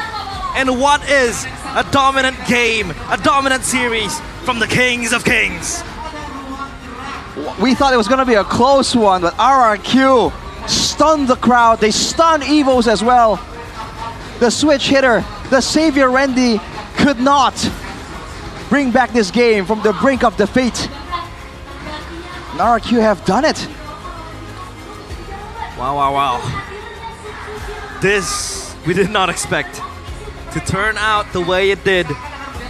But RRQ stepped up when needed. after a string of bad results, after critiques towards RRQ as a team, they were able to call back Sutsujin. Rez back in the lineup, back playing to his best. EVOS completely shut down. And in the 36th Classic Derby, RRQ comes out as the victor. Not much to say, but EVOS, they were completely outclassed by the Kings of Kings. We will have an interview upstage. Arashi, translation please. Di MPL Arena, kita mendengar sorak-sorai dari Kingdom untuk tim RRQ. Kemenangan yang begitu cepat. All right, winner's interview with RRQ, translated by Arashi here. Habis mukbang nih 2-0 ya. Tapi gimana Rin? Hadir kembali di MPL Arena dan terlihat berbeda nih. Dari How does it feel to be back in the MPL Arena with a different look, a more solid gameplay? Mungkin apa ya, dari kekalahan kemarin kita evaluasi sih. We've evaluated from the previous defeat. Pokoknya yang terbaik buat tim lah. And we do the best for the team. We're in Evaluasi sync. yang cukup cepat berarti ya. It's quite a quick adaptation. He says, yeah, Tapi ini pretty benar much. gimana Derby Classic ke-36 kalian berhasil menangkan lagi dari berarti dilihat dari track record terakhir tuh benar-benar kalian selalu menang dari Right. season You've been winning terakhir tuh mereka menang 14. From season 14 when you've been meeting them in the classic derbies, you've been winning since season 14, and this one is a 36th classic derby. Dari Abang atau dari Pak HP gitu untuk Derby Classic ini. Any words from Keskute or from Mr. AP for this match? Dari kitanya sih pengen tiap match pengen menang aja. He said it's a statement from us. We want to win in every single match. Kita ngeliat kan perubahan terjadi. Rin, sebelahmu ada yang berbeda ya. Oh, there's a change. Rins, there's someone right next to you. Kapten, Sotoler, dengan perbedaan pemain dan ada jungler juga. With a difference in the players, in the junglers, how big of a difference is it to have a change like this? Lebih banyak ini sih kayak apa ya, kayak komunikasi di objektif dia bagus lah. Terus Sutsujin has good communication in the objectives. Jadi menurut gua adanya Sutsujin bikin tim kita lebih bagus lah. So the addition of Sutsujin makes us play even better. Di situ ada sedikit perbedaan dan ngelihat hasil 2-0 ini dengan game yang sangat cepat, 2 game. Looking at this really quick 2-0 match, yang sudah dipersiapkan berjalan dengan mulus, Rin. everything prepared by you, go as expected. Mulus nggak tahu sih. Mulus banget sih. Riz is saying, I don't know if it's smooth, but sendiri hari ini. Alright. Ada 2 mid laner dari EVOS. Apakah kamu expect bahwa lawanmu adalah There's 2 millionaires from EVOS. Did you expect to go up against Swaylo? Mungkin expect ya, tapi gua apa ya kayak pede aja sih mau lawan mid. Between expecting and not expecting it, but he's confident going up against anyone, whichever mid lane from EVOS. Dan perjuangan hari ini ternyata Budi kaget banget. Sutsujin muncul di Derby Classic. Apa kamu memang senjata rahasia? So Budi was very surprised to see Sutsujin. Is this the secret weapon from RRQ, especially brought out for the Classic Derby? Enggak, oke aja tadi. And he's saying, I'm just fortunate, I'm just lucky. Tapi kalau ketika melawan EVOS, apa yang Sutsujin paling ingat atau yang harus dilakukan Sutsujin ketika melawan What is the most EVOS? memorable or the most important things to make sure that you do when you're up against EVOS? Bukan cuma lawan EVOS sih, tiap match pasti yang diingat disiplin, terus juga Not just against EVOS, but every match you gotta be disciplined, you can't be overhyped, and make sure you maintain your composure. Balik lagi nih, akhirnya bermain. Habis ngapain aja Sutsujin? Komedi atau apa? What have you been doing, Sutsujin? Finally back in MPL, and he's saying, Sutsujin says, I've been going on vacation. Yang fresh, new Sutsujin. This is an all new, fresh Sutsujin. Apa nih yang harus apa yang Sutsujin bawa? Is there anything new that Sutsujin brings to the table? Apa ya? Nggak ada sih, cuman main aja kayak biasa, kayak season lalu. Just play it like we normally do, like last season. Nggak. Masih Sutsujin yang sama. Same old, good old Sutsujin. Dengan hasil yang baik seperti ini, Kita tahu banyak banget yang berekspektasi di match kali ini. Susujin bagaimana untuk menghadapi EVOS? There's a lot of expectations for today's match. What do you feel about facing EVOS in Season 16? Baru, terus juga adanya Randy bikin mereka ini sih jadi keras. It's interesting. New roster, addition of Randy makes him a bit tougher as well. Balik lagi. Tapi hari ini perjuangan juga banyak pastinya dilakukan oleh Idok. Idok as well has been struggling. Halo. Pas 2-0, apa yang Idok teriakan tadi? What did you yell out when it was a 2-0? Habis game pertama, lancar banget. Dan one-sided terjadi. Oke. Oh iya. And he's saying, Selain hoki, good luck. apa yang Got kamu lucky. lakukan tuh di game pertama? Super one-sided. Sampai dari segi poin, kill, What was dari segi done pergerakan. in game number 1 that made it so one-sided Sang macan benar-benar gak bisa bergerak. until the Tigers can't even move a finger. Kontrol mapnya, Budi. Kontrol Idok map says, aja. just controlling the map. Gatot kacamu. Ya, main Gator aja. Just play that Poin Gatot. fokus itu aja. Apakah ada orang yang harus difokuskan? Is there a particular person that needs to be focused down or some movement that you have to be a bit more aware of from EVOS? And Idok says Sebelum no. match, apa yang kamu pikirkan tentang match hari ini? Akankah ini menjadi Before the match, what were you thinking about here, Idok? Before getting into this fokus atau ada apa nggak? Classic Derby today? Anything in particular? Lawan siapapun boleh kalah, tapi jangan lawan EVOS. We can lose against anyone, but not against EVOS. Tanamkan dari era ke era, season ke season, dan kita tahu ini rivalitas terkuat dan kalian That's a membuktikan rivalry that's been setelah ngedapetin kemenangan sent with them for every single generation of the Classic Derby. tetap improve, tetap tone down. Tapi Still being ini humble, juga still trying to kayaknya improve. Dari Toy, lancar jaya Toy hari ini. Alright, Toy, things were going smoothly for you today. Benar-benar dari Kingdom di sini juga heboh banget dengan ekspektasi yang begitu tinggi. Everyone was chanting, shoot, shoot, shoot, Toy, Toy, Toy. The usual Indo chant. Lawan ini mudah pastinya, melawan Erlan. Gimana It's not Toy? easy going up against untuk hari Erlan. ini? How do you feel about today's performance, today's match? Diren pakai era baru tadi. Oke. Disuruh malah Diren yang He's saying Daiwan told him to use Harith. Apa? Pick Rail Granger. oke, jadi requestannya Hero Granger. Oke, tetap jadi tembak-tembak Totoy Toy. Oh, the request is to actually just keep playing the Granger. Kalau mengingat kita tahu pertarungan yang begitu ketat. Dari Toy sendiri ada persiapan khusus nggak sih? Such a tough untuk match, a build tight match. plastik? Is there any particular preparation you had for yourself, Toy? Khususnya sih ada di Sujin ya. He's saying we prepared Sujin and in particular. Ya. That's our Udah preparation. Dari minggu lalu, Pak. From last week, they've planned it, he says. Sujin yang dipersiapkan untuk melawan EVOS. Tapi kalau untuk Toy sendiri, berarti Toy. What about from you, Toy? apa Kalau untuk Toy-nya. What's your preparation? Ya nggak ada, main kayak biasa aja. Just play as usual. Ya, tapi sepertinya kita tahu udah 2 derby yang kalian lalui di leg yang pertama. Derby sebelumnya, Royal Derby. In 2 derbies you've been going through, the Royal Derby and then the Classic Derby. It was a 2-0, you lost 2-0, but now you kind of avenged it with a 2-0 win in this next derby. Is there any lessons you kind of got from the Royal Derby that you did? Mungkin untuk pelajaran ya dari kekalahan kita kemarin lawan Onyx sih, Bro. Jadi kita tetap improve lah buat match selanjutnya. Saying we felt that we need to improve more after losing last week's match. Begitu memukul kalian atau enggak sih melawan Onyx? Was it a tough loss against Onyx for you guys to accept? Menyakitkan. He's saying it hurts. Apakah kalian pada akhirnya melakukan sesuatu ketika apa sih Budi jadi penasaran ketika kekalahan yang menyakitkan itu dampaknya ke Budi kalian Karmongso itu is apa? curious. Efeknya tuh apa? Apakah With kalian such a jadi painful latihan loss, lebih what banyak? would that Abang do to you? marah-marah? Does it make you practice harder? Does it get you emotional, get you upset? Untuk bonding sih, Bud ya. Jadi lebih And Toy says, banyak aja. oh, it gives Jadi you, lebih banyak, jadi makin you end up banyak yang bonding a diprepare, lot makin more diprepare, after a painful loss. Rest, kamu hadir about rest di this time? sini melawan EVOS di Derby Classic pertama untuk Rest. Alright, first Classic Derby for Rez. Bagaimana pengalaman pertama dari Rez? How was that experience for you, Rez? Seru sih. It's fun, exciting. Ya lebih apa ya? Ya lebih rame. Lebih rame. There's a crowd. Ketika hari ini kamu pula langsung menghadapi 2 EXP laner dari EVOS. You faced 2 EXP laners from EVOS today. 2 EXP lane dari EVOS. Apa rasanya langsung menghadapi 2 player dari EVOS? How does it feel to go up against 2 different players, at the same time technically? And is this same thing, same old?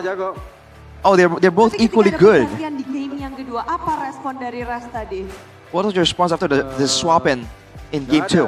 Yang penting lawan aja. There's nothing. It's like, okay, Betul sekali ya, respon time to nggak go up ada, against them. Respon nggak ada apa, tapi nggak ada terkejut gitu.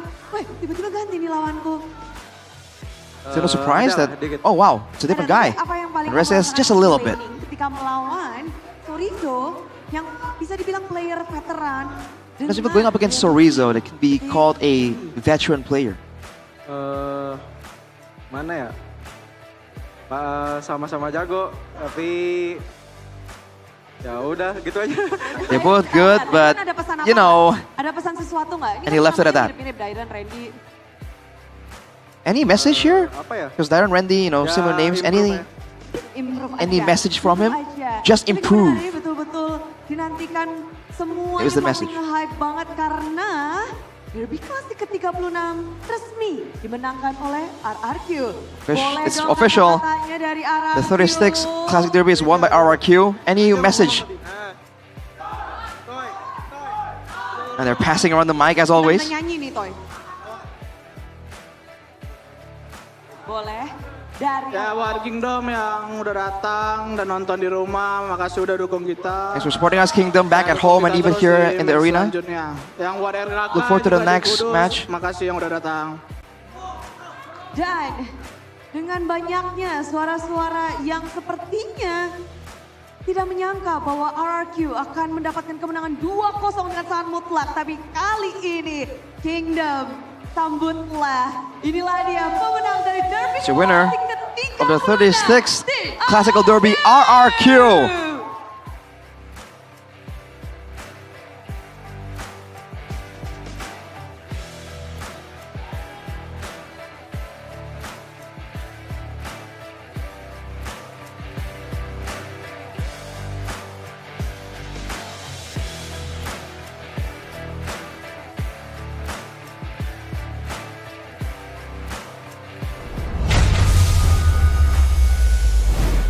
For the interview, and thank you, Arashi, Hoshi. Thank you, Rash. For translating Thank you, that. man, Hoshi.